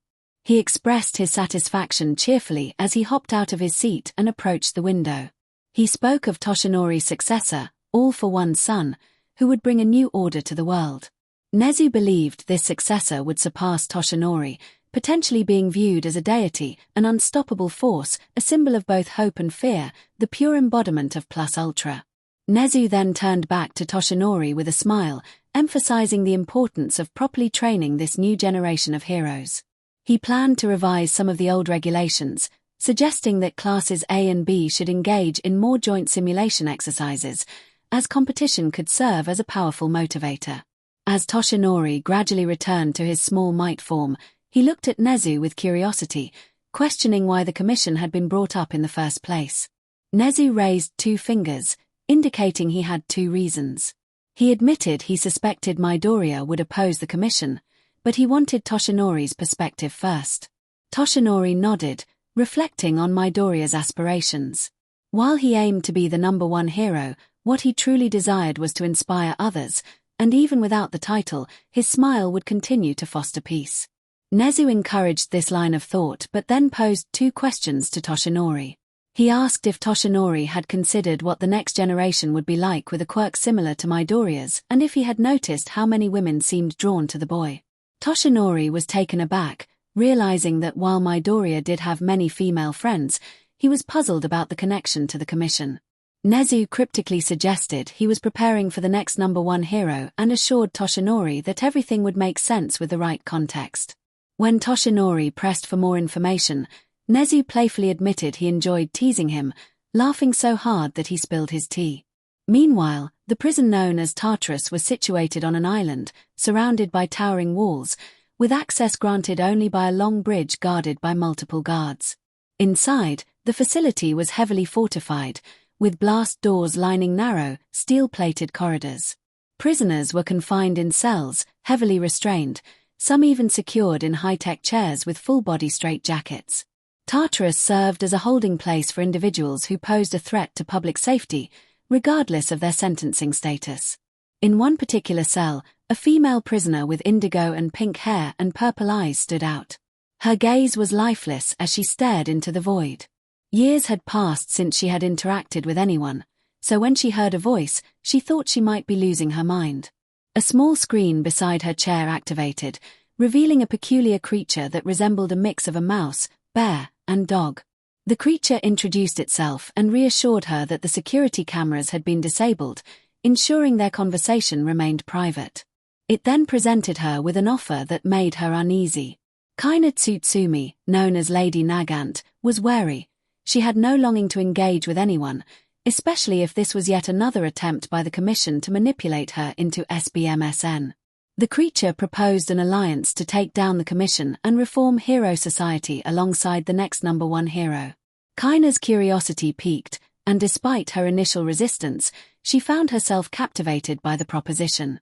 As spring arrived, bringing with it blooming sakura trees, 𝐒𝐭𝐽 embraced her son tightly, expressing her immense pride. She held back tears as she celebrated his achievements. Izuku, dressed in his school uniform, felt a mix of emotions as he stood there, his attire consisting of dark green dress briefs, a white dress shirt, a light grey jacket with green lapels and cuffs adorned with golden buttons, and a red tie that he had yet to properly fasten. Izuku slung his backpack over his shoulder and glanced at his mother. She had lost a significant amount of weight over the past few months and appeared much happier. Izuku had been unaware that his own dreams, hindered by his lack of a quirk, had been affecting her so deeply. The overwhelming guilt and sorrow must have been weighing on her for years, leading her to believe she was a terrible mother. He felt ashamed to be the reason for her struggles and had been encouraging her to try some of his workout routines and share a diet with him over the past couple of months. Gaining his quirk had not only changed his life, it had also brought her relief. He expressed his love for her, managing to keep his voice steady as he pulled her in for a tighter hug, promising to do his best. As he stepped out the door, he felt a surge of determination. Now, standing in front of US gates, he was filled with nerves. Although he had visited the school before, this time was different. He was here to become a hero. This was the same place where All Might and Miruko had trained, and now it was his turn to make them proud. Upon entering the school, he was greeted by his friends, Melissa, Momo, Okako, Itsuka, and Mai, who were all buzzing with excitement. Itsuka hopped in front of him with a big grin, asking if he was ready to become a hero. Izuku smiled back, sharing his enthusiasm. Okako, slightly trembling with excitement, declared it was time for them to take their first steps toward becoming heroes. Momo agreed, noting the thrill of the moment. Melissa looked at the building with keen interest, eager to see what the support course had in store for them. Mai, unable to contain her excitement, exclaimed her eagerness to create many inventions. Izuku realized he wasn't the only one thrilled about the day ahead. They had all been waiting for this moment for so long. Curious about their classes, Izuku asked Okako, Momo, and Itsuka. Okako happily announced she was in 1A, and Momo confirmed she was as well. Itsuka, however, pouted as she mentioned she was in 1B. Izuku, feeling a bit guilty, assured her that they would still see each other often and that their assignments would likely be similar enough for them to study together.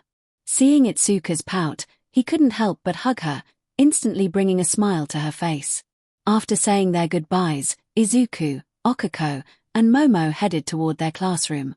Izuku muttered under his breath, hoping Bakugo wouldn't be there. Okako, sensing his unease, asked if Bakugo was the one who had bullied him. Momo looked to Okako for clarification, and she explained that Bakugo had picked on Izuku for being quirkless. Momo gasped in shock, and Izuku grimaced as he recalled the past. He explained that Bakugo had called him Deku, a term that had been a way to label him as useless.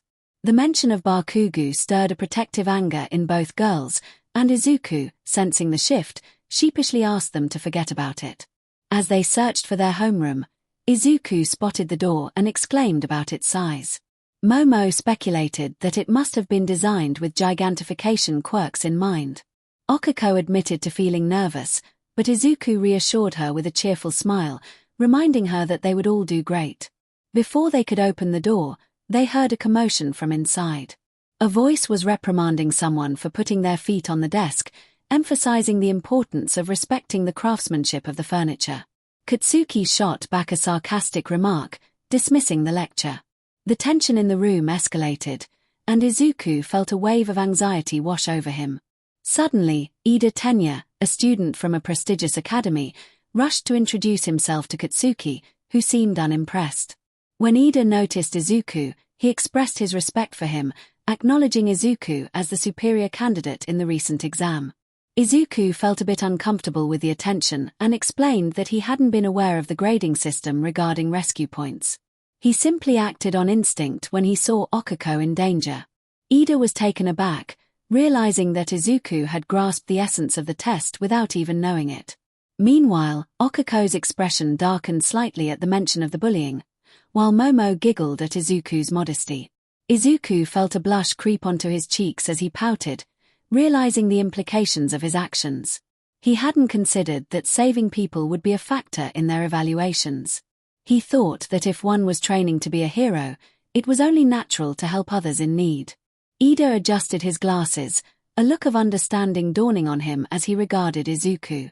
He recognized that Izuku was ahead of him in thinking. The rest of the class began to chatter excitedly, drawing Izuku's attention. A girl with pink skin gasped in awe, exclaiming that Izuku was the Midoriya who had broken All Might's record. Her voice quivered with excitement as she shared how he had not only broken the record but had nearly doubled it.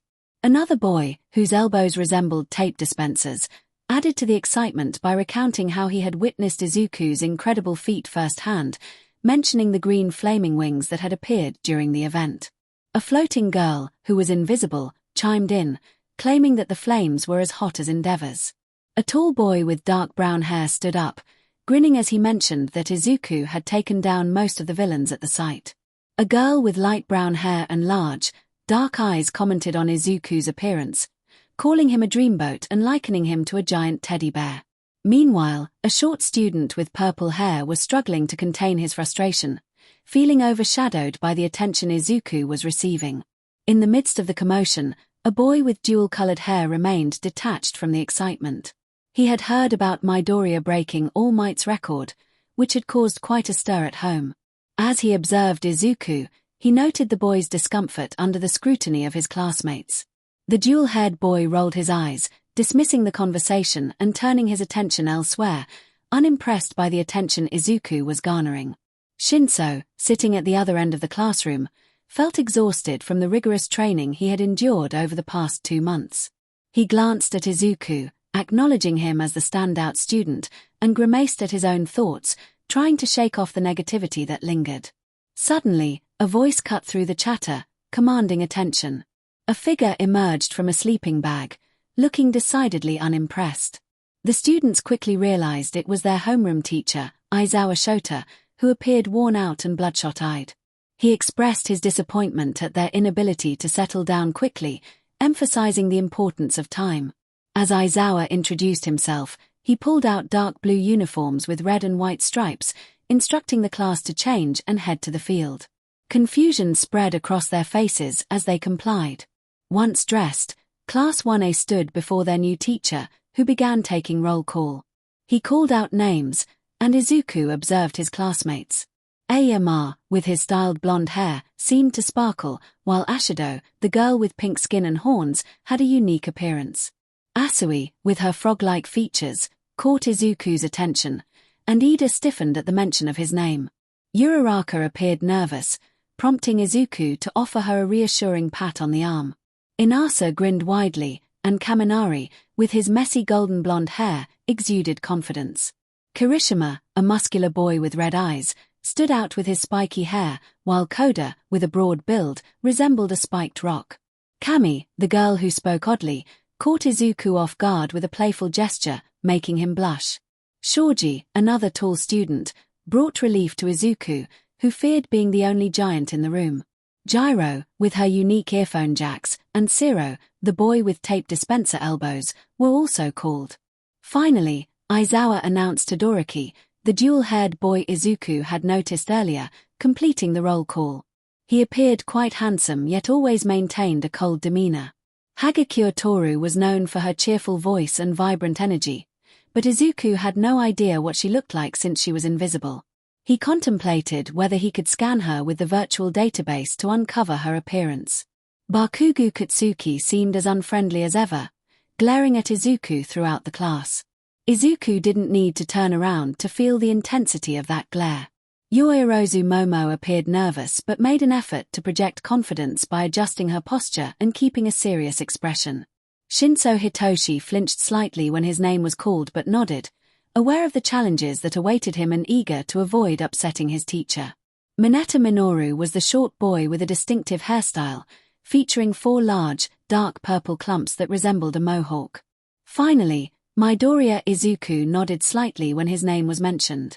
He was still curious about his teacher, but the disheveled man before him did not ring any bells. Despite having some updated hero analysis books in the virtual database, he hadn't reviewed all of them yet. He considered a quick scan to refresh his memory. His quirk allowed him to cancel out the abilities of anyone he looked at. Although the information was limited compared to Shield-san, he realized that it might be due to his unfamiliarity with Aizawa-sensei. Suddenly, he had a revelation. Aizawa began to address the class, but Izuku interrupted, exclaiming the name Eraserhead before he could stop himself. Instantly regretting his outburst, he noticed the varied expressions on his classmates' faces, ranging from curiosity to amusement. Some chuckled, speculating whether it was a nickname or a hero name, but none had heard of a hero called Eraserhead. Ida looked disappointed and gestured for Izuku to be quiet, reminding him not to interrupt their teacher. Izuku quickly apologized, bowing repeatedly, which elicited some laughter from the other students, easing the atmosphere. Bakugo watched Izuku with a growl, frustrated that he was still the same. He couldn't fathom how Izuku had made it to UA without a quirk. Aizawa rubbed his nose, recalling Nemuri's words about the yearly influx of enthusiastic students. He preferred to keep his information private, as he was more of a night patroller, and didn't want villains to know his abilities. Yet, the media always revealed his quirk and its workings whenever he made a public statement. He introduced himself as Eraserhead, explaining that his eyes could deactivate quirks when activated, cautioning the class not to make him use it too often due to the discomfort it caused him. The students reacted with a mix of awe and sympathy, recognizing that even powerful quirks could have peculiar weaknesses. Aizawa then turned his attention back to Izuku, who felt disheartened by being labeled a problem child so quickly. Momo and Okiko offered him gentle pats on the back, trying to suppress their smiles. Aizawa continued, announcing that they would be conducting a quirk assessment test. The entire class echoed his words in confusion, questioning the absence of the entrance ceremony and guidance sessions. Okiko stepped forward, expressing her disappointment as she had been looking forward to those events. Aizawa dismissed their concerns, stating that time was precious for aspiring heroes. He explained that their education at UA followed a unique freestyle system, applicable to both students and teachers. He listed the various physical tests they would be undertaking, emphasizing that they had never been allowed to use their quirks during previous assessments. He then focused on Izuku, noting that he had broken the record during the entrance exam. Aizawa inquired about Izuku's best throw during the softball pitch in high school. Izuku replied that it was around 80 meters, though he hadn't concentrated on his fitness test, being preoccupied with training alongside Maruko and All Might. Aizawa instructed him to attempt the throw again, this time utilizing his quirk, and indicated a circle on the ground where he should stand. Izuku nodded, feeling Bakugo's intense gaze on him as he prepared. He stepped into the circle and caught the ball Aizawa tossed to him. Okiko's excitement was palpable as she speculated which quirk Izuku would employ. Mina joined in, surprised to learn that he had multiple quirks. Momo suggested that he might use Overdrive and Emerald Phoenix, recalling how he had used them in a similar situation during the exam. The class listened intently, and Bakugo's shock deepened as he witnessed Izuku unleash green flames from his mouth, enveloping the ball in his hands. The students gasped in astonishment. Shoto glared at the fire, bewildered by the sight. Izuku, fueled by the power of One for All and Overdrive, prepared to launch the flaming ball. He took a step forward and shouted, "Smash!" The ball soared into the sky, the flames propelling it higher and higher until it vanished from view. The class stared in awe, unable to comprehend the distance it had traveled. Bakugo's expression turned icy, filled with a mix of anger and disbelief. He couldn't believe that Izuku truly possessed a quirk. Aizawa, momentarily taken aback, quickly regained his composure. He checked the tracker on his phone and announced the impressive distance of 1,600 meters. On the dot, the class erupted with excitement, several students exclaiming in unison about how incredible the demonstration had been. Izuku beamed with joy, feeling he could have performed even better with the help of F.A. Jin and 𝐔𝐬𝐽, but he didn't want to risk injury that could hinder him in future challenges. He felt satisfied with his decision to use Emerald Phoenix for assistance. Without it, he might have struggled to reach even 400 meters. However, one voice broke through his thoughts. 𝗵𝘃𝗂 charged forward, crackling with energy, demanding to know how Izuku had managed such a feat. Aizawa swiftly deployed his capture weapon, wrapping 𝗵𝘃𝗂 tightly and immobilizing him as his eyes glowed a fierce red. He questioned 𝗵𝘃𝗂's intentions, pointing out that attacking a fellow student could lead to serious consequences on the first day. Katsuki, teeth clenched and fists tight, acknowledged Aizawa's warning. Once released, Aizawa blinked rapidly after applying eye drops, but Izuku's enthusiasm interrupted him.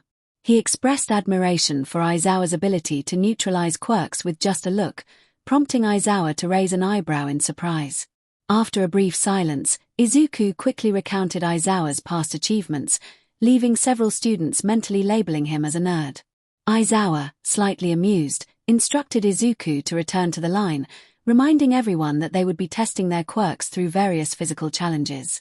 He mentioned the different events they would face, hinting at the competitive nature of the tests.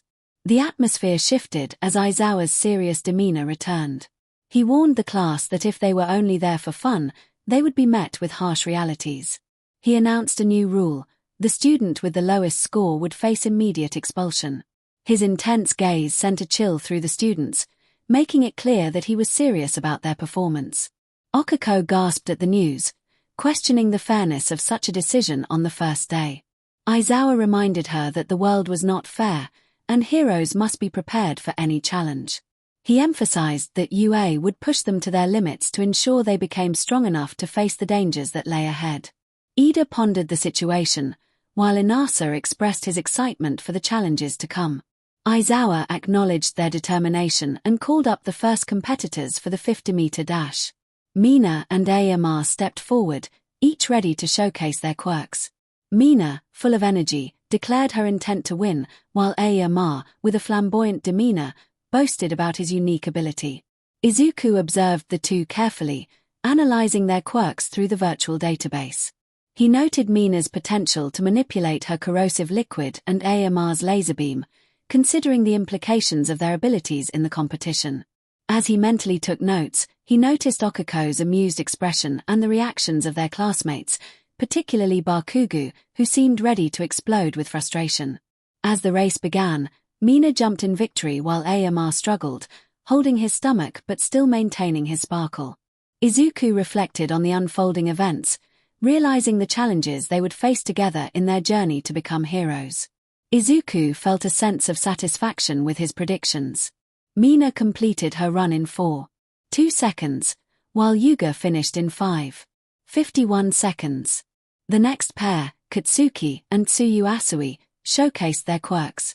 Katsuki utilized his explosion quirk like an afterburner, finishing the race in an impressive 2.23 seconds. Tsuyu demonstrated remarkable leaping skills, crossing the finish line in 5.28 seconds.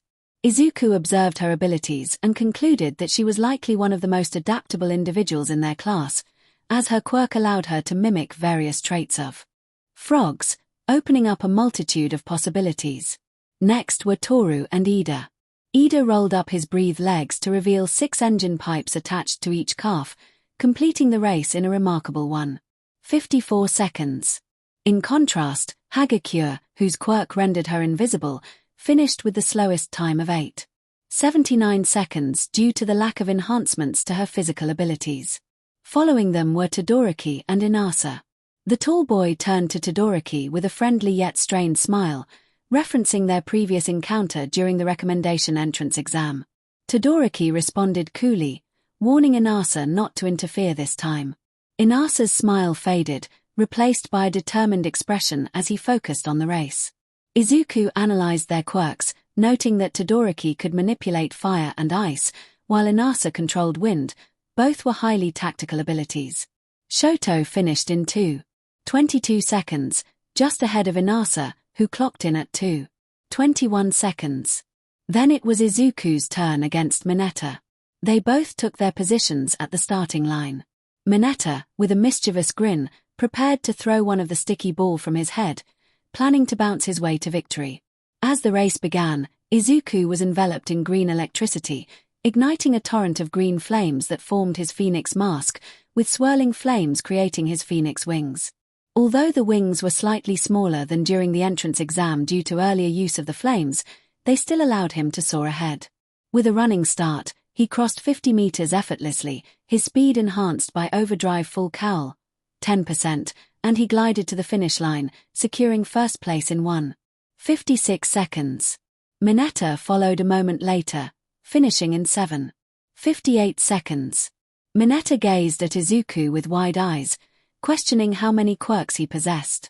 Several classmates echoed the same sentiment, while Katsuki looked on in disbelief at the sight of Izuku surrounded by flames and energy. Izuku felt bashful, an unusual expression for him given the fierce appearance of his phoenix mask. He explained that his quirk was called All-in-One, allowing him to stock and store the quirks of others by absorbing their DNA.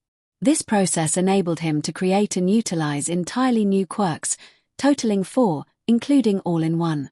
Okiko and Momo exchanged excited glances, and Momo quickly produced 2 headphones with her quirk. They both donned the headphones and counted down together.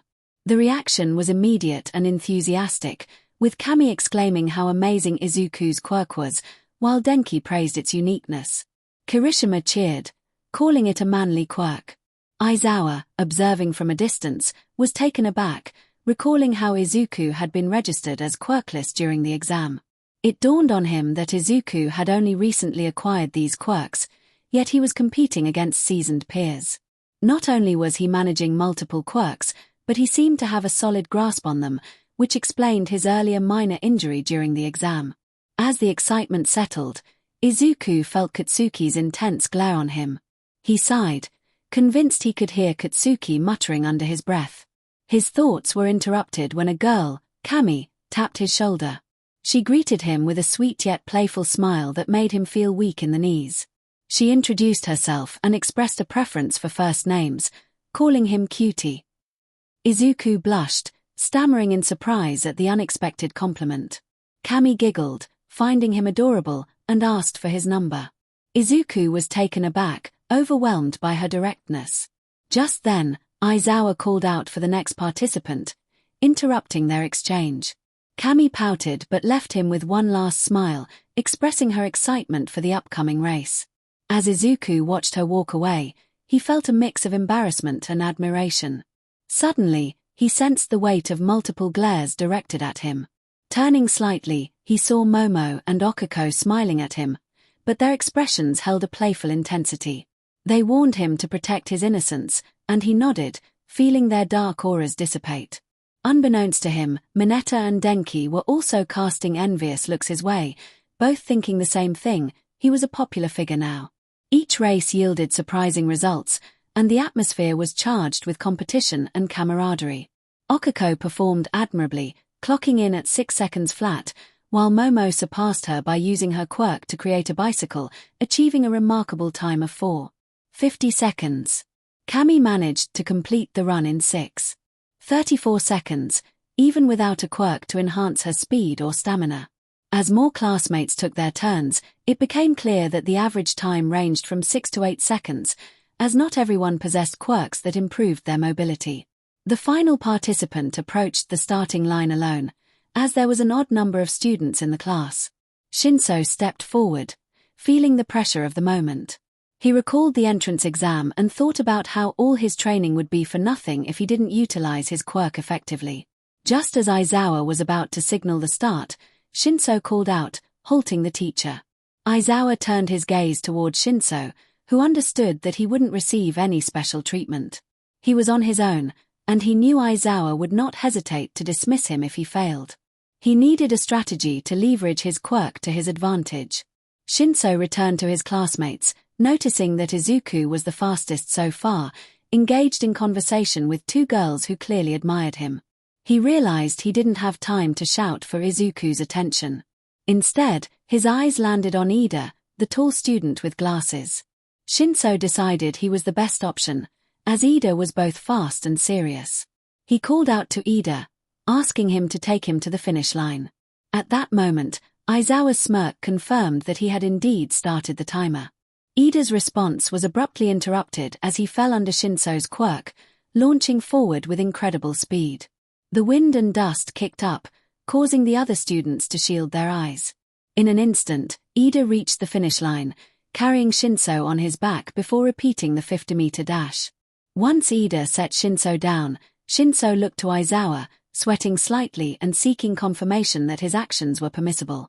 Aizawa rolled his eyes and announced Qinsō's time of 4:56 seconds. Although it was slower than Ida's original score, it was still better than half the class. The students erupted in chatter, and Qinsō winced at the noise as he released Ida from the effects of his quirk. Questions and protests arose from the class, expressing disbelief at how Qinsō's actions were allowed. Aizawa silenced them, directing his attention to Qinsō, signaling for him to explain his quirk, just as Midoriya had done. Qinsō felt a wave of frustration. He had hoped to make some friends before revealing his quirk. He explained that his quirk was brainwashing, which allowed him to control someone if they responded to him. He braced himself for the usual reactions he had encountered throughout his life, the judgments about its villainous nature. Ida appeared shocked, clearly offended that Qinsō had used his quirk without permission, while others in the class fell silent. However, one student reacted differently. Izuku expressed excitement, his eyes sparkling as he rushed over to Qinsō. He asked a flurry of questions about the specifics of Qinsō's quirk, curious about its mechanics and limitations. Qinsō was taken aback by Izuku's enthusiasm and considered using his quirk to make him stop talking, but the lack of condemnation from Izuku caught him off guard. More classmates began to compliment Qinsō's quirk. Momo noted its potential usefulness in rescue missions or capturing villains, suggesting that it could help manage panic in disaster situations. Izuku added that it could provide a significant advantage against villains, who often monologued during battles, making them susceptible to surprise. Ida approached with a serious demeanor, emphasizing the importance of seeking permission before using his quirk on others. He acknowledged the time constraints but expressed a longing for communication in the future. Qinsō was astonished by Ida's understanding, realizing that he might be allowed to use his quirk again if he asked first. As the three returned to the group, Okako pondered the challenges Qinsō might face in practical scenarios, doubting his quirk would work effectively against robots. Mina expressed sympathy, recalling her own struggles during the practical exam. Toru shared her experience of having to outsmart the robots, describing it as a nightmare. Inasa chimed in with enthusiasm, declaring that Qinsō could save many people with his impressive quirk. Qinsō's expression softened, a hint of warmth in his eyes as he considered the support from his classmates. Meanwhile, Shoto observed from the back of the class, remaining detached as he assessed everyone's abilities from a distance. As he surveyed the class, evaluating their strength, his gaze locked onto Izuku, and he felt a surge of reddish-orange flames flickering from his left hand. Shoto thought to himself that Midoriya Izuku was someone to watch closely. The class lined up for the grip test, forming groups of 3, each with a dynamometer designed to measure grip strength in kilograms, specifically tailored for quirk users. This test was straightforward for Izuku.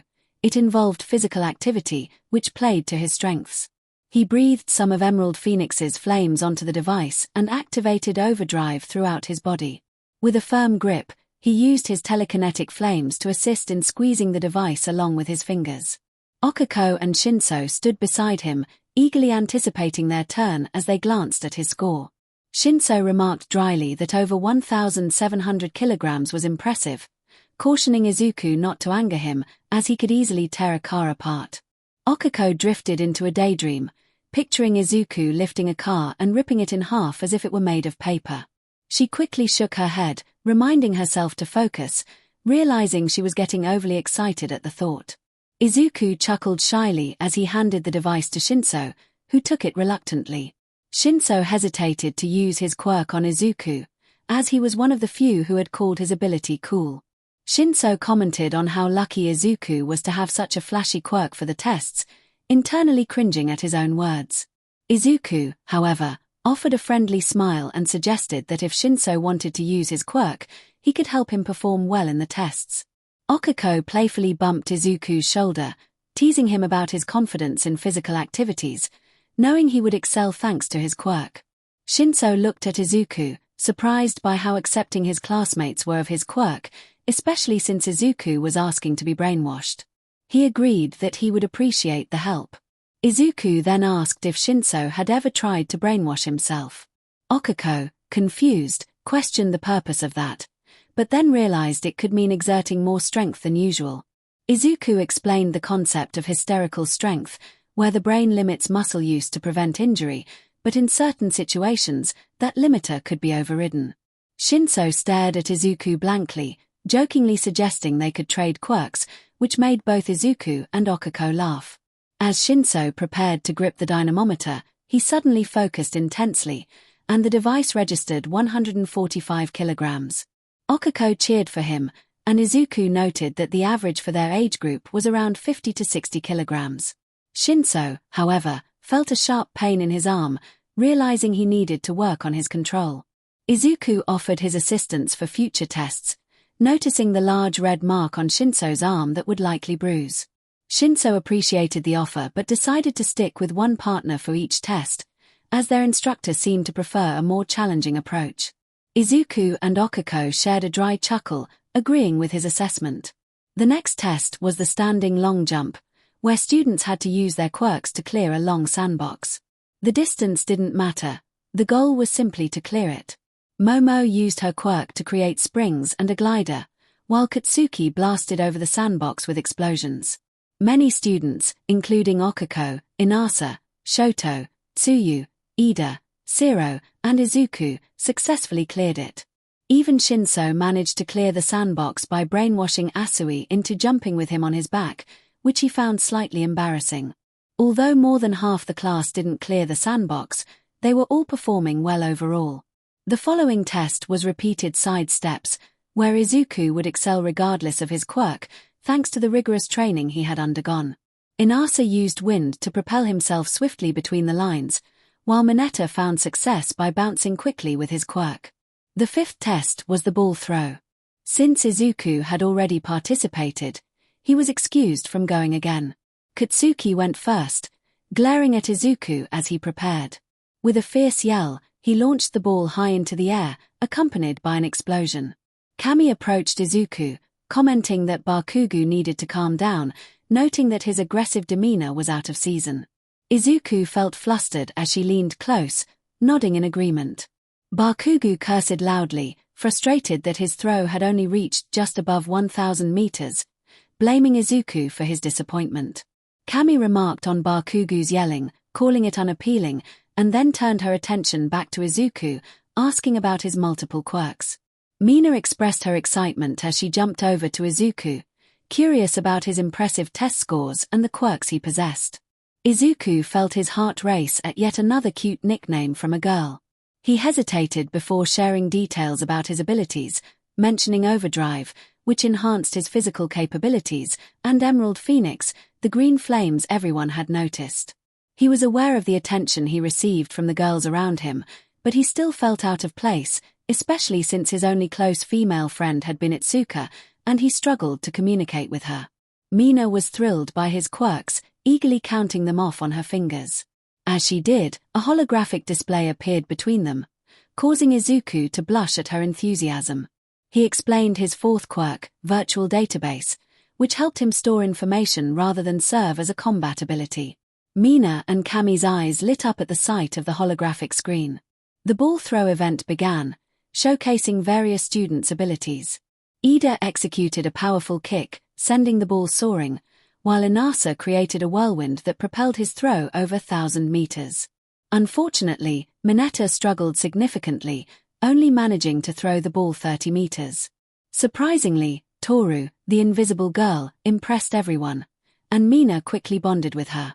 Momo then astonished the crowd by producing a cannon and launching the ball over 2 kilometers. Okiko followed, achieving an unimaginable score of infinity, leaving everyone in awe. A student questioned if that meant she won the event, but Aizawa clarified that he would adjust the scores accordingly. Uraraka pondered her quirk's nature, appearing adorable as she contemplated its implications. Momo gently reminded her that it was unlikely the ball would return. The tests continued at a rapid pace, with students pushing themselves to their limits. Katsuki, in particular, was determined to surpass Izuku, pushing himself to the brink of injury but only feeling more frustrated with each attempt. In the endurance run, Ida emerged victorious, even outpacing Momo, while Izuku secured a close third place.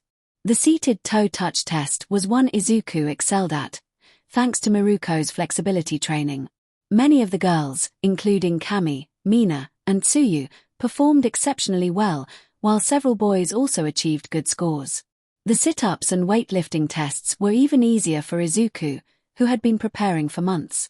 His overdrive quirk made the sit-ups feel effortless, and he far surpassed his classmates. The weightlifting test involved a barbell with adjustable weights. Each student showcased their unique abilities, with Momo creating a hydraulic lift, Shoto forming a bed of ice, Inasa generating a whirlwind, and Okako making the barbell feel weightless. Izuku attempted to lift the barbell using the flames of Emerald Phoenix but had to SWCH to overdrive as the weight increased beyond half a ton. As he returned to his classmates, Izuku reflected on his findings about Emerald Phoenix's limitations. His thoughts were interrupted by Kaminari, who expressed frustration about his quirk's ineffectiveness in physical activities. Izuku approached him, recalling that Kaminari could generate electricity. He had noticed sparks during the tests and wondered if Kaminari had ever considered magnetizing objects with his abilities. If one could magnetize the barbell away from the ground or themselves, the weight shouldn't pose a problem, right? Many nearby students listened intently, eagerly awaiting Denki's response to the question. The answer came loud and clear as Denki facepalmed in frustration. He exclaimed in disbelief at his own oversight. He thanked the person who posed the idea, expressing gratitude for the suggestion. Izuku smiled as Denki walked away for his turn, but then his words sank in.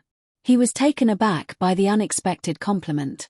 A giggle from his side drew his attention, and he noticed a girl with headphone cables for earlobes smirking at him.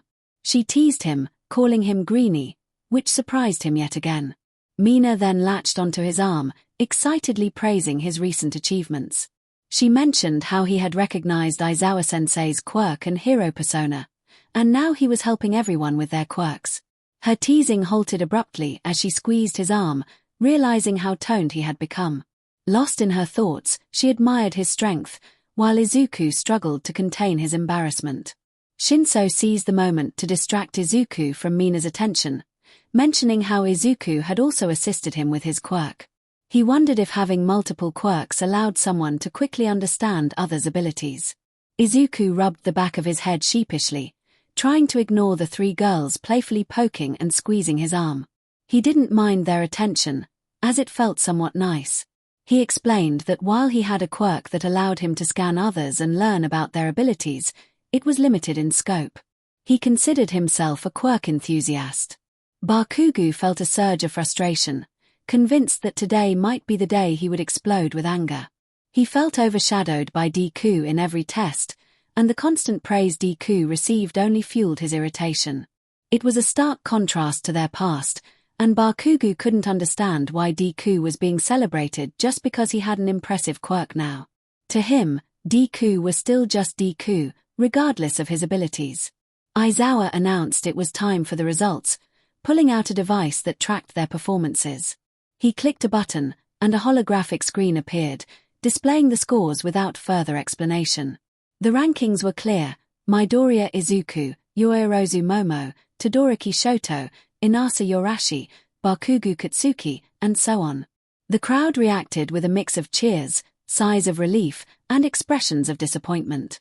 Bakugo seethed at the results, feeling a mix of rage and disbelief that Deku had claimed first place while he barely made it into the top 5. His anger simmered, but he held back, knowing Aizawa would not tolerate any outbursts. Shinso, on the other hand, felt a sense of elation, surprised by his own performance and the possibility of becoming a hero. Despite the overall positive atmosphere, everyone cast a sympathetic glance at the short boy with purple ball for hair. Mineta, overwhelmed with despair, cried out in panic about the prospect of being expelled. His outburst about his dreams of being a HRM king elicited eye rolls and dismissive comments from his classmates, who quickly lost any sympathy for him. Aizawa, unimpressed, addressed Mineta directly, informing him of his expulsion. The teacher's demeanor suggested he had little patience for those who did not take their training seriously. Momo gasped, realizing that Aizawa indeed had the authority to expel students, and dread washed over her as she processed the situation. Minatta's protests were abruptly silenced when Aizawa used his scarf to quiet him. Aizawa then turned to the rest of the class, emphasizing that there was much room for improvement and that their positions were not secure.